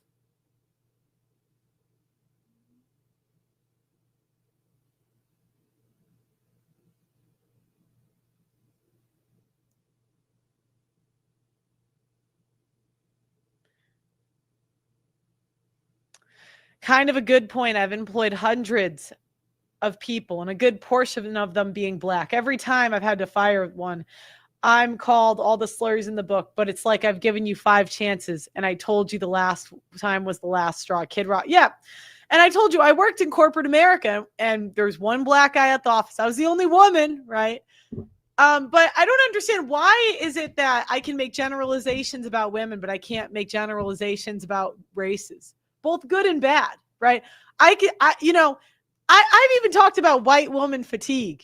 White women, we're not really violent, but we do things. Whenever there's something we can mess, like ruin things with money, we do that, like IVF, and then we have these like IVF children. We're the ones transitioning the kids. You know, but you know, my message, there was a lot of comments I saw. I'm trying to find them now. I don't know why they're all positive now. But I'm just being honest here.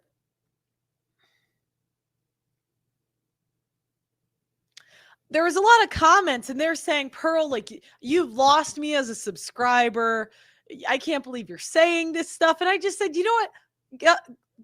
I really am trying to make this a space for people that can have adult conversations where we know generalizations do not mean every single person, where we can be honest about historical facts without you getting angry and upset, whether it's the Holocaust, whether it's slavery, whether it's whatever. I am a curious person. I love digging into the nitty gritty of stuff. So if you can't handle that, you know, it's fine. You can find somewhere else to go. I can't wait. Abba and Preach are going to highlight this. They're like professional naggers. They are professional naggers.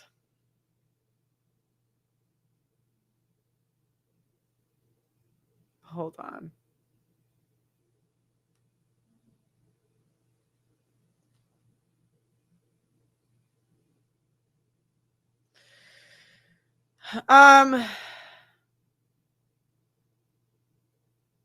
Yeah, but this was just my life experience. So subscribed on the first video, unsubscribed on the second. I'm like, well, I got messages that said, who hurt you, Pearl? And I'm like, well,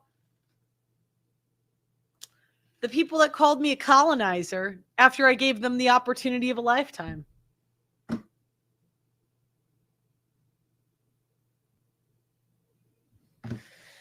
So yeah, you know,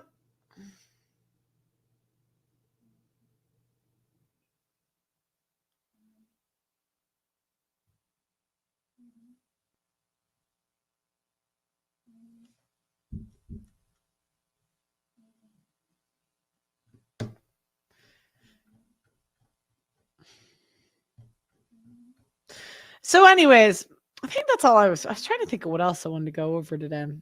I thought I had more comments, but I guess people agreed more than I thought.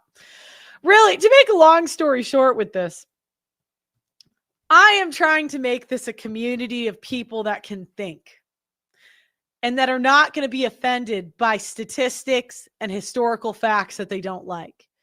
And if you can't handle it, it's totally fine. If you're here to debate, you know, we have Andrew Wilson's channel. I want to have real conversations. And, you know, that's just how I do things. So, yeah, I mean, I'm going to let Doug MPA on, actually. Doug MPA, you want to come up today?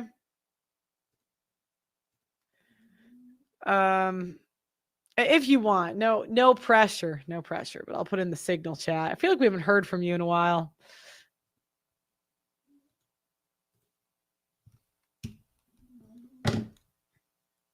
I would also like you to leave. I'm going to actually make a list of the people I want to leave.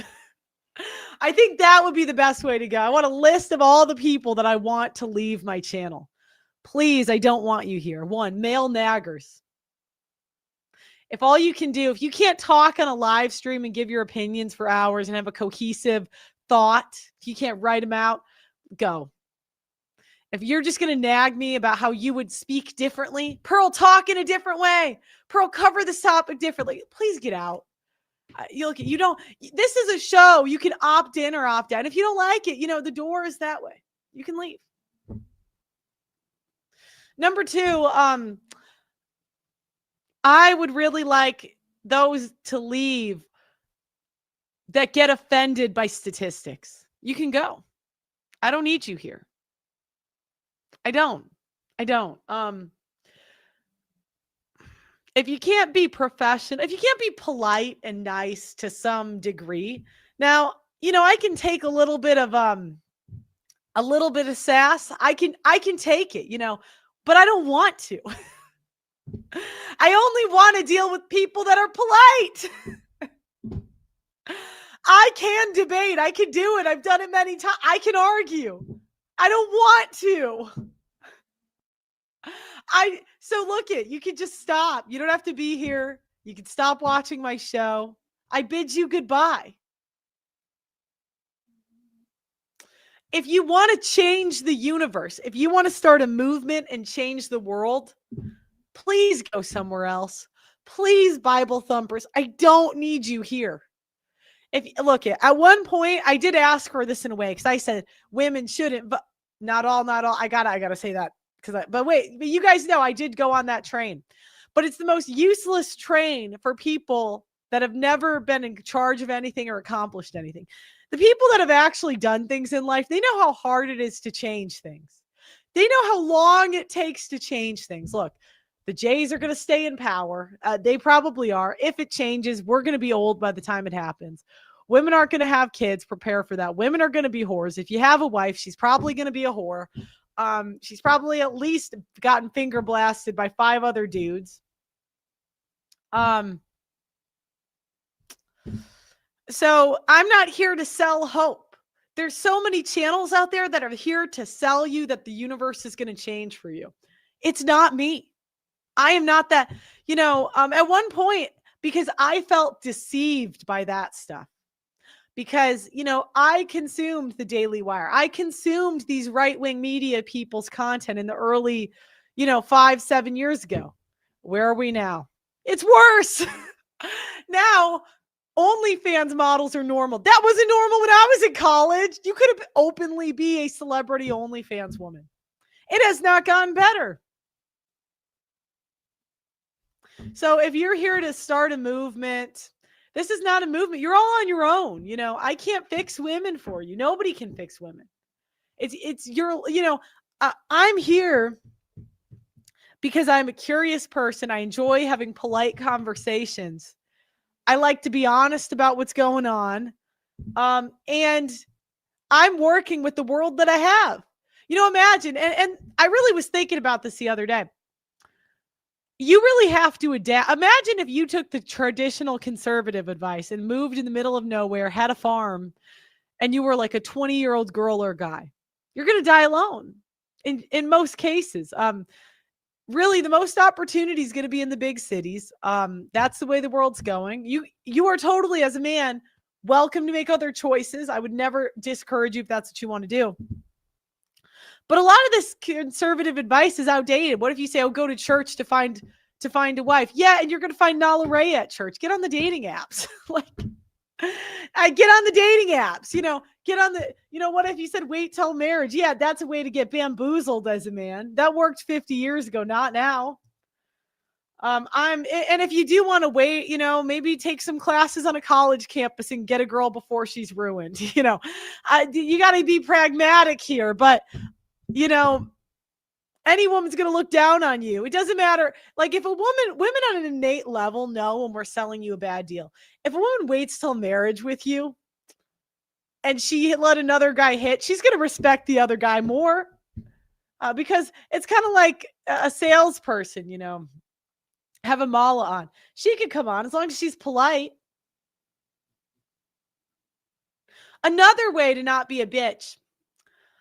Bringing up things from years ago. If you have a problem, you have like a 1-month time period to get over it.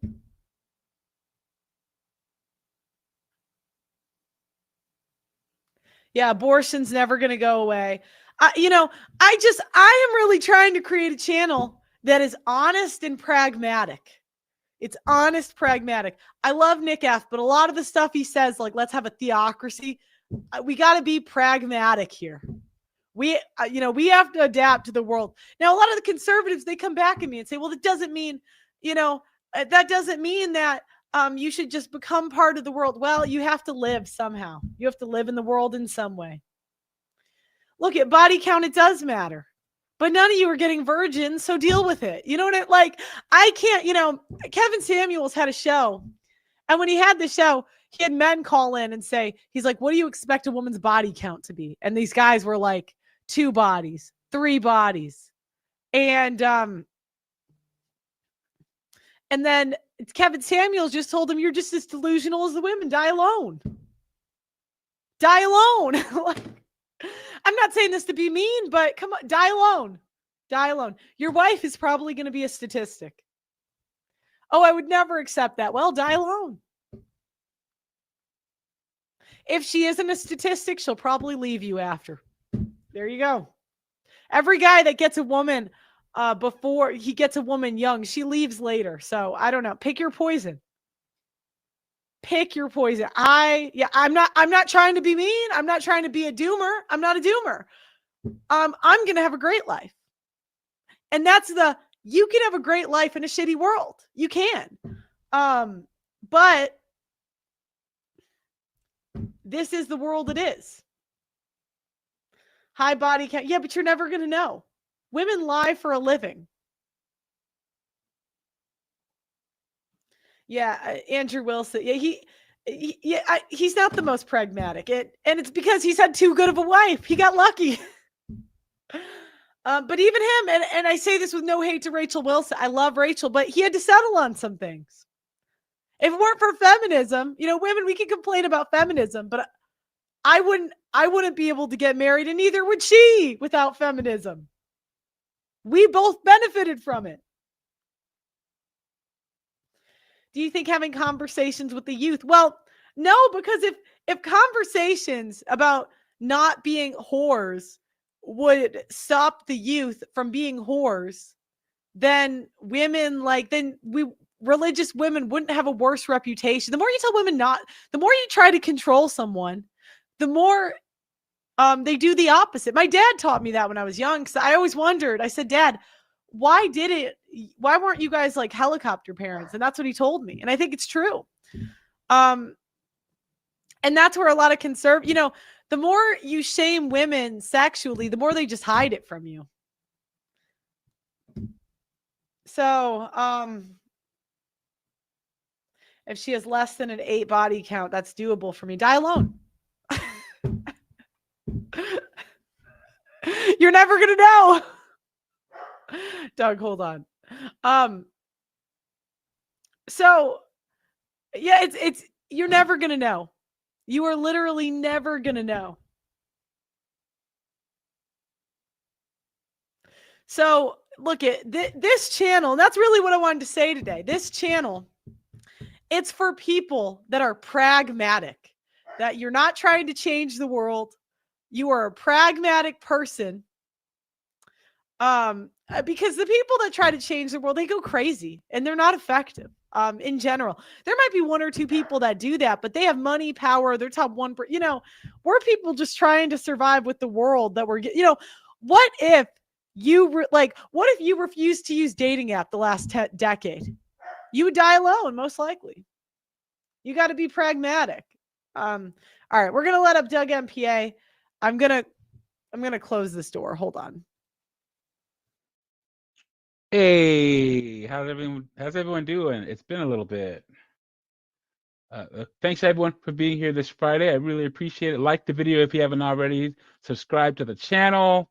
Good to see all of the usual YouTube chat guys and gals. Don't think that we don't notice, we don't see that you're here day after day, week after week. And make sure to go to the audacitynetwork.com and join Pearl's website for $10 a month. You get to be part of our community over there. We'd love to have you. So go over to the audacitynetwork.com and sign up today. We'd really appreciate it. Thank you, Doug. Yeah, so I really just wanted to clarify. And Doug MPA has been working so hard at the network. So he's been really fostering the community on the audacitynetwork.com. We're trying to get the Facebook page up running this week.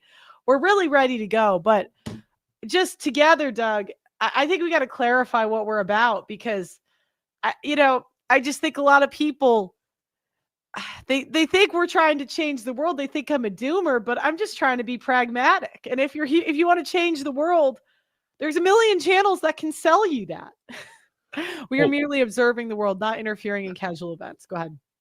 Yeah. So one thing I've noticed about this whole red pill thing is that it's evolved. 2015 to about 2020 was kind of the exposure phase. And you had the Kevin Samuels where they kind of made it mainstream, and now it's time to be more solution based. I think that there's enough out there where you can really start trying to push towards the solutions and having serious conversations, and that's where Pearl's at right now, guys. We've seen Pearl kind of grow up in these YouTube streets, and now she's trying to get serious. But we can only get serious if we have, critical thinking, people that want a higher level of conversation. And I'd like to think that the majority of Pearl's subscribers and listeners are those people. But then some people that aren't will get in, and like that woman yesterday. The people that are kind of low energy, they just want to fight and yell and nag and stuff like that. We're not about that. You have to be willing to have the tough conversations. It's like me, guys. I've been black on this planet for over 40 years. Black people commit 55 to 60% of the violent crimes in this country. I have to eat that, guys. I have to. There are multiple sources that say that.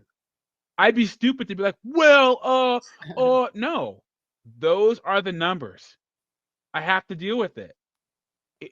It doesn't upset me when people talk about, oh yeah, black people should stop killing each other in Chicago. Why am I going to get upset about that?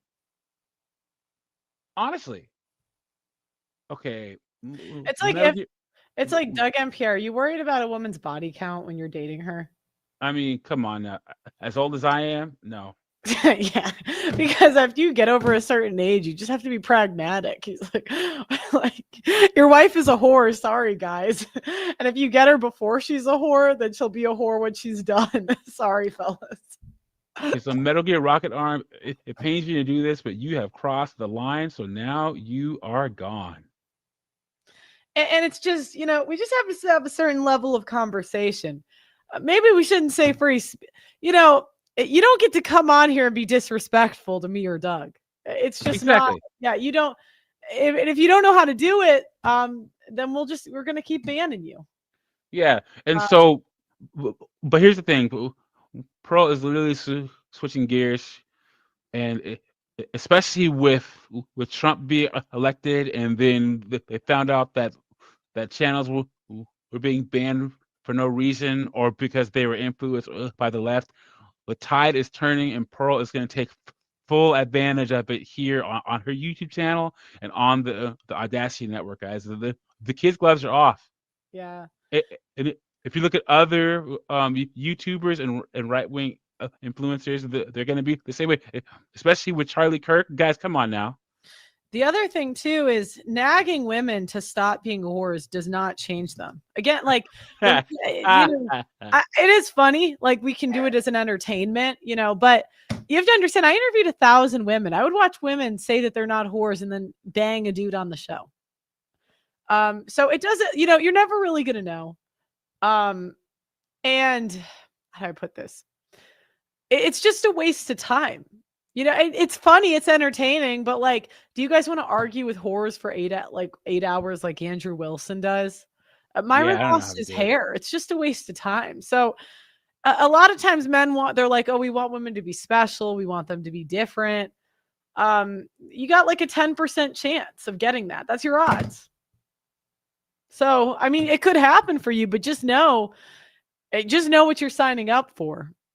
So I agree. Yeah. So, I mean, hey, a lot of people compare it to business, but I don't really think it's the same because I think you can work at a business and it'll get better, but you can't work this requires another person. So you're not really in control. And what I've noticed is a lot of conservative content. I would even say me, like when I was in that phase, it's very fear-based. So it's like, oh, I just want to control the universe. And it's like, it's kind of a female trait, being neurotic and just like being afraid of it's a female trait, neuroticism.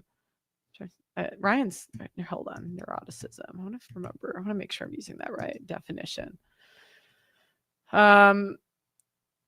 Oh, yeah. Neuroticism is a personality trait characterized by a tendency to experience negative emotions such as anxiety, worry, irritability, and moodiness. So, individuals high in neuroticism are highly sensitive to stress and setbacks. So, a lot of what Talking you about hear, women in general. yeah, no, it's a female trait, but you see men adapt it when they're trying to control women or control the universe. You can't. Like, it is impossible. All you can do is develop your best strategy, and that's all you got. Pearl Mal says, "All I hear is defeat." Pearl, what would you say to him? Well, okay, all I hear is defeat. Are you rich, powerful? It's like you guys are peasants. I'm a peasant. Like, and you're saying we'll defeat the king. Yeah, I'm not here to lead a revolution. I don't even think I can. Like, I don't even have that skill set.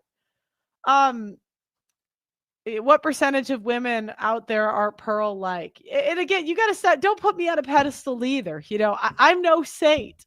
So it's like the challenge you get is you just are never really going to know.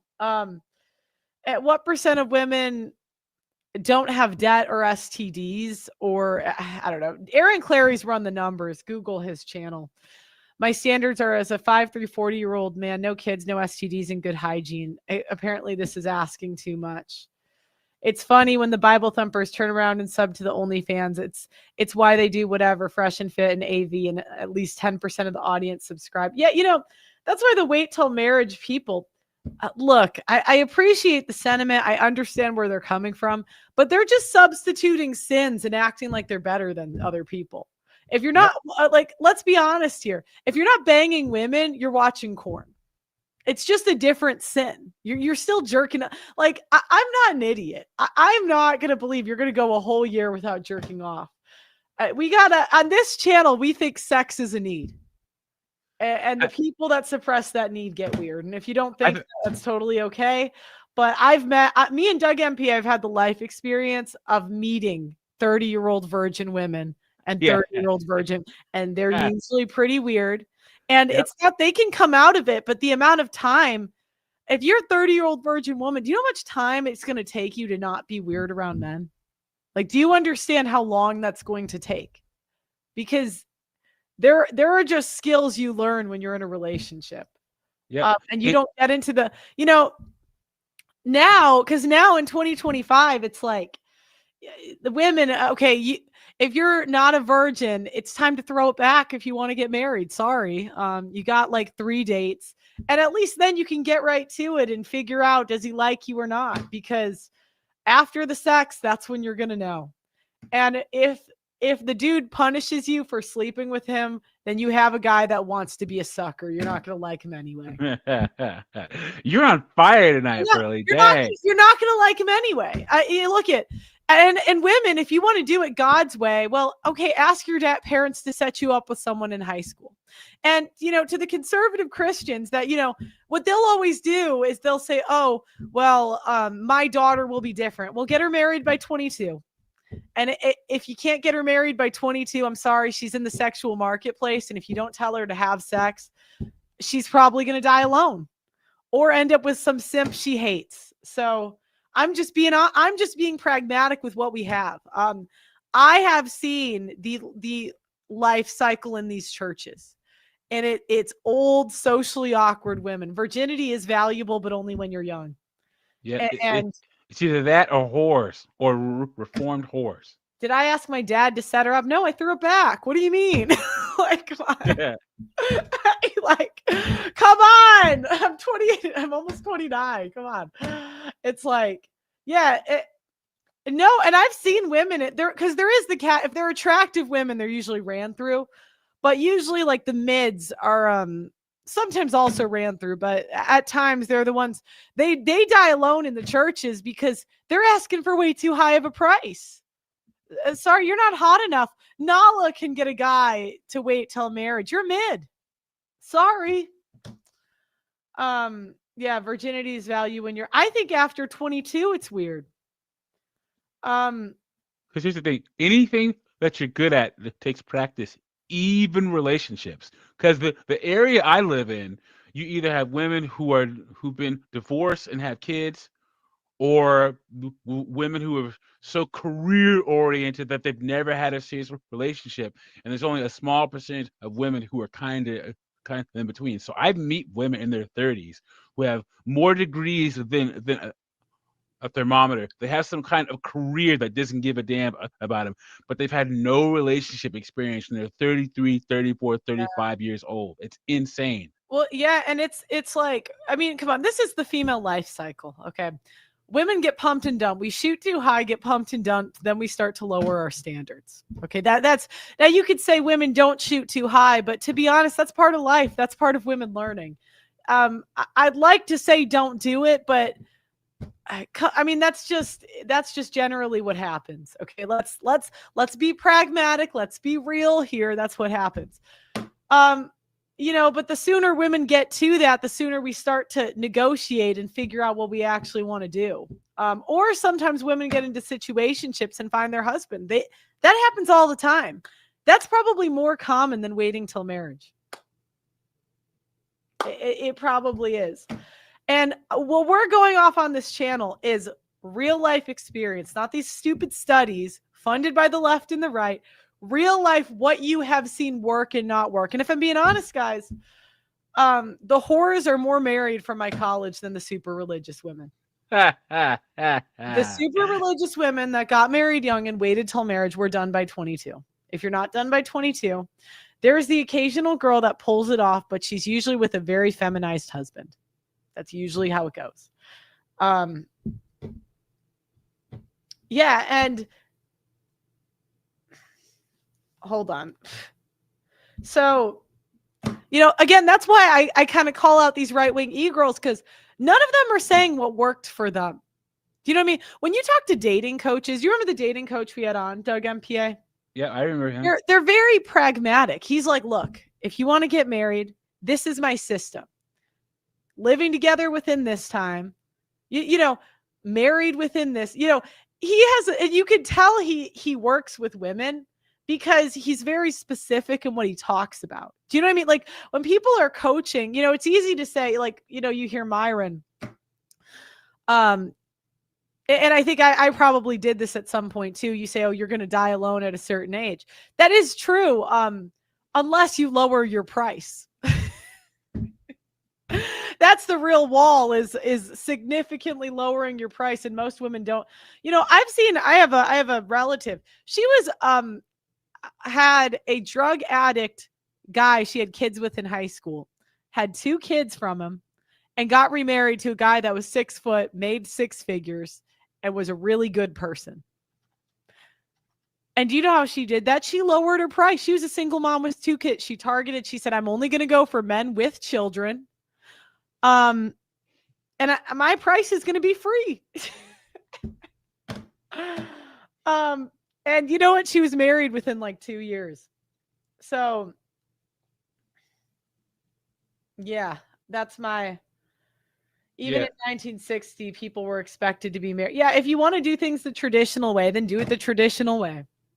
And I would say to the ladies, if you're over 35 and you find a guy who you find attractive, you just need to keep showing up no matter what. If he's banging other chicks, if he's going on vacations without you, just if you stay long enough, you might have a shot. Lower your standards. If you find a guy who checks off most of your boxes, but he sleeps with other women, or he does, you know, he has some, just keep showing up. Because a lot of women, right, Pearly, if they show up long enough for 4, 5, 6, 7 years, keep their mouth shut, they could have a chance. Yeah. Yeah, because at that age, it just depends what you want, right? My question is, can you pay for yourself the rest of your life? For her. What would I say to a 39-year-old woman with no kids who is single and paying for my life, but I genuinely don't want a relationship now or maybe ever? Then don't torture the men. Just pay for yourself. Like, really? I mean, a lot of men don't believe women when they say that. I believe them. just make sure you have everything paid for, because you do not want to be living with there's older women that are living together now. And you really have to ask yourself, who's going to take care of you when you're like old, because you're going to have health issues. Are you really okay? And are you someone else's problem? Because a lot of single moms, they become their father's problem, and that's not really fair. Yeah. Even though the men do it because they're nice people, it's just not fair to them. Yeah, mothers will use their children as a retirement plan, but fathers won't. And here's the thing, Sarah Slade, why do women like her think that men care that women want to stay single? There are more women than there are men. There are more women who don't want to be single than women who want to be single. So if you want to stay single, no one cares. Nobody. Actually, I tell you, go be a side chick for a guy you think's hot, and just wear protection. Yep. And maybe, yeah, that's what I would say. Go get your needs met. You might as well offer sex to somebody. Yeah. Yeah. Also, I'm of the belief that sexual attraction is important. I know some people don't think it is. I do think it's important. I don't really think I don't even think men want women to have sex with them that don't want to do it. I don't think it's really fun for the men. So yeah, if you want to die alone, die alone. I mean, you're not going to be alone. A lot of people are doing it. So and women that want to be alone, don't expect a man to break down your walls and sweep you off your feet and show you why you shouldn't be single. We have too much stuff we have to do now. We're not going to do that anymore.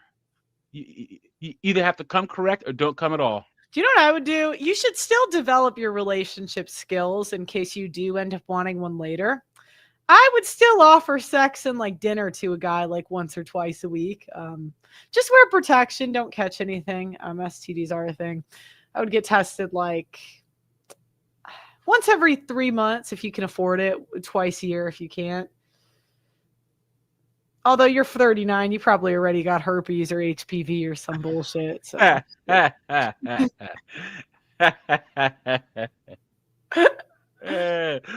Wasn't that you that one time I said that 50-year-old women they don't care about STDs as long as you're getting dick? Yeah, once or twice. No, I didn't say with the different guys. Like she should try to retain them. Like I said, I'm just saying, like if she had, no, I've been celibate. Okay, go get some dick, Sarah. That's what I would tell you. She has way too many tattoos to be celibate. Come on now, look at that. Mm-hmm. No, come on. You need to go get some dick. I mean, let's for shits and giggles, let's pretend she's telling the truth. Go find the hottest guy. This is what I would tell you. If you can actually pay for yourself, go on Tinder, find the hottest guys possible, bang them, see if they call you back. Okay. They don't call you back, go lower. Congratulations, honey. You have found your league until one calls you back. Yeah, I don't. And it's funny because I wonder when women are going to learn that being alone.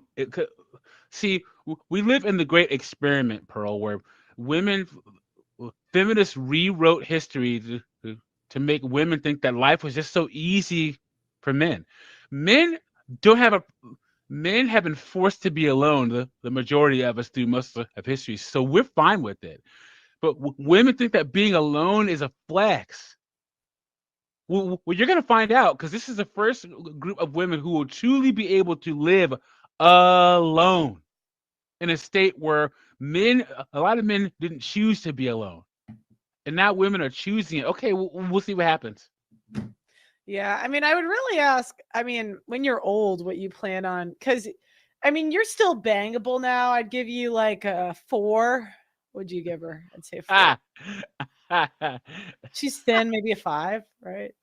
I don't know. The tattoos bring it down for me. 4, yeah.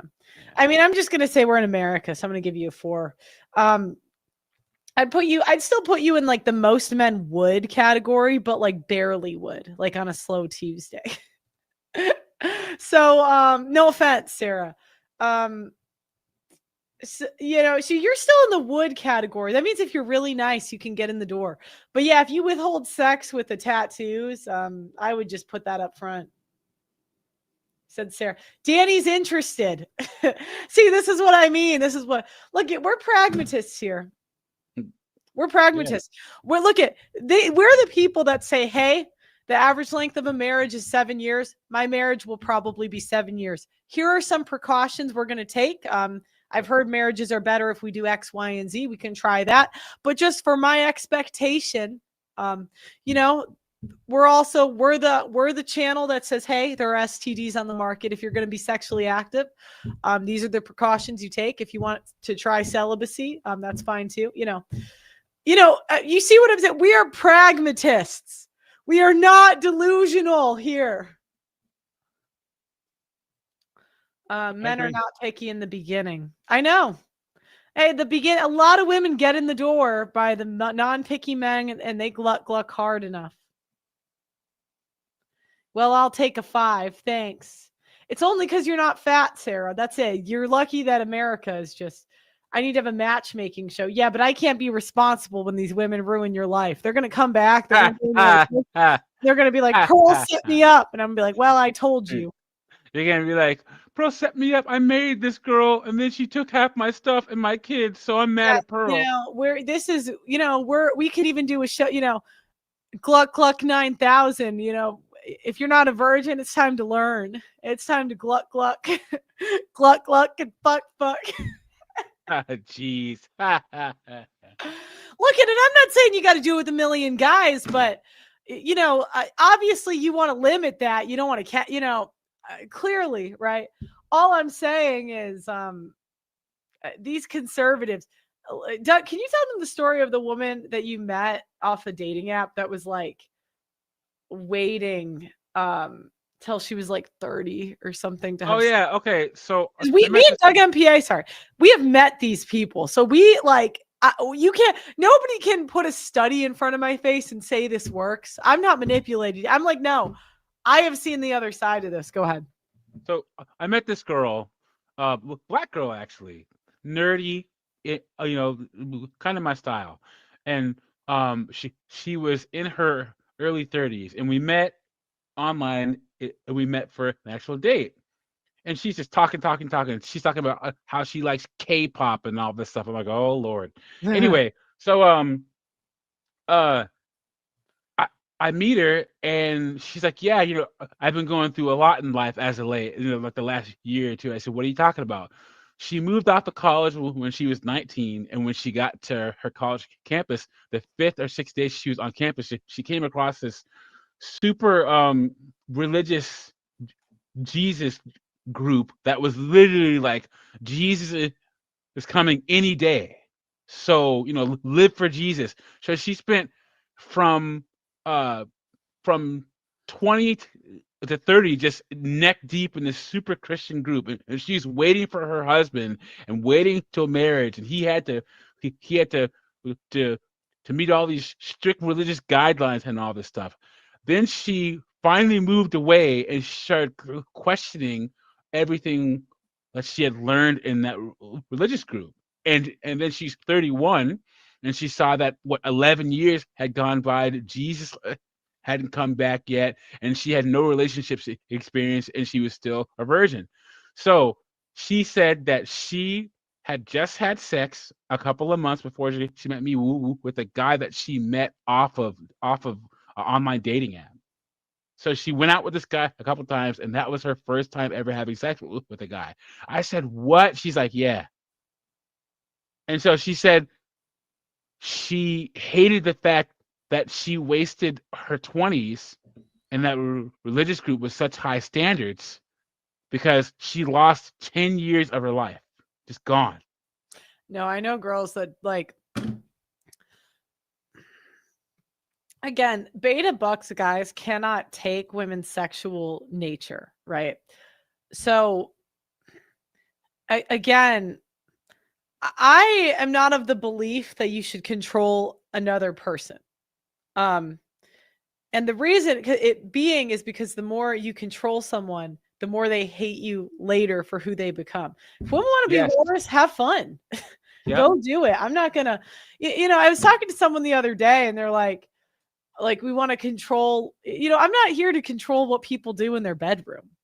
I mean, that's your personal business. Some people are freaking the sheets and just very productive members of society.